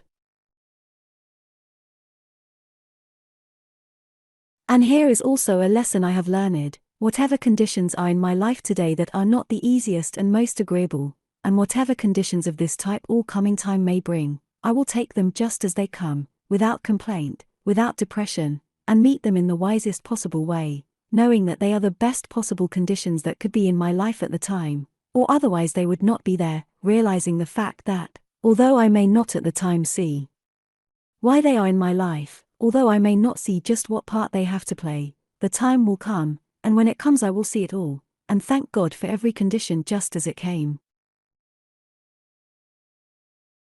Each one is so apt to think that his own conditions, his own trials or troubles or sorrows, or his own struggles, as the case may be, are greater than those of the great mass of mankind, or possibly greater than those of anyone else in the world. He forgets that each one has his own peculiar trials or troubles or sorrows to bear, or struggles in habits to overcome, and that his is but the common lot of all the human race. We are apt to make the mistake in this, in that we see and feel keenly our own trials, or adverse conditions, or characteristics to be overcome, while those of others we do not see so clearly, and hence we are apt to think that they are not at all equal to our own. Each has his own problems to work out. Each must work out his own problems. Each must grow the insight that will enable him to see what the causes are that have brought the unfavorable conditions into his life. Each must grow the strength that will enable him to face these conditions, and to set into operation forces that will bring about a different set of conditions. We may be of aid to one another by way of suggestion, by way of bringing to one another a knowledge of certain higher laws and forces that will make it easier to do that which we would do. The doing, however, must be done by each one for himself. And so the way to get out of any conditions we have gotten into, either knowingly or inadvertently, either intentionally or unintentionally, is to take time to look the conditions squarely in the face, and to find the law whereby they have come about. And when we have discovered the law, the thing to do is not to rebel against it, not to resist it, but to go with it by working in harmony with it. If we work in harmony with it, it will work for our highest good, and will take us wheresoever we desire. If we oppose it, if we resist it, if we fail to work in harmony with it, it will eventually break us to pieces. The law is immutable in its workings. Go with it, and it brings all things our way; resist it, and it brings suffering, pain, loss, and desolation. But a few days ago I was talking with a lady, a most estimable lady living on a little New England farm of some 5 or 6 acres. Her husband died a few years ago, a good-hearted, industrious man, but one who spent practically all of his earnings in drink. When he died the little farm was unpaid for, and the wife found herself without any visible means of support, with a family of several to care for. Instead of being discouraged with what many would have called her hard lot, instead of rebelling against the circumstances in which she found herself, she faced the matter bravely, firmly believing that there were ways by which she could manage, though she could not see them clearly at the time. She took up her burden where she found it, and went bravely forward. For several years she has been taking care of summer boarders who come to that part of the country, getting up regularly, she told me, at from 3:30 to 4 o'clock in the morning, and working until 10 o'clock each night. In the wintertime, when this means of revenue is cut off, she has gone out to do nursing in the country roundabout.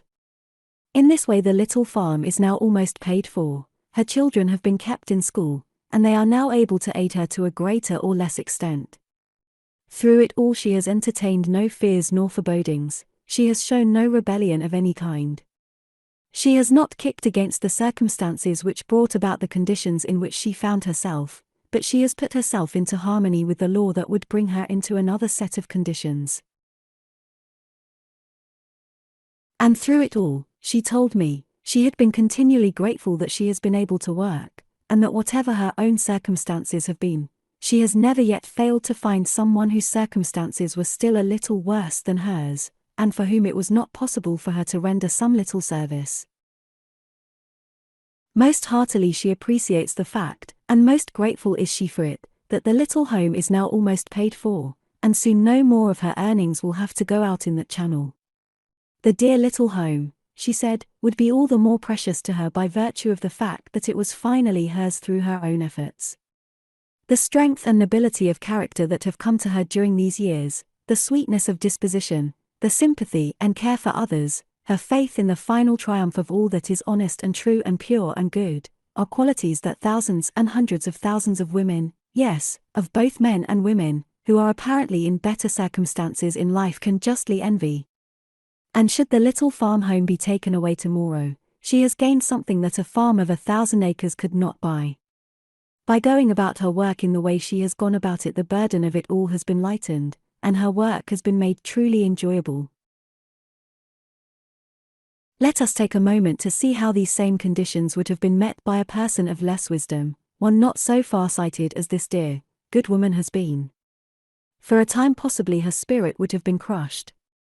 Fears and forebodings of all kinds would probably have taken hold of her, and she would have felt that nothing that she could do would be of any avail. Or, she might have rebelled against the agencies, against the law which brought about the conditions in which she found herself, and she might have become embittered against the world, and gradually also against the various people with whom she came in contact. Or again, she might have thought that her efforts would be unable to meet the circumstances, and that it was the duty of someone to lift her out of her difficulties. In this way no progress at all would have been made towards the accomplishment of the desired results, and continually she would have felt more keenly the circumstances in which she found herself, because there was nothing else to occupy her mind. In this way the little farm would not have become hers, she would not have been able to do anything for others, and her nature would have become embittered against everything and everybody. True it is, then, not, what are the conditions in one's life? But, how does he meet the conditions that he finds there? This will determine all.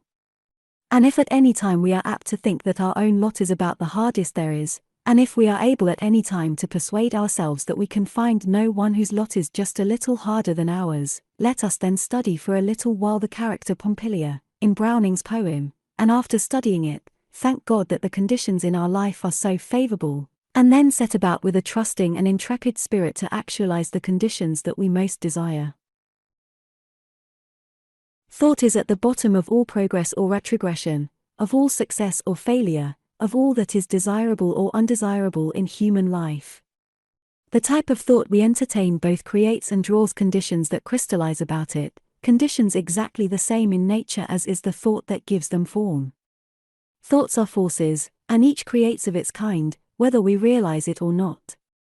The great law of the drawing power of the mind, which says that like creates like, and that like attracts like, is continually working in every human life, for it is one of the great immutable laws of the universe. For one to take time to see clearly the things he would attain to, and then to hold that ideal steadily and continually before his mind, never allowing faith, his positive thought forces, to give way to or to be neutralized by doubts and fears, and then to set about doing each day what his hands find to do, never complaining, but spending the time that he would otherwise spend in complaint in focusing his thought forces upon the ideal that his mind has built, will sooner or later bring about the full materialization of that for which he sets out.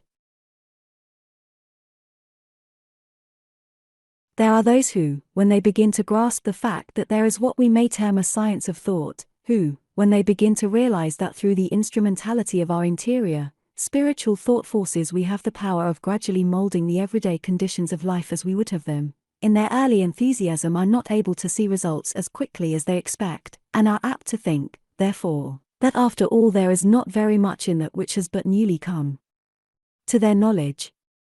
They must remember, however, that in endeavoring to overcome an old or to grow a new habit, everything cannot be done all at once.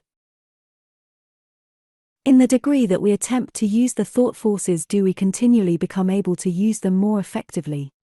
Progress is slow at first, more rapid as we proceed. Power grows by using, or, in other words, using brings a continually increasing power.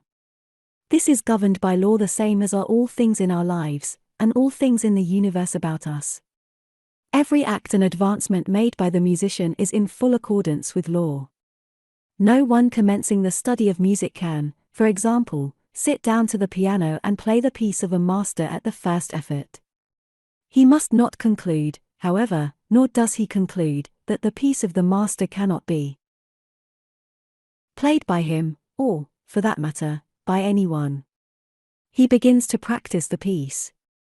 The law of the mind that we have already noticed comes to his aid, whereby his mind follows the music more readily, more rapidly, and more surely each succeeding time, and there also comes into operation and to his aid the law underlying the action of the reflex nerve system of the body, which we have also noticed, whereby his fingers coordinate their movements with the movements of his mind, more readily, more rapidly, and more accurately each succeeding time, until by and by the time comes when that which he stumbles through at first, that in which there is no harmony, nothing but discord, finally reveals itself as the music of the master, the music that thrills and moves masses of men and women.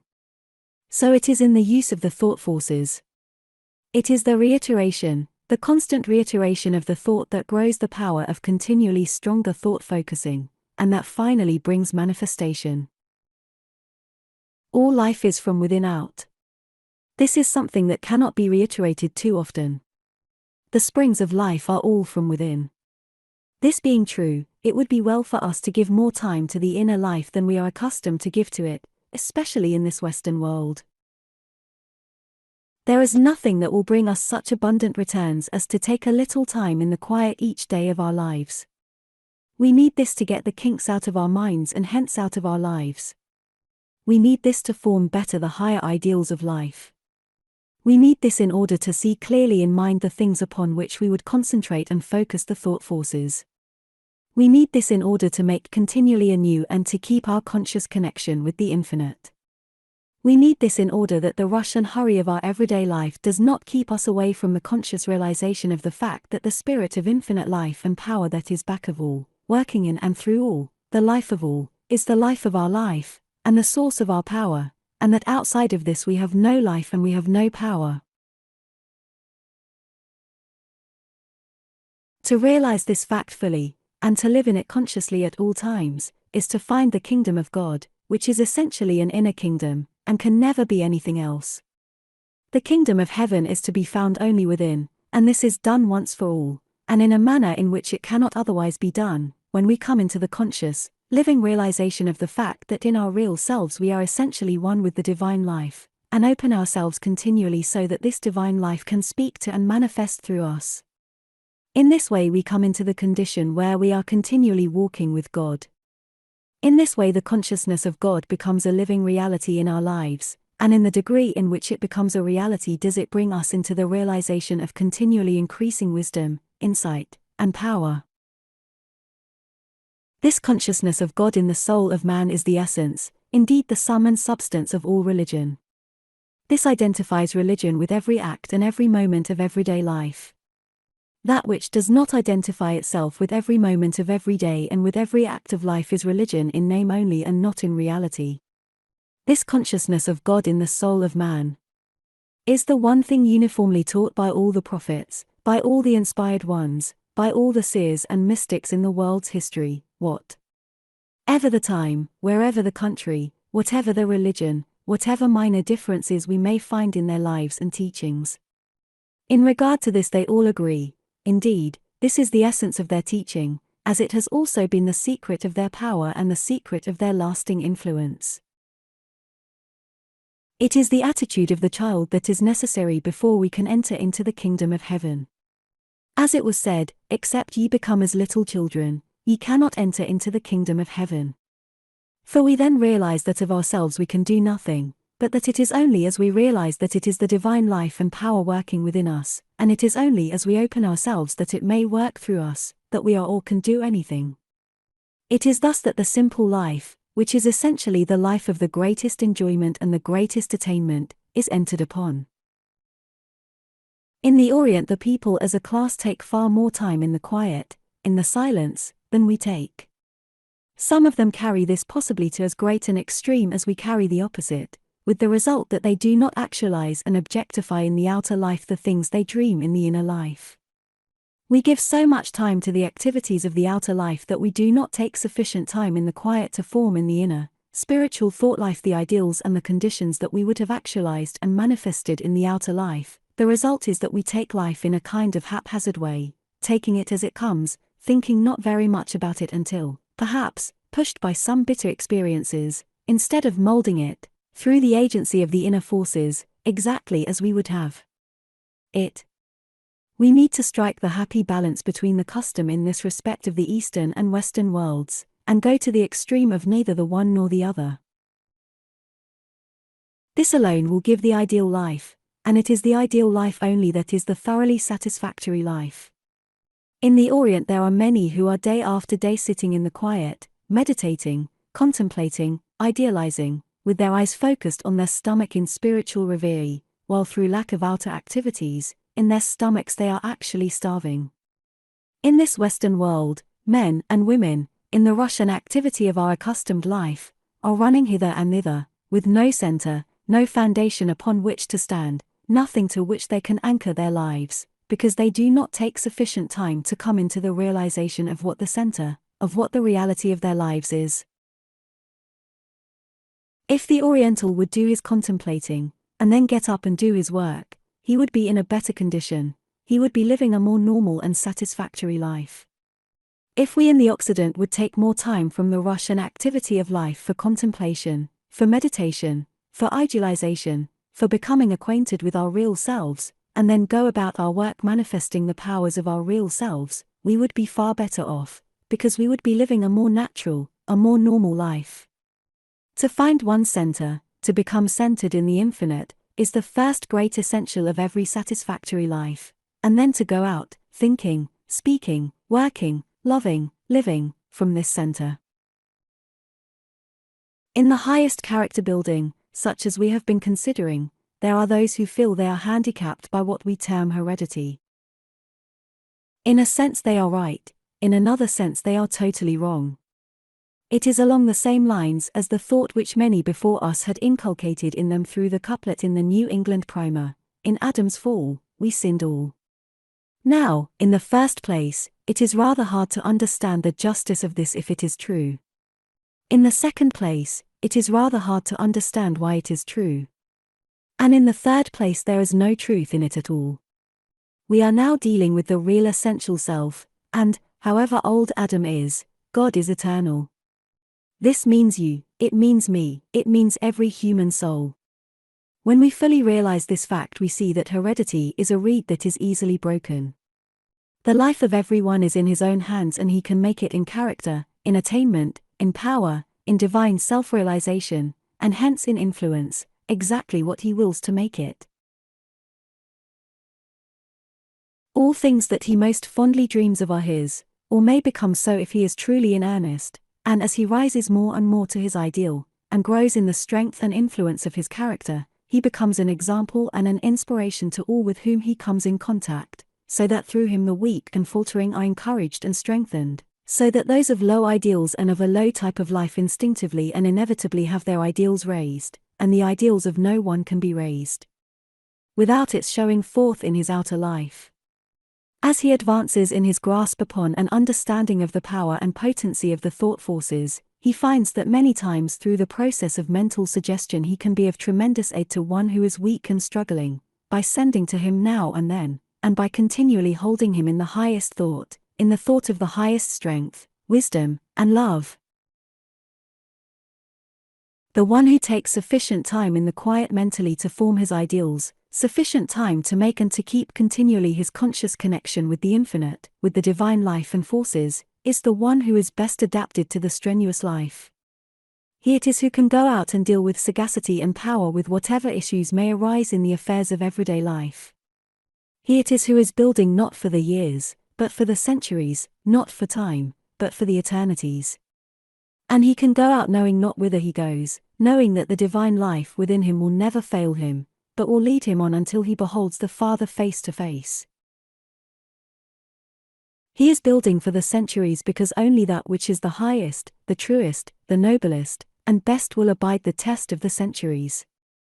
He is building for eternity because when the transition we call death takes place, life, character, self-mastery, divine self-realization, the only things that the soul when stripped of everything else takes with it, he has in abundance.